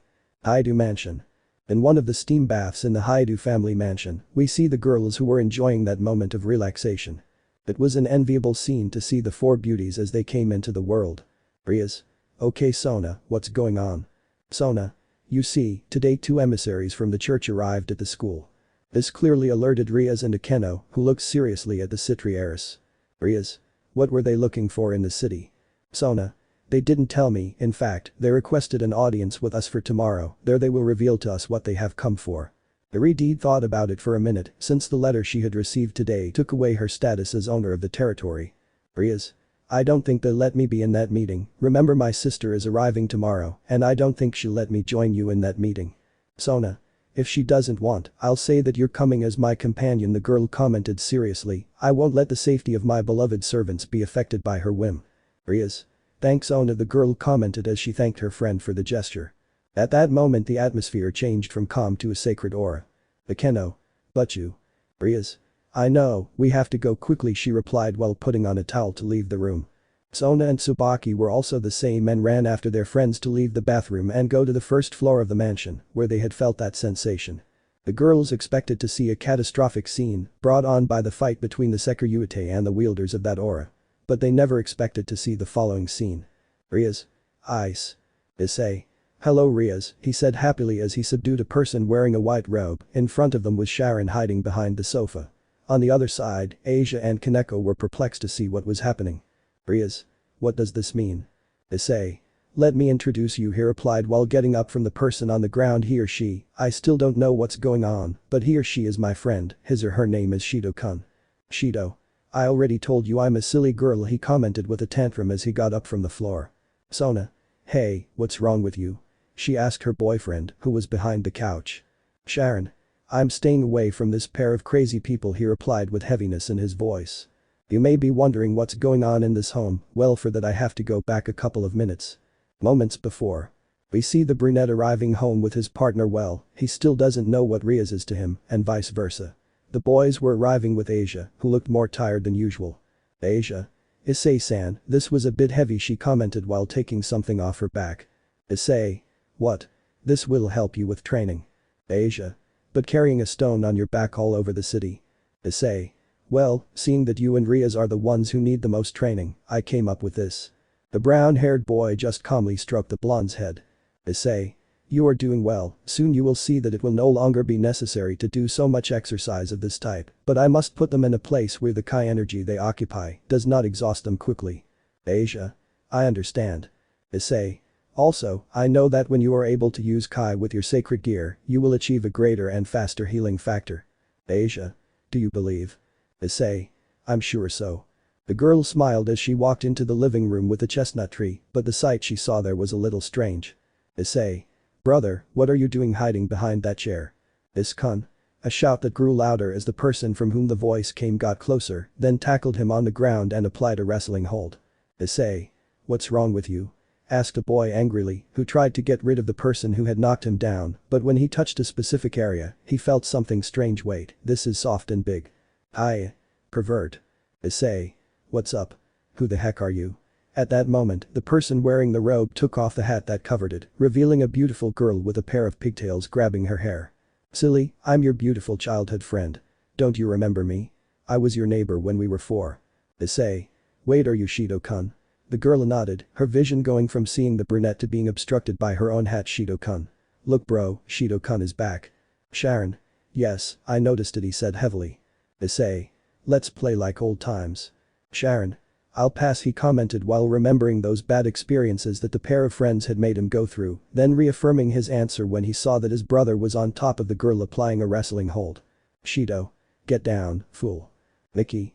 Issei, that's not how you play with a beautiful young lady, the brother's mother commented as she brought some cups of tea on a tray. By that time Rias and the others arrived to find a scene that for others would be misinterpreting things. Present. Rias. Please stand up, we don't want them to upset us and cause a war. Issei. War. Why would they do that? Shido. You're an idiot, Issei-kun, he commented with a pout while touching his chest in embarrassment. Issei. Rias, meet my childhood friend, he is Shido-kun. Shido. Silly, they already told you that I'm a girl, she commented while taking off the hat that covered her. It's a pleasure, my name is Irina Shido. With it she pointed to a girl who was sitting on the couch watching this whole scenario, and she is my partner. Nice to meet you, my name is Zenobia Quarta. Issei. I'm still not sure you're a girl. Hineko.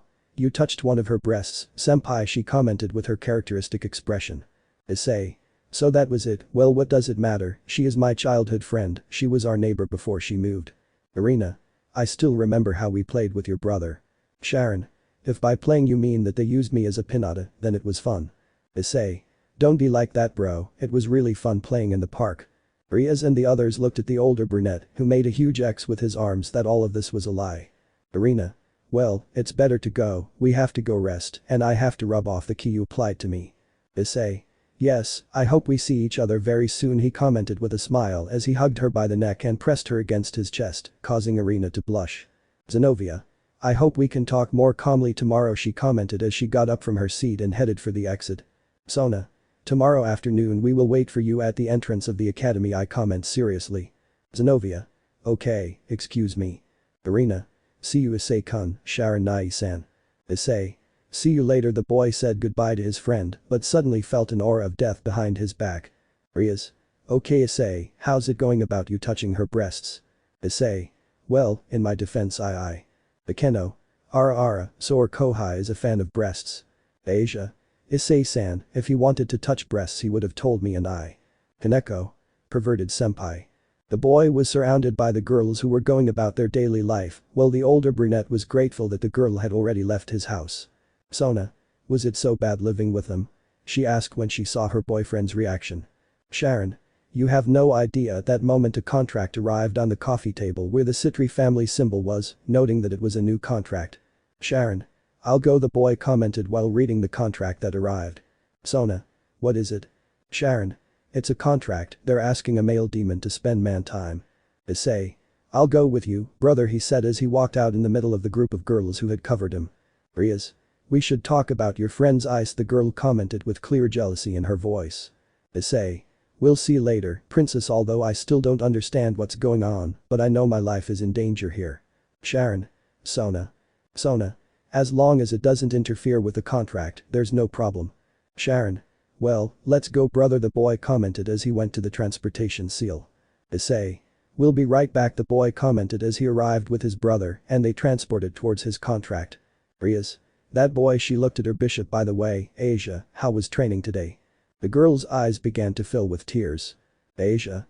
I carried a stone on my sword on the way home. Upon hearing that, the red-haired girl's face drained of color because she knew it was the same training she had to do.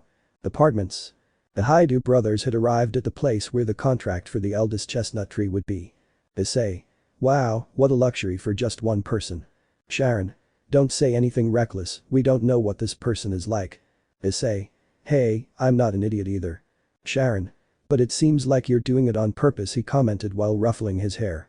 At that moment the door opened where a person wearing Japanese lounge clothes came out. Wow, I asked for a demon, but I never thought they would send their babysitter, ha ha ha ha. Sharon. It's nothing like that, it's a pleasure, I'm the demon who requests it. Sir. It's a pleasure, come in and have some liquor to liven this up. Sharon. Sorry, but we're still too young to drink alcohol. Sir. That's a shame, then I'll have to ask another demon for this contract. Issei. Come on bro, you don't need to drink alcohol, he patted him lightly on the back. I imagine he'll have a soft drink. Sir. Yes, I just want to hang out and have a drink with someone.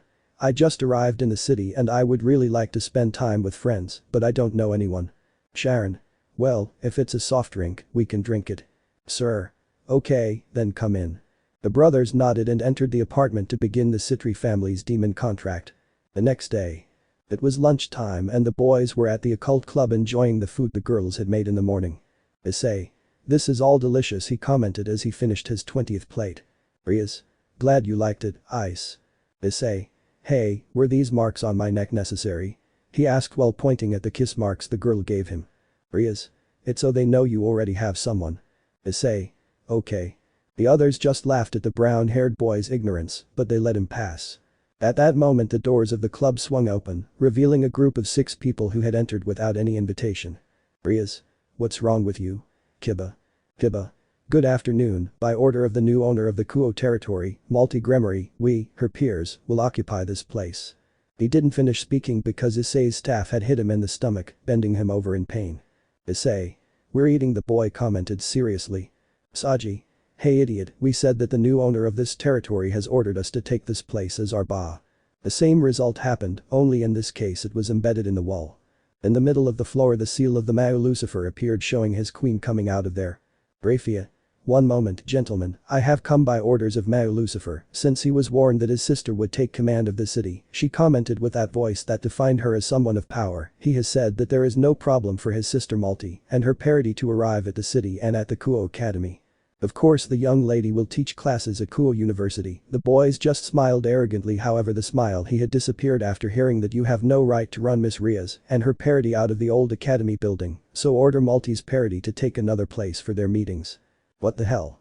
How is it possible that they send the great Multi's parody somewhere else? Grayfia. Motoyasu-sama, Ren-sama, Itsuki-sama and Afumi-sama, along with Kiba-sama and Saji-sama, will have to find another club for their meetings. Ren. TSK, well we'll get out of here, he commented as he took Kiba and helped him get back up. Itsuki. We'd better go, Motoyasu help me with Saji. Nafumi. Let's go with Miss Sona so she can give us a club where we can have our meetings. Then the maid nodded and with a gesture ordered the boys who had broken into the occult club to leave. Rias. So here it is, the girl commented sadly. Issei. You don't have to worry about that, princess, the brown-haired boy commented as he finished his bite. When we finish your first part of the training, you'll see that the results you'll get will be the best and you'll prove that they were wrong to leave you alone. Rias. Thanks Ice, the girl kissed him on the cheek, which the boy accepted while finishing a steamed bun in one bite. Grayfia. With your permission, Rias-sama. Without waiting for the girl's response she disappeared from the place. Rias. Thank you Wani-sama. Akeno. Your sister will most likely be at today's meeting. Rias.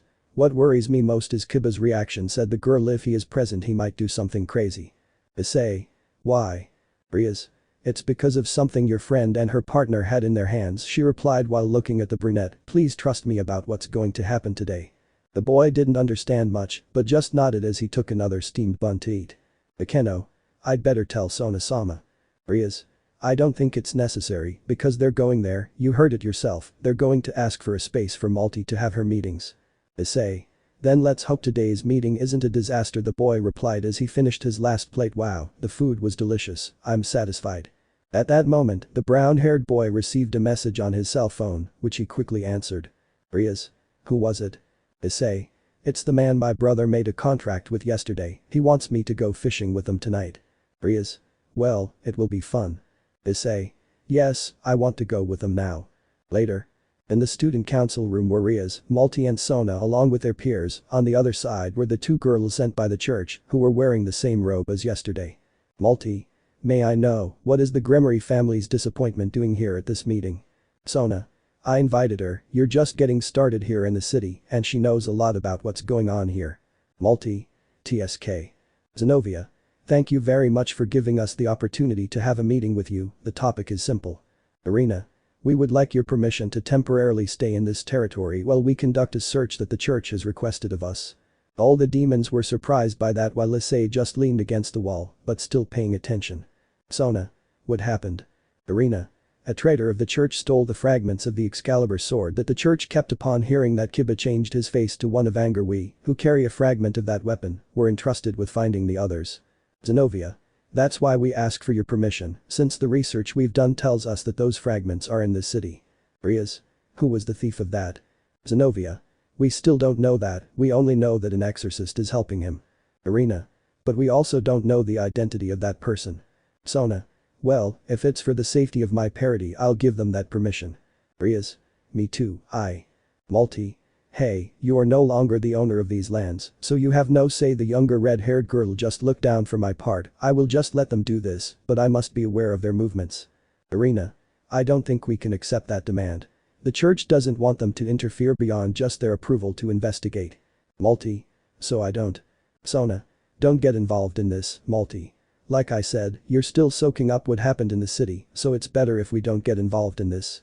The girl got angry at that comment and snorted in annoyance. Zenobia.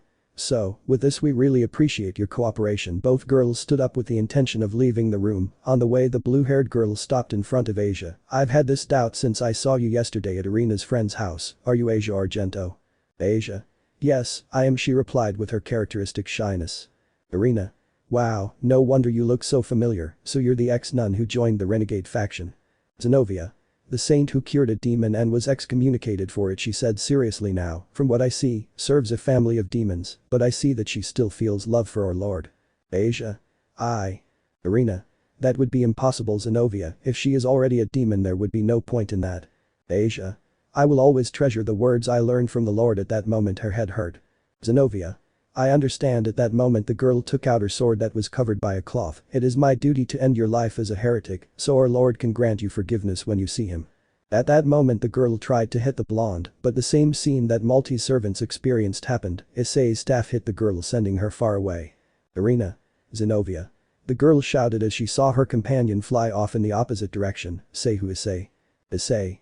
I will not allow them to harm one of my disciples, said the boy with a serious look, while in his right hand was the staff that his grandfather had given him. The tension surrounding this event was evident in the room. On one side were Sona and Rias, their expressions of concern as to whether this could spark a war between factions. On the other hand, Multi just looked at the brunette with a hint of malice, plotting a way for him to serve her. But on behalf of their group, a boy had an annoyed look, not at the brunette or the girl, but at the object she was holding. It was noticeable that it was an abandoned church near the city. Around it there was a group of angels with black wings watching over the place. Well, we will soon start with the plan, and now we will obtain the victory we deserved in the previous war. Apparently, a new war is about to approach. What will happen? Universe 7. On the planet of the god of destruction, Bills and his assistant were having a chat as they headed towards the Z warriors, who had been invited to that planet for the tournament between universes 6 and 7. Bills. Whis, have you contacted the angel of universe 3 yet? Whis. Yes, Bill Sama tells us that in a few months we will have the meeting you are requesting. Bills. Okay, if we still have those Saiyan warriors, I want this one to return to his rightful universe. At that, I look at Goku, who was laughing next to his family and friends while hitting Vegeta on the back, who is usually in a bad mood. Whis, and why is that, sir? Don't you trust Mr. Goku? Bills. I just want to have someone else to entertain myself with, he said with a mocking smile. Besides, the point that Vegeta said interested me a lot. Chapter 11. Problems with the church, surveillance begins. Kuoh Academy. Let's pick up where we left off. The brunette, who had a sour face, had attacked the blue-haired girl sent by the church since she had dared to threaten Asia. Arena. What have you done, Issei-kun? Issei. I'm not going to allow them to threaten one of my students and let this go unpunished, said the boy as his staff returned to its original size. Multi. Hey idiot, you don't know what you can provoke by attacking a member of the church, she said indignantly, but this quickly noticed the punishment. Issei. I think this has nothing to do with the church and the factions, it's just protecting a loved one. At that moment I look at Kiba, who stood up abruptly. Besides, I'm not the only one who intends to do something against them, or am I wrong, idiot blonde? The others looked at Motoyasu, who was shocked. Motoyasu? I don't know what you're talking about. Issei. I'm talking about the other idiot, the sword boy, he commented with a drop of sweat on his neck. The others looked at Kiba, leaving Motoyasu outraged by that comment. Kiba. Don't get involved in this, Hyoudou. That was where Zenobia was getting up. Hey you, I want you to give me that sword you have at your side. Zenobia. May I know who you are? Kiba. I am your senpai, but those above you consider me a mistake. The girls didn't understand what he was referring to, but that didn't stop Kiba from making his sword appear. Kiba. It is my duty to destroy all the Excalibur in the world, it is my only purpose, said the boy seriously as he made his sword appear. Issei. Wow, this boy really has problems, he said heavily while looking at his childhood friend. Tell me what this emo Avenger is talking about. What is this about the Excalibur? Arena. Well, there are 7 swords that make up the original Excalibur, said the girl as she removed her arm ornament and made her sword appear. I possess the Excalibur mimic. Issei. And you? Zenobia. Why should I tell you? The girl said angrily while rubbing the place where she was hit with the staff. Issei. As you wish. At that moment he looked at his brother, who was also serious. Hey brother, I think you should let this boy calm down and fight them. This surprised everyone in the room, including the church girls. Sharon. Are you crazy? You know, if we let him do that, we could start a war between factions. Issei. Just let the fool vent. When he sees that he is no match for them, he will have to reconsider his actions. This comment bothered Kuoh a lot, who now looked at Issei in a bad way, but he simply stood next to Rias, who didn't know how to react since her former servant could be in danger. Sona. I don't think. Issei. If it gets out of control, I'll stop the fight, said the boy while taking an apple from Rias' bag. Thanks for bringing fruit. Rias. You're welcome. I look at Sona. Well Sona, what do you say? Multi. Hey useless, I didn't tell you to shut up, you don't have a vote here. I look at the heiress of the Sitri house. I want to show that, under my guidance, any low-class demon has the capacity to do anything, so for me I give the go-ahead for this fight. Sona simply shook her head, waiting for the church envoys to say something. Zenobia. If this will leave us alone for our investigation, it's fine with me. Arena. We'll say it's a friendly meeting. Issei. Perfect, the faster this ends the faster we can go train, he commented as he jumped out the window, leaving everyone with a drop of sweat. Sharon. This boy doesn't know doors. Arena. It's always been like that since I've known him, she said, shaking her head. On the other hand, Multi just looked at her sister with a certain amount of contempt, but there was also something about her that had changed. Yard. In the schoolyard, Kuoh was already ready, having drawn his sword with a more than serious look. On the other hand, Zenobia had taken off her robes, revealing a very revealing battle suit, causing a certain blonde to bleed from the nose, as well as the bearer of Vitra. Issei. Isn't that outfit very revealing? Arena. It's comfortable when it's time for a fight, she replied while also taking off her robe. Issei. Whatever you say. Sona. Okay, this fight will last until it is determined that one of the two cannot continue. The girl looked at both fighters who were ready for their match, seeing that they both had their eyes on each other, she determined that it was time. Okay, start. Kuoh. It's time. The boy ran out with his sword in hand, leaping into the air to attack and surprise the girl. She didn't even flinch and raised her guard, causing their swords to clash upon impact. Zenobia. Not bad, she commented as she gathered strength to repel the attack, causing Kuoh to retreat. Kuoh. This is nothing, the boy replied as he placed his sword on the floor sword berth. At that moment several swords came out of the ground in the direction of the blue-haired girl, who also stepped back while breaking the swords that came out of the ground with her enormous sword. Zenobia. This power, I've read reports of a boy who used this ability and was part of research of that type. Kuoh. So you know who I'm looking for. Zenobia. That's not important if it's to keep you calm. At that moment the girl launched herself at full speed with the intention of knocking out the boy. It's better to defeat you. Unable to react due to his anger, Kuoh didn't notice that the blue-haired girl was closer than ever to defeat him. The blonde man dodged every slash the girl threw as best he could because he wasn't thinking clearly. Kuoh. I must break that sword, I have to find the opportunity. Issei. Good enough, said he, appearing between the two, which surprised them. Zenobia. He's very fast. Kuoh. Get out of the way, this is between me and those swords. Issei. Didn't you notice that you had already lost? The brown-haired boy commented while pointing at his clothes, which were cut. Kuoh. At what time? Issei. At the point where you let your instinct simply cloud your judgment, he said seriously as he released the swords he had in his hands. Zenobia. Well, I hope this will let us do our research in peace. Sona. Don't worry, we'll just ask that if anything happens, you let us know.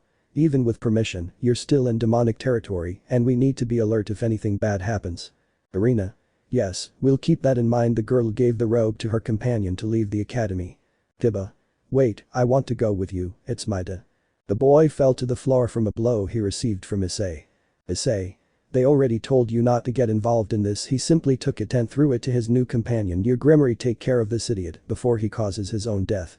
Multi.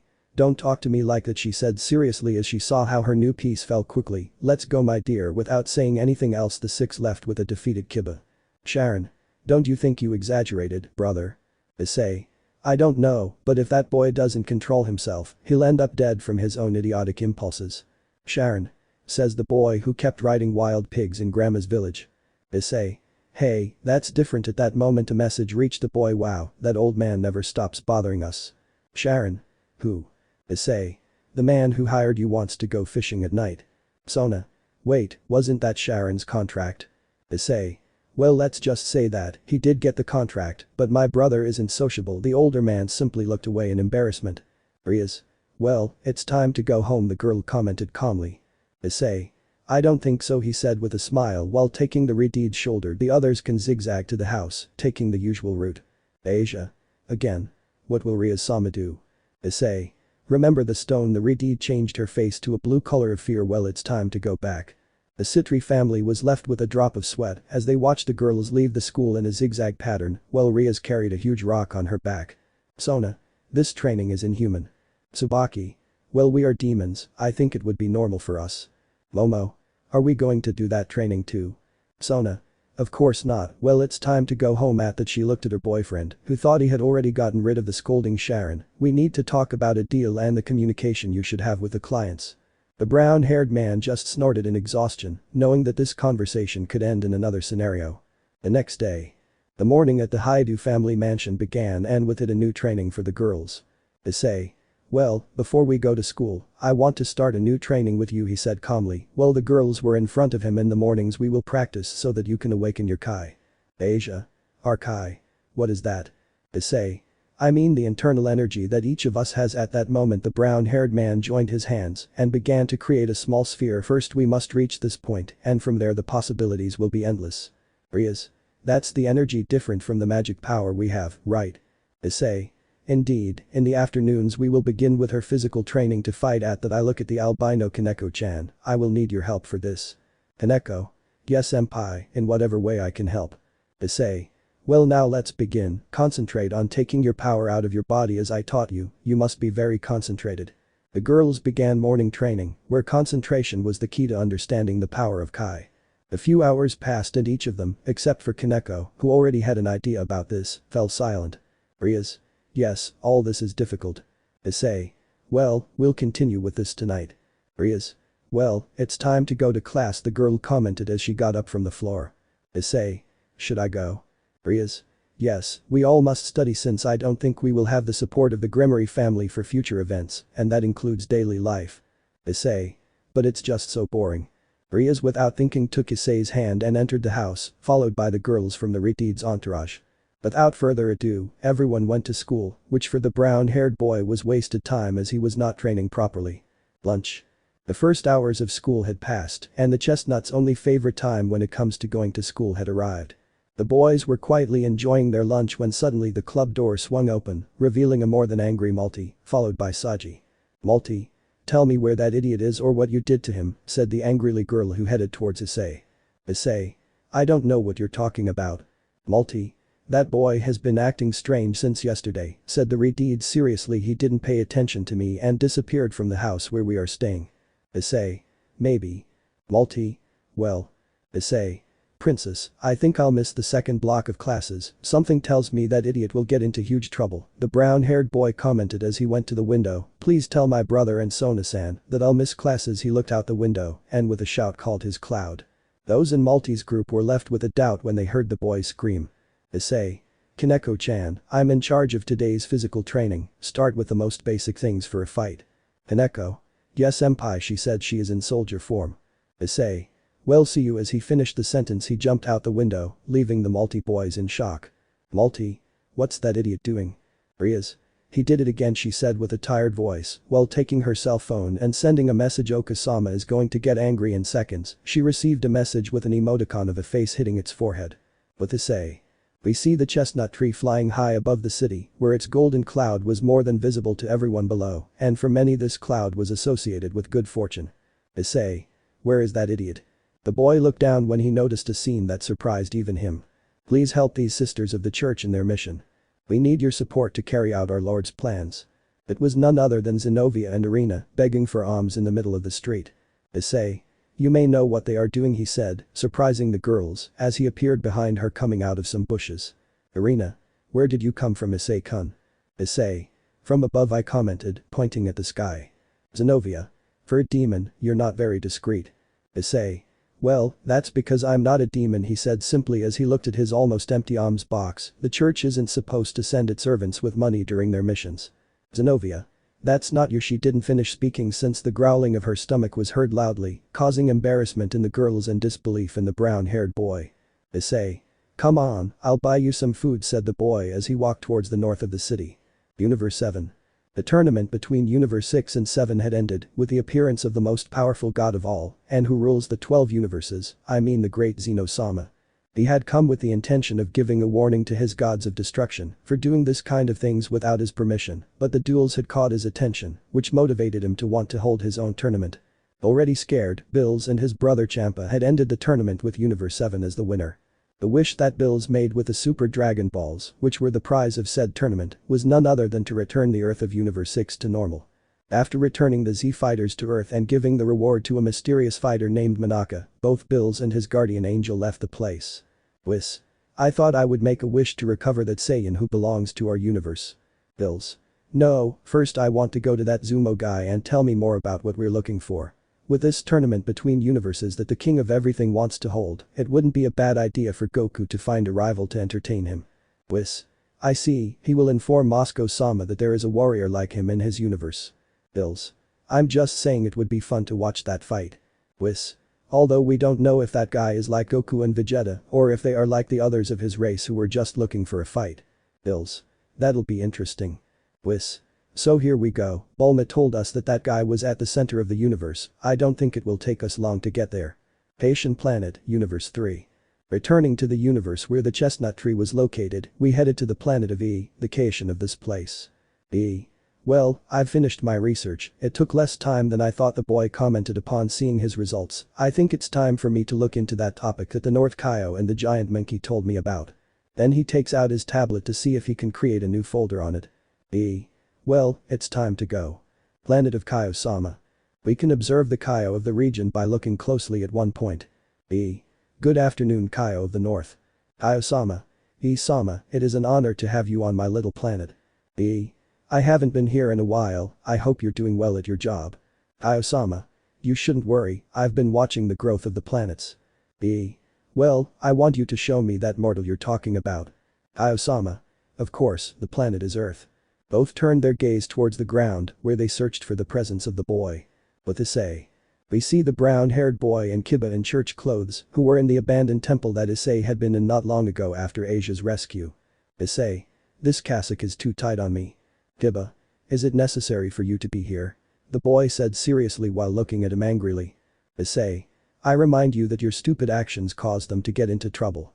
I mention this because during the afternoon the brunette took the girls to eat something. Well, they explained that Arena had used the money they had been given for their travel expenses to buy a poorly made painting. The brunette wasn't surprised by this fact as the girl had been very naive about such things since they were children. But this conversation went to hell when Kiba interrupted the meal and demanded to be allowed to participate in the topic of swords and their destruction. This led to another fight, which the brunette abruptly stopped, knocking him out in the process. Issei.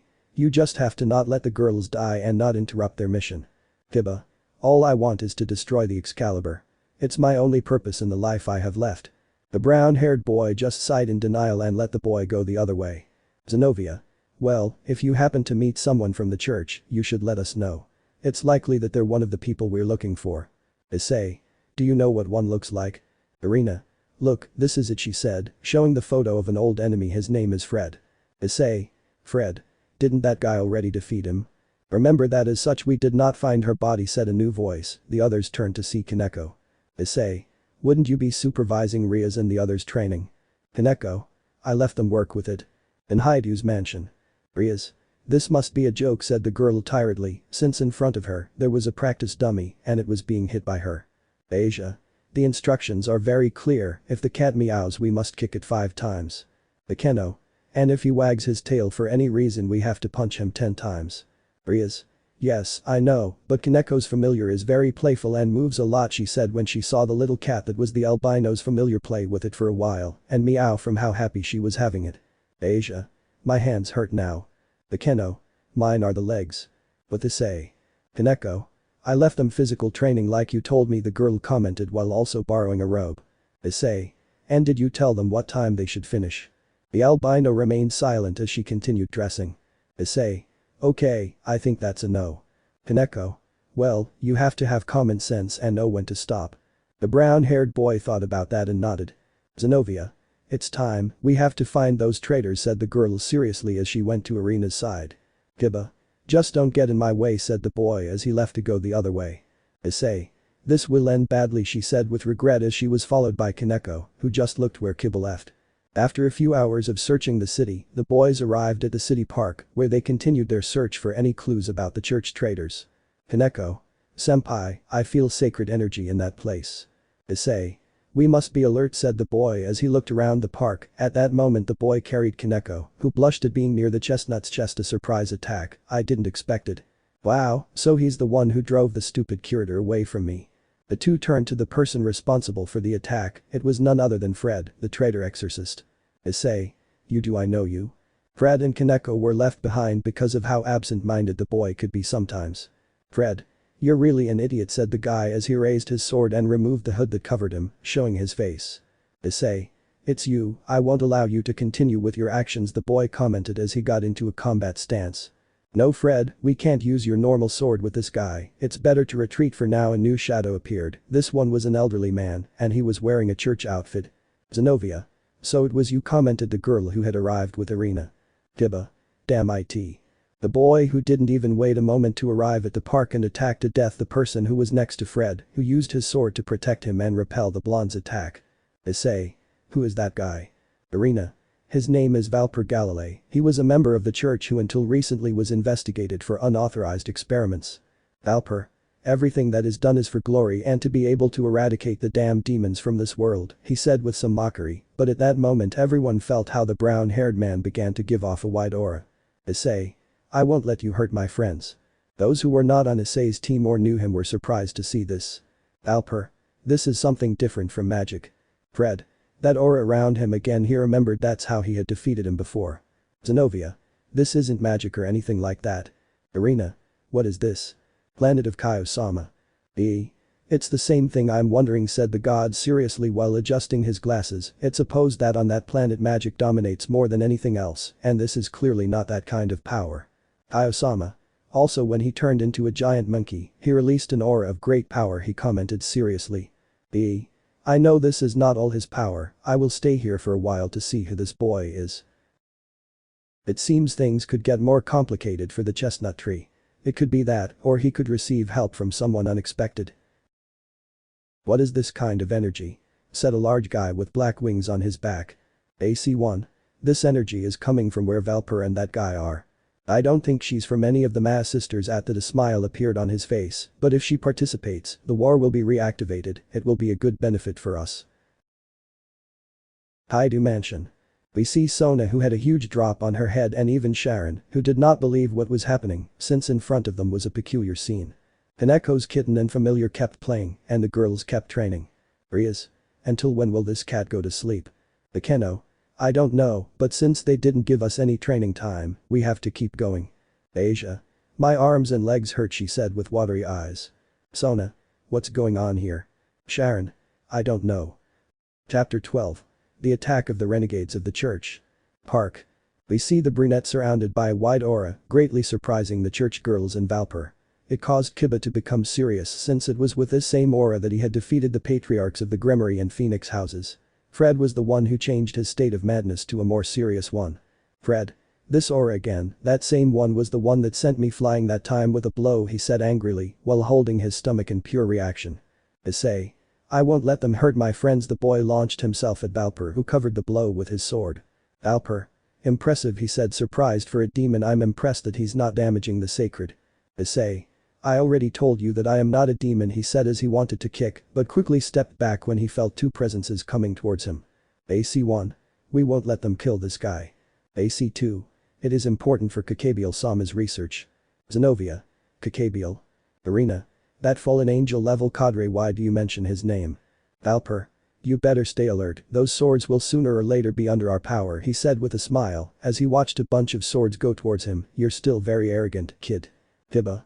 I won't let you run away again, I'll take your head and give my companions a rest, he said with fury in his voice as he lunged at him, but he managed to defend himself with his sword because Fred attacked him by surprise and sent him in the opposite direction. Fred. Dude, I need the other Excaliburs if we want to kill these filthy demons. Valper. It's not time yet, it's time to retreat. Fred. Goodbye, dirty demons, he said, throwing a flash grenade and momentarily blinding the boys. Zenobia. Lightning escaped. Arena. Let's go after them. Hibba without saying anything else ran off where Fred and the others left, being followed by the girls. Issei. Wait, maybe it's a trap, I didn't have time to tell them the last part because they had run away. I don't know if they're stupid because of the moment we're in or if they're stupid by nature. Kaneko. Senpai, you should have gone too. Issei. I know, but my grandfather taught me that I should always think before I go. Issei. Even though I behaved the same as a child, he thought as a chase scenario appeared in his thoughts. Sharon. I confirm that you would have done the same, he said, appearing next to Sona, Tsubaki and Rias, although the latter was noticeably tired from her training. Issei. Brother, don't say those things, I'm not like that. Sharon. But you were, he said seriously while ruffling his hair. Sona. What happened here? Rias. Please tell us, I need water. Issei. Don't tell me, they just realized that the training had a time limit. Iridid blushed and looked away while drinking some of the water that Tsubaki gave her. Issei. In short, that idiot Fred is involved in this matter, and they are indeed looking for the swords they mentioned in the morning. The boy pointed where the kids went. The blonde idiot and the two idiots from the church went over there. Multi. Who are you calling a blonde idiot? She commented as she appeared next to her peer. Issei. True, in your case you have two idiot blondes in your group, he said in a funny way, causing the boy with the sacred gear of the spear to get angry. Motoyasu. I've already let you disrespect me enough, idiot, said the boy angrily as he prepared to attack him, but his blow was deflected by Issei's own staff. Issei. Well, it's time to go, the brown-haired boy commented as he went to the girl he was interested in. Rias, it's better if you go rest, if you had a hard training today. Rias. No, I still can. At that moment the girl was carried by the brown-haired boy, who pressed her to his chest, causing Multi to look at her in a bad way. Issei. I know when the body reaches its limit, he said when he saw that the girl was exhausted and had difficulty standing. For today, I will take you home. Kaneko. But you cheater, she said with jealousy, seeing how her leader was carried. Multi. Wait, we're not going to do something with my servant. Issei. As I said, they went over there, it's up to you if you follow him. The boy walked towards Sona. I'll only tell you one thing, and I think we should prepare, since a certain Gabriel is behind all of this. Everyone was in shock upon hearing that name. Sona. You're not serious. At that moment Sharon's glove appeared. Greg. This is serious, my friend. If the person behind all this is the one your brother mentioned, something bad could happen, and at this point we are not yet ready to fight him. Issei.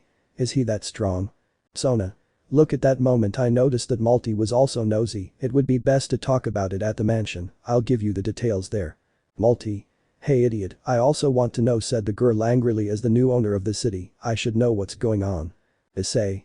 You can ask your mother, he said simply as he, Rias, Kaneko, Sona and his deer left the place through the magic circle. Multi. Damn, to get her to accept that idiot, said the girl angrily. Let's go look for him, that way we avoid getting into trouble. His servants nodded and left the place in search of their new companion. Planet of Kuoh-sama. We see the god of life who held the title of Kaioshin, and at his side, the person who was in charge of watching over that part of the universe. Kuoh-sama. What are you thinking? Well, the kid has potential. It's the first time I've seen a mortal who hides such tremendous strength. But he needs a lot of training. Kuoh-sama. Will you train him? Not at the moment. I went to see what was going on with this mortal, but I have very limited time, he said seriously, while looking at his tablet. What occurs to me is that you train him yourself, at least your basic techniques. Kuoh-sama. But that could only happen if the boy died and there was no way to bring him back to life. That's why you're going to planet Earth. Kuoh-sama. Excuse me? It will be something simple, he commented while taking out a device. You will locate yourself near where the boy lives, and there you will train him. Kuoh-sama. Do you want me to go to the human world? We don't know what abilities the boy will have, so you must be attentive to his training, the god commented seriously while he looked at his activities on his tablet. This time I will give you priority if you make progress, so do not hesitate to contact me. The guardian nodded and without further ado watched as Kaioshin simply disappeared. Kuoh-sama. Well, I better prepare for the trip. I look at his planet mate, although I didn't want to travel. Hyoudou mansion. The boys had arrived at the mansion after their intervention with the church agents. Upon arriving, they noticed Akeno and Asia on the couch, exhausted from all the exercise they'd done. Issei. Next time, tell them how long Kaneko's training is. Kaneko, sorry senpai. Issei. Well Sona-san, could you tell me who that guy is? Sona. The person mentioned is a cadre-level fallen angel who is known to have been one of the commanders of that faction. Akeno. Who are you talking about? The girl commented upon hearing the word cadre. Sona. It's possible that a new war will start between the biblical factions if we don't do something. Issei. Why do you say that? Sharon. Easy, if the fallen angel faction is here, planning an attack on the heirs of the demonic clans, and all of this is brought about by a holy sword, the truce between the factions would vanish and we'd enter a new war. Issei. Okay, that sounds ugly. Asia. I don't like this, I don't know if it's my fault for coming to this city, said the girl sadly. Issei. You shouldn't worry, the brown-haired boy commented to make her feel better. Sona. But we can't rule out this scenario, I'll talk to my sister and see what we can do. Rias. I'll try to contact my brother and… Issei.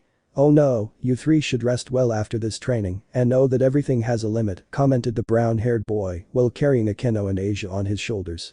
Akeno. Ara, what are you going to do to me, Issei-kun? It's not like I mind you carrying me like that. Asia. It's not time yet, Issei-san, I promise chastity. Issei. What are you talking about? I'm going to take you to your room so you can rest. Without further ado, the boy left the room followed by Kaneko, who just looked stoically at the others while taking a lollipop out of her bag. Sharon. It's better to consult your sister and see what we can do. Sona. It's important that Sirzechs-sama be aware as well. The next morning. We see the brunette showing off some fighting moves in front of the same wooden dummy the girls were practicing with. Issei. Well, these are the basic blows, he commented while putting on a shirt. Before you practice fighting each other, you must first know how to fight and above all. Girls. How to defend ourselves. Issei. Well, Kaneko, since you already have more experience in close combat, I want you to show the girls what a real fight is like. Kaneko. Who am I going to fight? Issei. I hope you're ready, said the boy as he got into a combat stance.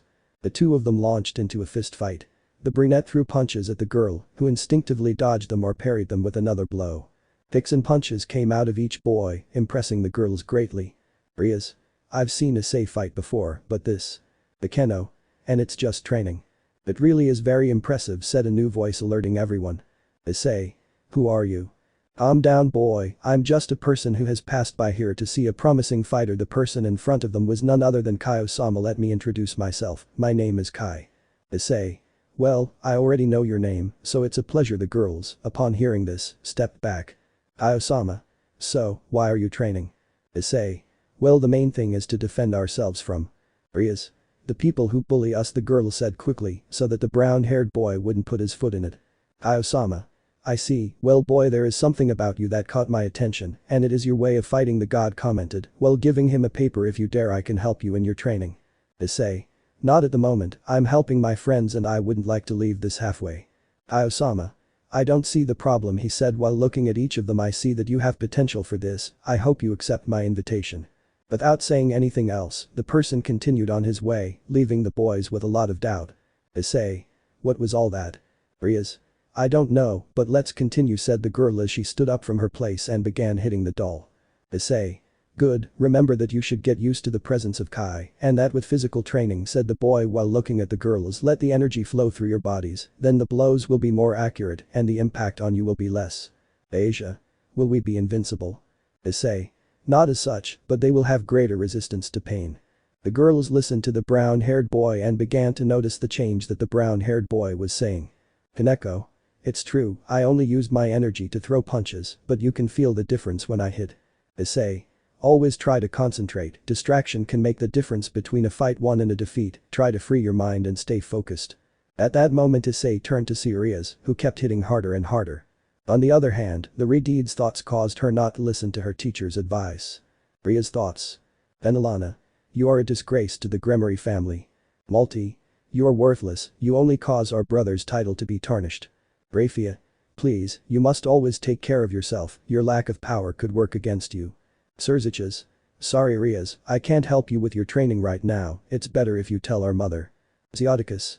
We should never have had you, you only bring shame to our family. Listen monster, the first chance I get I'll marry you off to any noble, I won't hesitate, at least you'll be good for something. Out of Rias' thoughts. Each of the words the girl heard in her mind caused the blows to become harder, but they also caused her to start hurting herself. Rias. Stop it enough. From Ria's hand came a sphere of energy that caused a training dummy to explode in front of her, which hit a reaction and sent the girl flying to the other side, falling to the floor. Bekeno. Incredible. Asia. Is Butchu okay? Kaneko. She used magic. Issei. No, the boy approached the redeed and took her hand very carefully. She just expelled the Kai from her body like I do.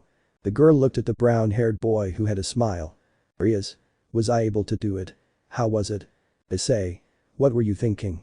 Because I've been calling you for several minutes and you haven't answered. Rias.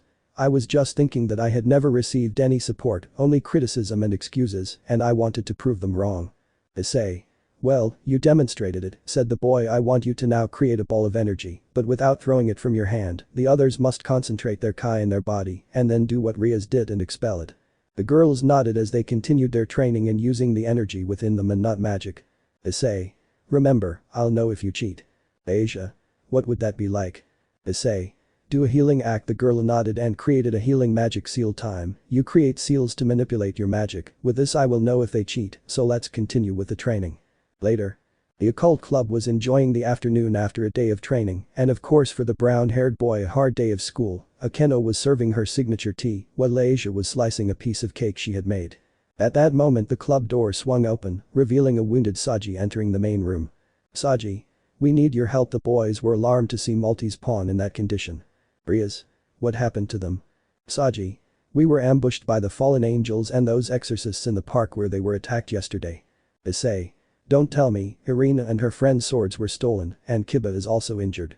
Saji. We don't know where they are. Sona.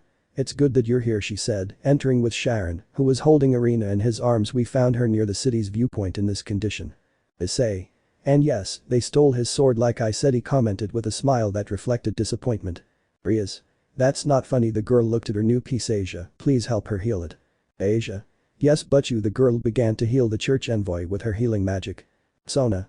I already received a reply from my sister. We must go for your sister. And at that moment the boys were sent to a pocket dimension within the school, leaving out all the students, only those who had supernatural power.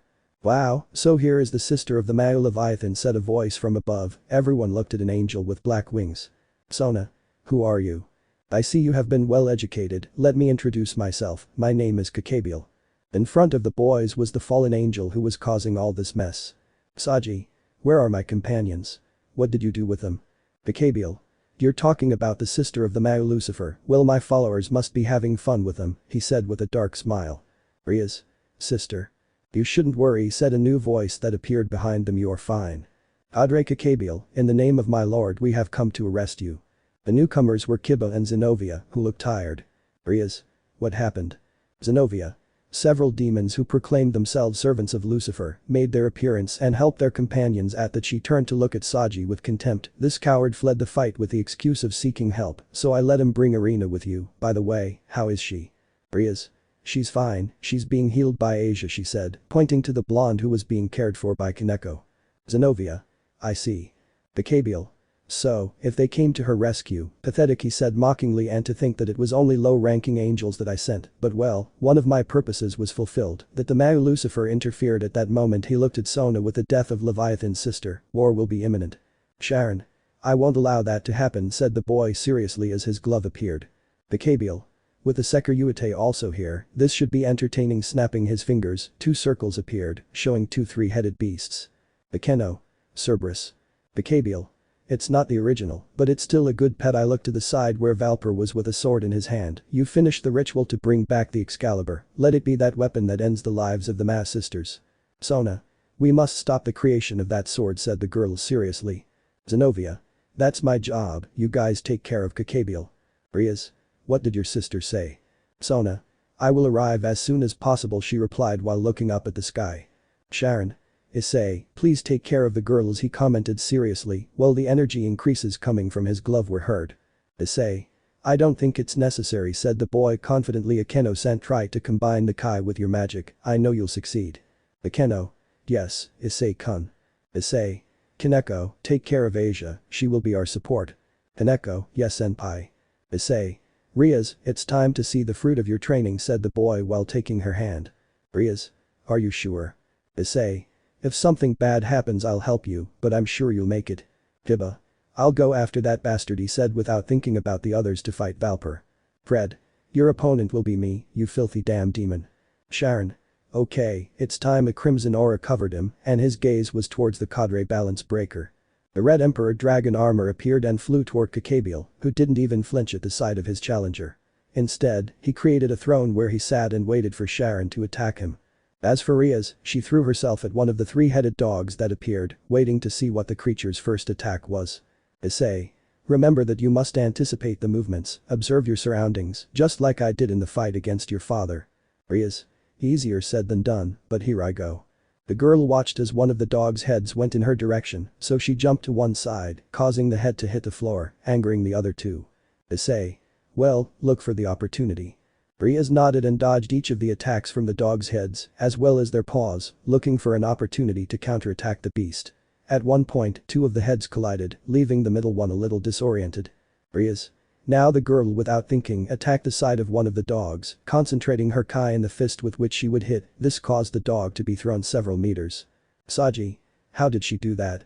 She didn't have that kind of power.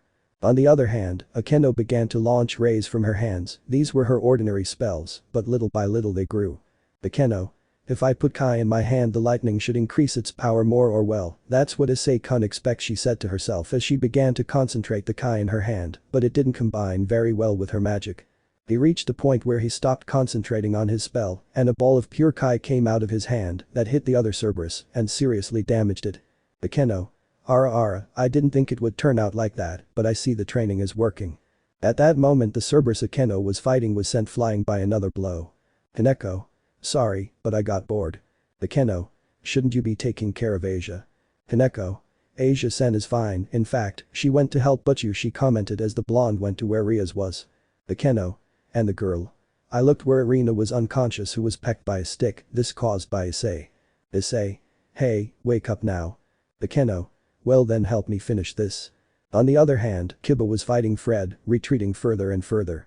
Fred. I hope you're done with that, old man. Valper. Don't worry, with the help of this crystal everything will be over. Zenobia. What is that? Valper. Only the help of insignificant beings. The blonde began to hear several voices coming from the crystal, which for some reason made him sad. Kiba. What is that? Valper. Well, I think everything is ready, he commented when he saw that the Excalibur had a shine. This will no longer be useful. Kiba. Answer, what is that crystal? Valper. Only the souls of your little friends, the children of the Holy Sword Project. This shocked Kiba and Zenobia, who stopped the attack. Valper. It's better to keep this as a souvenir, thanks to the swords we managed to steal, the Excalibur has returned. Without any remorse the bishop threw the crystal to the floor near where Kiba was, who with tearful eyes picked it up. Kiba. My friends. Come on, fool, don't give up. It's good to see you well. Zenobia. What's all this? Valper. Wow, what can they talk about? Fred. Let's not waste any more time, I take the Excalibur and get this over with. Kiba. Sorry guys, I couldn't help you. You shouldn't worry about that. We're glad you're still alive. The blonde man held the crystal to his chest, crying as he listened to his companions. At that moment, several swords emerged from the ground to reveal a new one. Fred. What's that? Valper. You can feel sacred and demonic energy coming from it. Fred. Never mind, it's time to end this. At that moment and by inertia, Kiba took the sword and covered the attack that was coming towards him, causing those around him to be in shock. Valper. I see, so this is possible. Fred. There's no way anything can stop the mighty Excalibur. Kiba. I think it's time for that sword to disappear, the boy said as he lunged at Fred. The exorcist covered himself with the sword, but it began to break. Fred. What's up? Zenobia. It is my mission to see that that sword does not return to life, and my responsibility that they have taken my fragment from me. The girl stretched her hand to the side. Petra, Basilio, Dionisio and the Virgin Saint Maria, listen to my voice. The magic circle appeared, releasing a chained sword. Valper. Durandal. But how? Zenobia. I am a natural wielder of the sword, but it is still too powerful for me to control, said the girl. But the older chestnut, Gabriel, had risen from his throne and was throwing lightning bolts towards Sharon. Gabriel. I never thought a fight against the Sekiryuutei would be fun, but I'm already bored of this. The spear of light was created by the cadre, and quickly, like lightning, it was thrown towards Sharon, who was unable to dodge it and was injured in the leg. Sharon. Damn it. Everyone was worried when they saw the boy fall to the floor from the wound. He was a demon after all, and a light attack was harmful. Gabriel. It was fun fighting you, but it's time for you too. He didn't finish the sentence as he was thrown towards the school building, leaving everyone in shock. Issei. I won't let you hurt my brother, Birdie commented with a white aura covering him. Gabriel. Damn, that hurt me. Gabriel. I didn't know when he reached my side. For Gabriel, it was the first time he faced someone he couldn't feel because of his energy. Something told him this would be difficult when fighting the two brothers. The abandoned temple. We can see a ruined temple where Kuoh-sama was currently located. Kuoh-sama. Without a doubt, with my training, that boy will be able to master the Kuoh technique. The Kaioken. Chapter 13. Fight at Kuoh Academy. Battlefield. Those present were shocked to see that a 16-year-old boy had beaten up one of the fallen angel faction's cadres. Sharon, on the other hand, thanked his brother for saving him from the attack that was headed his way. Gabriel. That hurt me, damn kid, he said angrily as he got up from hitting the structure. Issei. I'll take care of this, Nai-san, said the boy seriously as he continued floating in the air. Sharon. Since when do you know how to fly? Issei. It's a technique that Grandpa's son told me to hide, since many humans aren't used to seeing people in the air. Sona. But it's a golden cloud, right? She said ironically, causing Issei to sweat from embarrassment. Gabriel. So we have a boy from the Buddhist faction among the demons, ha, something unthinkable. Issei. Who this is none of your business, the boy commented as he got into a fighting stance, but a comment caught his attention from the other fight. Moments before. Tiba, along with Zenobia, looked seriously at Valper and Fred, who had the newly created Excalibur in his hand. Fred. No matter what sword they use, I am the bearer of the Excalibur, and with it, I will destroy all the filthy demons that invade this disgusting world. The white-haired man launched himself at his two rivals to kill them at once. What he didn't expect was that, when clashing swords with them, the Excalibur would begin to show weakness against them. Fred. What's going on? Zenobia. You may have collected most of the pieces of the ancient Excalibur, but you will never be able to match the power it once had. Little by little the sword began to show cracks in it, greatly alarming Fred. Valper. I already suspected it, he said calmly, while watching his partner have a hard time. It's a shame that all this was in vain. Tiba. You killed my friends for nothing, said the boy angrily as he charged his power more, and with Zenobia's help, they broke the sword into pieces. Fred. It's not possible, I was supposed to win, was the last thing he said, before receiving a huge blow that sent him flying from the place. Valper looked at the sword in Kiba's hand, and something in his eyes began to shine. Current moment. Valper. It's incredible, sacred and demonic power united in a single sword. This must be a sign that. Gabriel. You talk too much, he said sarcastically while killing his former assistant with a spear. Rias. Why did you do that? Gabriel. It's just for fun, he said with a crazy smile. Zenobia. I will not allow you to continue with this, we will prevent a new war between factions from occurring, said the girl as she attacked with her sword. Giba. In the name of my fallen comrades, I will avenge them, he commented while attacking with several swords. The cadre was not even fazed by the attacks, which they simply deflected. Gabriel. I'm impressed that you're still fighting even after losing your leader. Zenobia. What? Sona. What do you mean by losing your leader? Rias. I didn't like that phrase. Zenobia. Answer, what did you mean by that? Gabriel. Oops, it slipped out. He mockingly laughed at the comment, he said, then laughed even louder as he watched the other boys in disbelief. It's true, I want to start a war, so there will be no need to keep hiding this. The mocking look changed to a sadistic one as his eyes widened with excitement to say the next words. Gabriel. Not only the 4 demon kings were the ones who died in the last war, God also died with them. Everyone was in shock, or well, most of them, since the younger brown-haired boy didn't know what they were talking about, but he remained focused on his rival in front of him. Abandoned temple. Kuoh-sama, who was also watching the fight from a distance, had learned what had happened to the god who watched over this planet. Kuoh-sama. I see, so that's what really happened with that god. We thought he had simply disappeared after I told him to end that fight.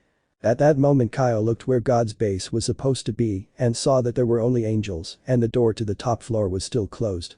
Kuoh-sama. I think I should also check who the new god will be, as the person responsible for this part of the region of the universe. It is my duty. Back to the fight. Everyone was in shock at that news. Asia, who was the most devout, fainted. Rias. Dead. Is God dead? Zenobia. No, I can't believe it, your lie. Gabriel. What would I gain by lying about this? It's the pure truth, he and the 4 original Demon Kings died in that fight, he said mockingly, but then his face turned angry. But what bothered me is that the coward Azazel decided that it was no longer worth continuing this war, and they reached an agreement. How can they ask me to put down my weapons once I have raised them? Zenobia. But then what about prayers and miracles? The blue-haired girl looked at where Asia was, who had fainted after the news. Zenobia. I'm not surprised she fainted, but I still can't believe she's still standing with that news. Gabriel. Well, Michael has done a good job with it, but that is no longer important. The cadre began to gather energy in their hands. With the death of the Mass Sisters, a new war will begin, so do not resist and die anymore. The cadre launched that attack towards the girls who were still in shock, so it was too late for any of them to react. Issei. I won't allow it. He came to stand in front of the girls and joined his hands, like in that fight with Rias' father Kamehameha. The Kai that he gathered in his hands came out like a lightning bolt and diverted Gabriel's power into the skies, where it exploded. Gabriel. But how? Issei. I won't allow you to kill my friends and family, so I'll do everything I can to stop you. The boy launched himself at the cadre, who created a sword of light and began to fight with the boy, who dodged the attacks and returned the axe with blows to the cadre's body. Gabriel. I still don't understand. What is a being from the Buddhist faction doing in this place? Issei. It's something that doesn't concern you, he replied while giving a sweeping kick and throwing the cadre to the ground, which he took advantage of to give him a series of blows while he was on the floor. Gabriel. Wretch, I won't let you humiliate me, he responded to the attack by giving 2 blows to the stomach and a kick that sent him flying to the other end. Issei. That hurt me, he said as he got up from the ground, but let's continue with this, I'm having fun. The boy charged at the waiting squad again, and they resumed their fight. All of this was watched in disbelief by the boys, who were surprised that the brunette was somehow on Gabriel's level. Sona. Your brother really is a mysterious being. Sharon. Tell me about it. As a child I put up with his energetic way of being, he said with a defeated aura as he stood up. Even so, I'm surprised by the power he has. Rias. Will I also be able to obtain that power? The girl thought as she watched her crush release energy from his hand, hurting the cadre since this was something new for him. Gabriel. I'm tired. He took flight high and joined his hands towards the sky to create a huge ball of energy. It's time for everyone to die. Issei. I already told you that I won't allow you to do whatever you want. Damn it. Once again the boy stood up and began to increase his energy, which surprised everyone and for a moment, scared his enemy came. His energy began to gather again in the palm of his hands. This time the energy ball increased in size than the first one he threw at him. Gabriel. That thing won't work twice, it's time for you to go to hell. Without further ado he threw his energy sphere towards the boy who had a serious look. Issei. Hi. Without further ado, the chestnut-haired man's attack also launched toward the squad, landing a blow with his energy sphere. At that moment, both attacks collided, but neither looked like they were going to retreat. Sona. Sharon, the older brown-haired boy, paid attention to his girlfriend. Do you think you can help your brother increase his power? Sharon. Leave it to me, he replied with a smile and avoided being inside of the cadre. Gabriel, no matter how hard you try, I put all my energy into that attack and you won't be able to win. Little by little the enemy sphere began to gain ground, causing the chestnut to begin to feel more exhausted. Issei. I can't lose, I can't let anyone die, he said desperately when he saw that he was about to lose. Transfer. This was what was heard on the battlefield, causing a look of victory to turn into one of confusion on the part of Gabriel, who forgot for a moment that the brown-haired man was not fighting alone. Gabriel. Sekiryuutei. Out of nowhere Issei's lightning gained ground, destroying Gabriel's attack and hitting the fallen angel directly. Gabriel. Erg. The scream of pain was heard as he fell from the skies and created a hole in the ground from the impact. Issei. But what? He looked behind his back and saw that his brother's glove was on his shoulder. Nai-san. Sharon. I won't let you fight alone, little brother, as long as I can help you, I'll be here, he commented tiredly as he sat on the floor. Greg. Your brother's attack is incredible. The boys came out of shock and went to the younger brown-haired boy who was breathing heavily and looking at the place where the fallen angel was. Rias. Issei, are you okay? Issei. This isn't over yet, the boy said seriously as he tried to get up. Gabriel. You're a damn guy. That hurt me. He shouted furiously as he stood up and looked at the brown-haired boy with hatred. Issei. I ran out of energy in that last attack, he said angrily while trying to get up. Gabriel. Now yes, this will be her. He didn't finish speaking when something in the sky broke the barrier where the boys were fighting, which caught his attention, and then he looked in horror as an attack came towards him and hit his body, leaving him injured.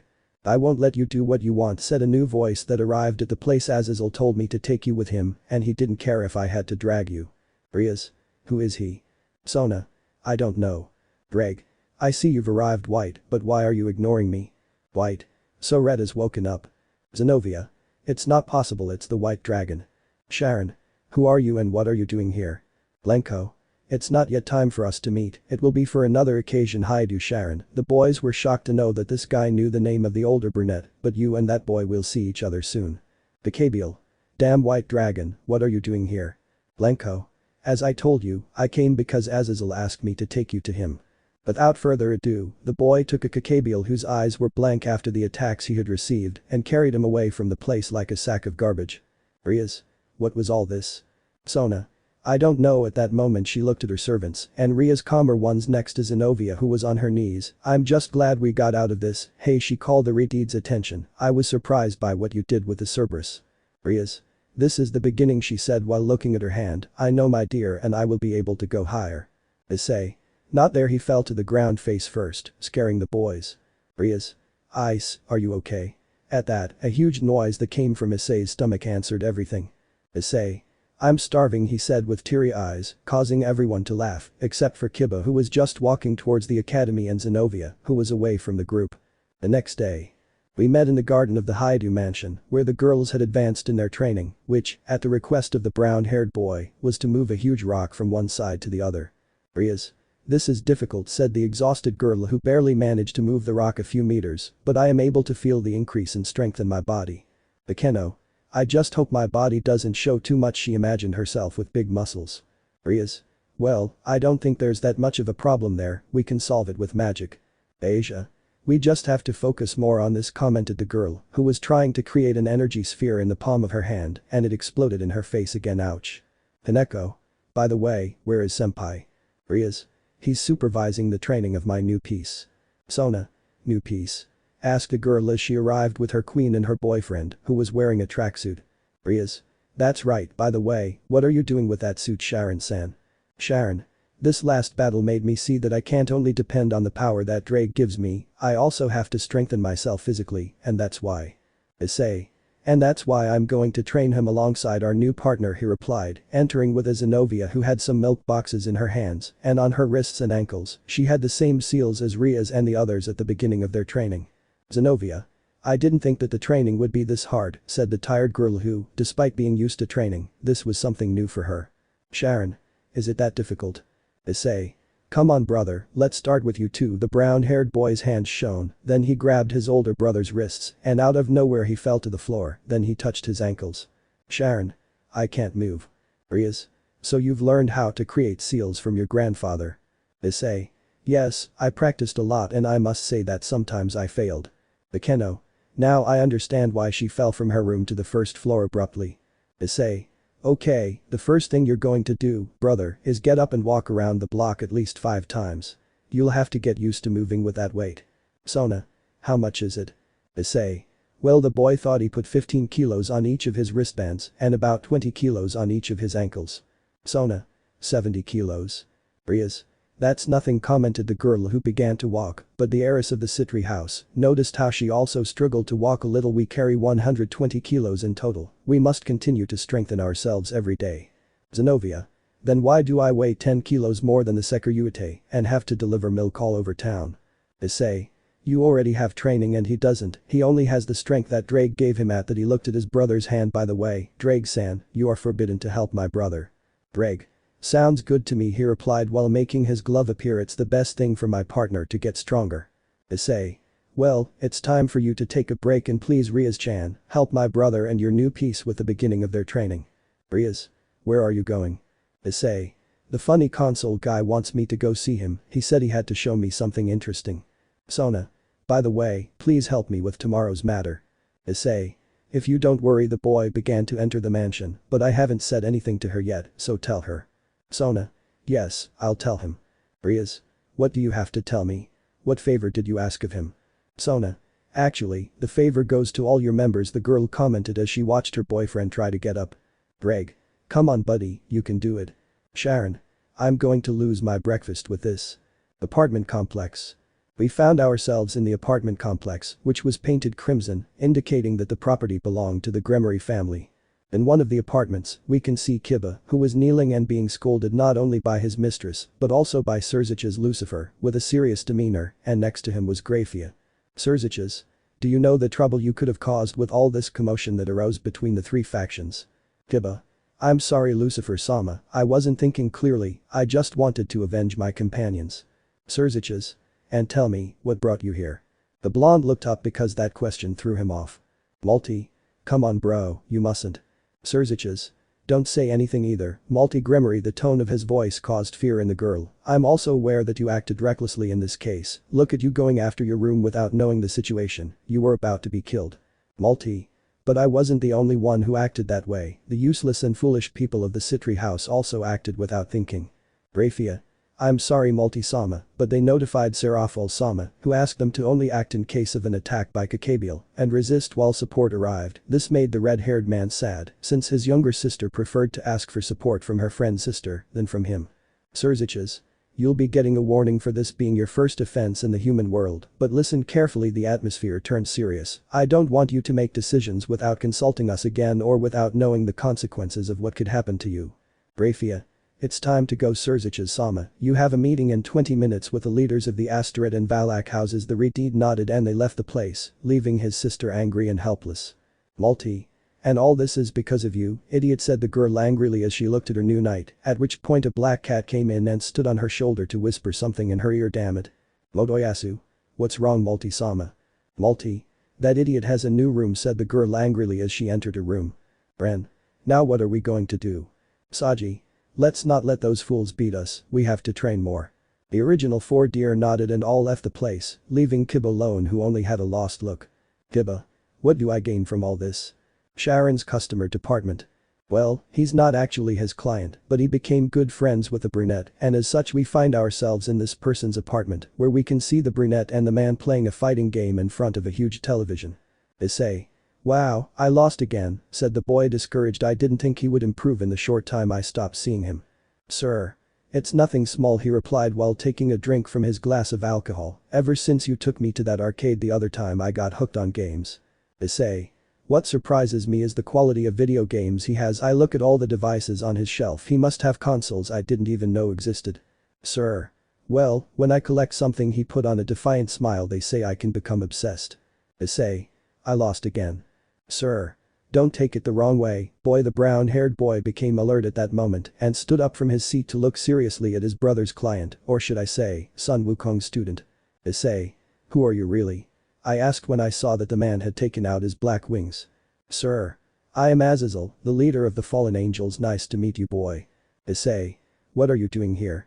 Azazel. I simply came to see the chaos that one of my subordinates was causing and of course stop him before he did something crazy, but as you saw I couldn't intervene. Issei. If he's already gone, why are you still here? Azazel. You will know that later, the cadre replied as he went to the door and opened it, but it is not time yet, it is better for you to go. The brown-haired boy cautiously went to the exit door, but Azazel's voice caused him to stop.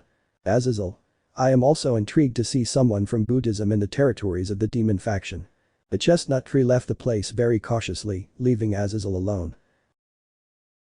Azazel. This is going to get interesting. Abandoned temple. We can see Kuoh-sama in a huge room in his temple where he went to live. Well, he looked at every detail of it. Kuoh-sama.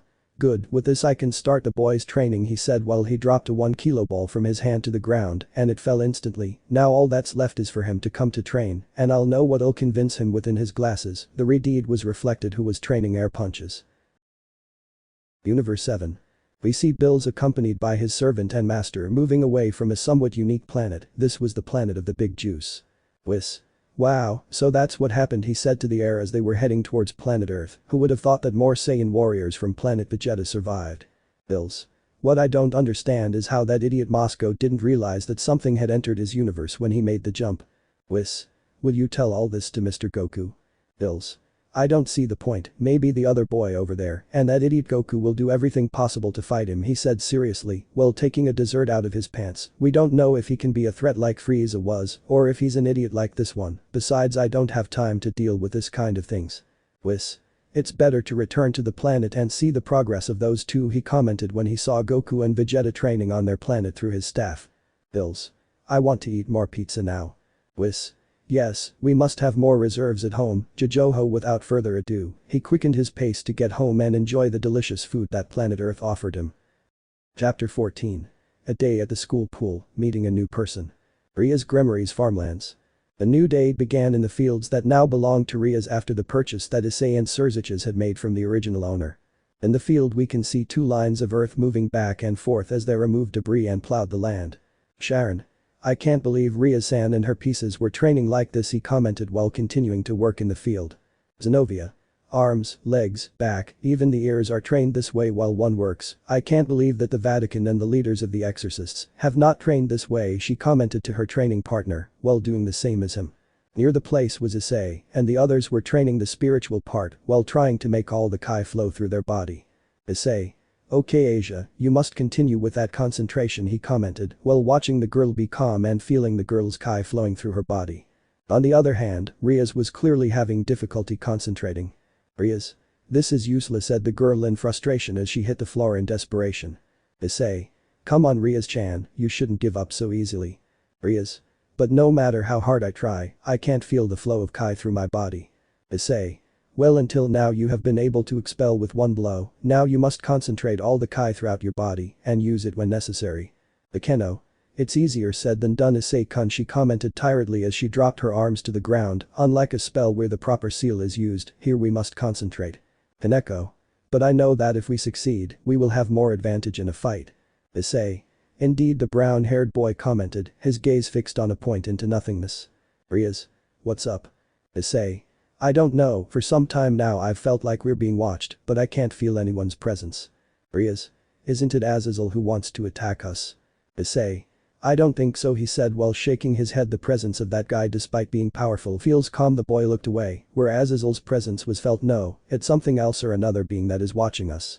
At that moment the circle of the Sitri family seal appeared on the field, where Sona and her queen were leaving to meet the others. Sona. Okay Rias, I need you to pay me back for the favor I did for you. Rias. That's right, I told you we were going to wash the academy pool today. Sona.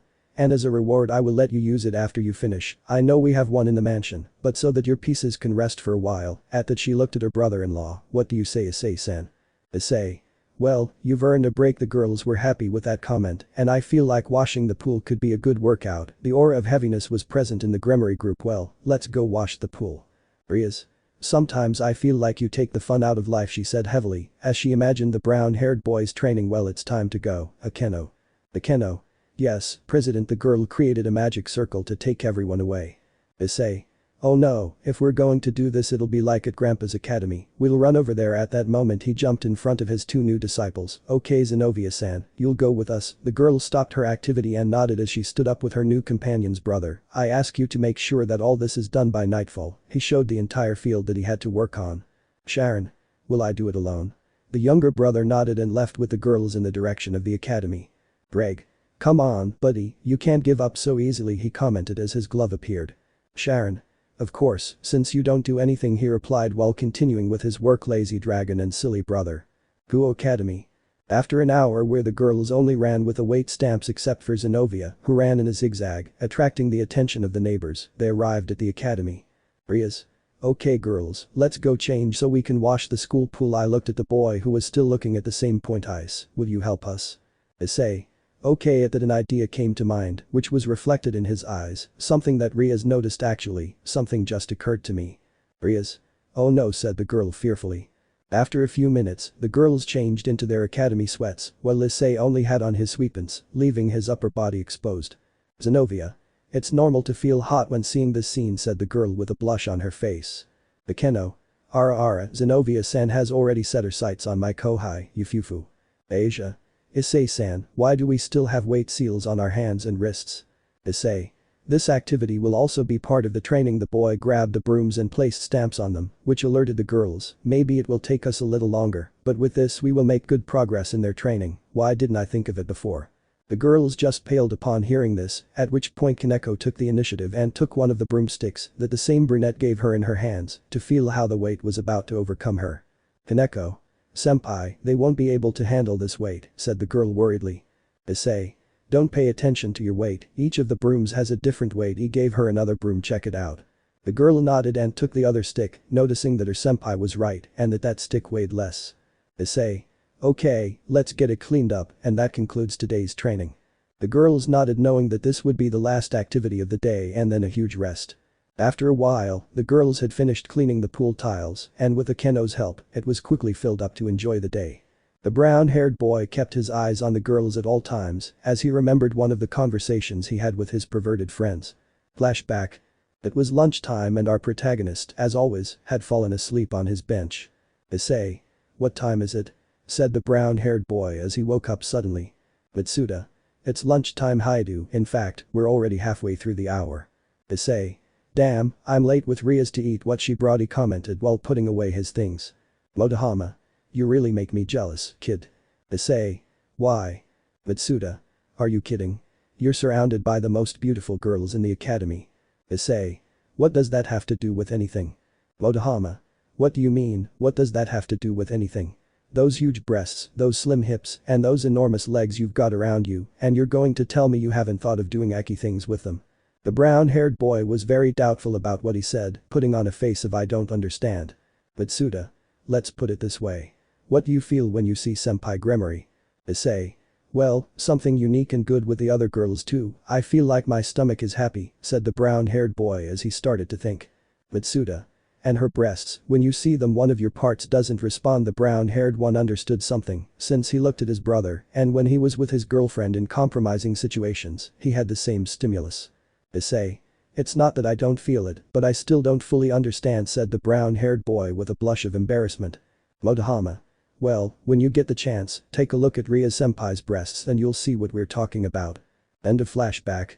The brunette turned red as he remembered how Rias and Akeno's breasts moved with every movement and felt that his little friend was a little more active than usual. Rias. Well, it's time to have fun, commented the girl already in a swimsuit. By the way, Ice, how do I look? The brunette turned to look at the girl and blushed at the beautiful figure she showed in her two-piece outfit. Issei. You're beautiful, the girl blushed while smiling with joy. Akeno. Ara, what do you think of my swimsuit, Kohai? Asked a beautiful brunette while resting her breasts on the brown-haired boy's back. Issei.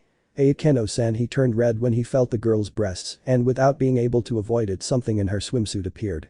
Akeno. Ara, you are happy to see me, Issei-kun. Rias. Enough, Akeno, don't bother Ice like that, besides he was praising my swimsuit. Asia. How do I look, Issei-san? Issei.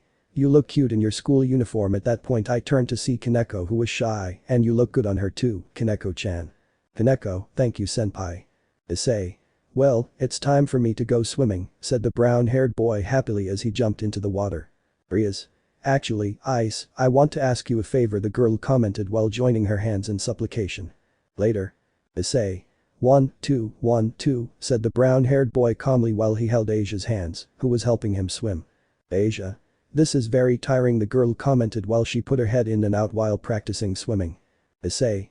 Okay, let's take a little break, said the boy as he stopped. Now it's your turn, Kaneko-chan. The albino nodded and got into the water to start her practice.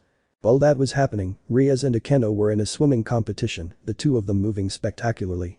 Issei. Wow, they really are good, he said to the air as he continued helping the girl. Kaneko. Senpai, concentrate, I told her while pouting in jealousy. Issei. Sorry, we must continue, he replied while continuing with his practice. Asia. Issei-san, who taught you anything? Issei. Well, that was my grandfather. At that moment he began to remember his swimming lessons, which were not pleasant, although in the end he always rewarded me with something. Kaneko. What was senpai? Issei. Well, it was something called Heineken that he tried to give me when I got the lesson, although it also hurt. Asia. I want one of those things. Issei. No, Asia, you shouldn't try that, let's continue, and if you make it I'll take you for some ice cream. Asia. Kaneko. That sounds good. All this was heard by Rias, who pouted in jealousy. Rias. Baka, I want to go on a date with you too. After a while the girls were sunbathing while the brown-haired boy began to come out of the water after being distracted for a while. Issei. An indoor pool at home is nice, but nothing beats an outdoor one and drying off in the sun's rays. Rias.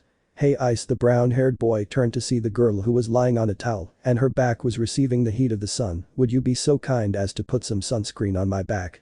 The brunette, when turning to see, had a beautiful image of the redeed, the delicate white skin of her back, and the swimsuit caused things in him that he could not explain. What a small bulge in her swimsuit was present, but it was not noticed by the others. Issei. Clawsure, stop helping. The blushing brunette put the protector on his hands and without telling the girl began to rub it on her back. Rias. Kaya, ice, be more delicate she said playfully, which caused the brunette to blush more and the bump to grow. Issei. Hey and where is Zenobia? Rias. She stayed in the changing room putting on her new swimsuit. She told us to leave her alone, since it was the first time she used one of these. The boy accidentally touched one of Ria's breasts, which caused her to moan in surprise. Hey yeah.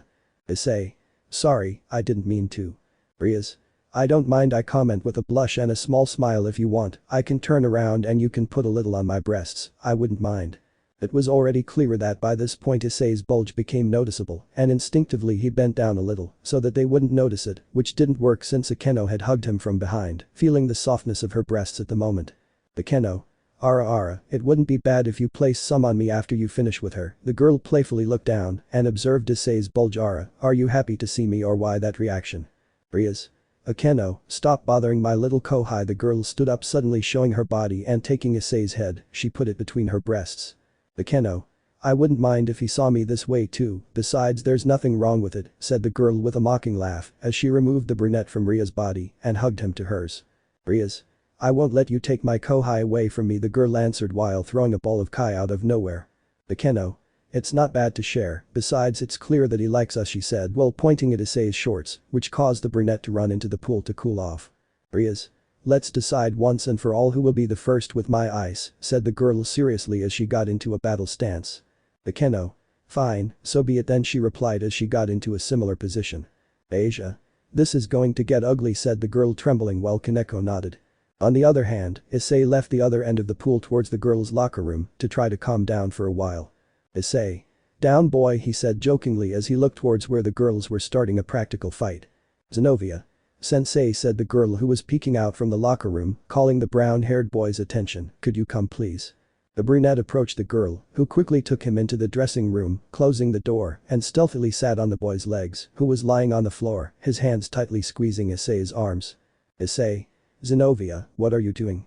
The boy asked nervously as he looked at the girl in her particular swimsuit. Zenobia.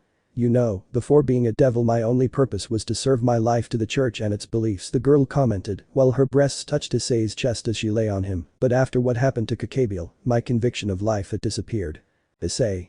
Where are you going? Zenobia. Talking to the president, she told me that as a demon I could be selfish, that is what characterizes us, and that way I could obtain a new purpose. The girl lay down on the brown-haired man, so I decided to have babies with great power and that they would help the president's cause. Issei. Huh. Zenobia. At first I had my eye on the Red Emperor Dragon, but I remembered the strength and handling of that energy that is Kai, and I thought better of having babies with you. The girl straightened up and took off her bikini top. I know that the Lord, ouch, will bless us by conceiving a child soon. Issei. Wait a moment, Issei's bulge grew again, which Zenobia noticed and blushed. Zenobia. Well, then I won't have to prepare you like the book says anymore. The girl brought her hand towards Issei's member, all fearful. Well, let's begin. Rias. Ice, what is going on here? Asked the girl with a huge tick in her eye. Behind them were the other girls who were members of Ria's parody. Zenobia. But have you come to see how Issei and I will make a baby? Rias. We'll do. Akeno. Asia. Baby. Kaneko. Perverted senpai. Issei. It's not what you think. He screamed red in shame as he fainted on the locker room floor. In the afternoon. We found ourselves in the occult club lounge, where Issei was lying on the couch while resting his head on Asia's legs, who just smiled at seeing the brunette like this. Rias, on the other hand, looked at the correspondence that had arrived from the underworld, noticing that a letter in particular had arrived, which made the girl serious. Akeno. What's wrong? Rias. Next week is the school's showcase class, and I received a letter from my brother. Akeno. Will she come to class? Rias. Yes, and not only that, he wants to see the school facilities since according to this there will be a very important event soon and… At that moment the club door swung open, revealing Multi with Motoyasu behind her. Multi. Listen, useless, my mother told me that Lucifer himself will come to school and wants everything to be in order for his visit, so it's better if you don't even show up here or else. Rias. Well, I received a letter from the same Mao that I… Multi. What? Rias. let me be the one to guide him through the school. The older Reed remained silent, then laughed ironically. Multi. And why would he want a useless person to guide him? The girl approached the club president to confront her. Listen carefully, the less you get involved in these matters the better. Without waiting for her sister's response, Multi and her piece left the place, leaving Rias helpless at how they spoke to her. Issei. You know, he called everyone's attention. We must work a lot on confidence and more towards yourself, said the boy as he got up from the couch and went to the girl to take her hand. But I know we will achieve that. They no longer see you as less, neither your family nor the demons of the underworld. Rias. Thank you, I said the girl with tearful eyes as she hugged him. The others just looked at this scene with tenderness. Issei. Well, it's time to go, the brown-haired boy commented calmly. Rias. Where are you going? Issei. For a few days now I've been feeling an energy in that direction, he commented, pointing, and I'm going to investigate what it's about.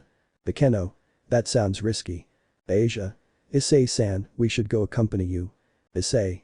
Don't worry, said the brown-haired boy, I don't feel that it's an energy with bad intentions. Anyway, I'll call you if something happens. The brown-haired boy looked out the window. Flying cloud.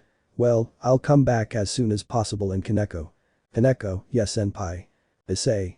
Tell me how my brother's training went. Without waiting any longer, the brown-haired boy jumped on the cloud and flew away in the direction of the energy he felt. Bekeno. That's true. How did Hyoudou-san do? But the Sekiryuutei. We see Sharon in his house's hot spring bath, sunken into the tub, his body aching from Issei's training. His girlfriend tried to pull him out, forgetting in her panic of seeing her boyfriend so she could use magic. Sona. Why don't you get up? Sharon. My whole body hurts. Tsubaki. What if we use Phoenix Tears for her recovery? Sona. We can't for two reasons. The first, Issei told us not to help him with this, it's part of his training, said the girl tiredly while trying to get her boyfriend out. Tsubaki. And the second one? Sona. I don't have any Phoenix Tears on hand. The older chestnut just made a face of disbelief as he tried to get out of the hot water. Abandoned temple. We see the chestnut tree arrive at an old temple where that Kai that he had felt had called him. Issei. Well, it's here, now I wonder whose energy is this that I feel.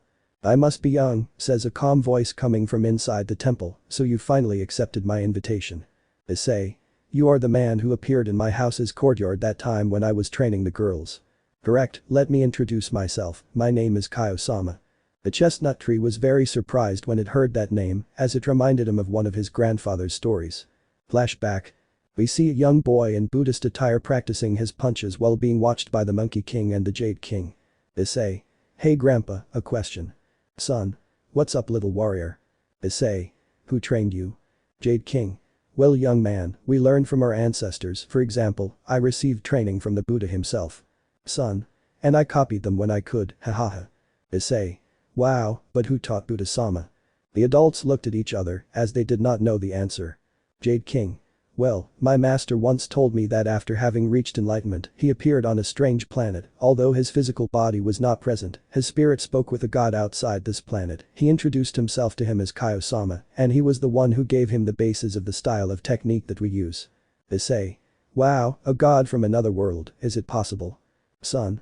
Well, the god of the biblical faction said that he had communication with a being that helped him guide this world, but we didn't hear anything more after his death. Jade King. Well, continue with your training, boy, and walk around the entire palace 5 times. Issei. 5. That's a lot. Son. Don't complain and keep training, kid. End of flashback. Issei. I heard from my grandfather and the Jade King, are you the god of another world? Kuoh-sama. Hahaha, no boy, I'm not the god of another world, he said calmly as he began to raise his Kai a little. I'm the god who takes care of this part of the universe. The brown-haired boy was surprised by the energy he showed, managing to subdue the boy. Issei. But what are you doing here? Kuoh-sama. A person asked me to supervise your training, for the moment I cannot say his name, I will only tell you that he is my superior. Issei. Is it that attention-grabbing? Kuoh-sama. Since your transformation into a giant monkey, we've been tracking you. Hearing this, our protagonist lowered his gaze in shame. Kuoh-sama. I know you're at school right now, but I'd like you to come train here after this. Issei. Where exactly, said the brown-haired boy when he saw that the space was small. Kuoh-sama. Follow me, answered the god, entering the temple. Without saying anything else, she followed him inside where she saw only a bed, a table, a kitchen and a bathroom, and then she arrived in front of a door. Kuoh-sama. Come on in, he said calmly as he opened the door. The brown-haired boy nodded doubtfully and looked inside the room, where there was a garden and everything necessary for a good workout. The brown-haired boy cautiously began to enter the garden. Issei. What's wrong with this? He didn't finish speaking when his whole body fell to the ground, but what's happening? I can't get up. Io-sama. Welcome to my training garden, where the gravity of this place is 10 times that of Earth. The brown-haired boy tried to get up as best he could, but fell to the floor. Issei. No, I can't. Without waiting for an answer, the god took him by the hand and led him out of that place. Io-sama. Okay, this is where I want you to train with me. What do you say, do you accept my invitation? The brown-haired boy was about to speak when he remembered Rias and the others. Issei. If it's not too much trouble, I'd like to bring the girls I train. Io-sama. I have no problem with it, I just hope they can withstand the gravity. Issei. They're as stubborn as I am, so they will, he said with a smile while brushing the dust off his clothes. Something new is coming for our protagonists after the sample class at Kuoh Academy. Let me know in the comments below if you guys want the next part. Also check out my other video that has been shown and left. Thank you for watching. If you enjoyed this video please like and share this video. And have a fantastic day. Bye.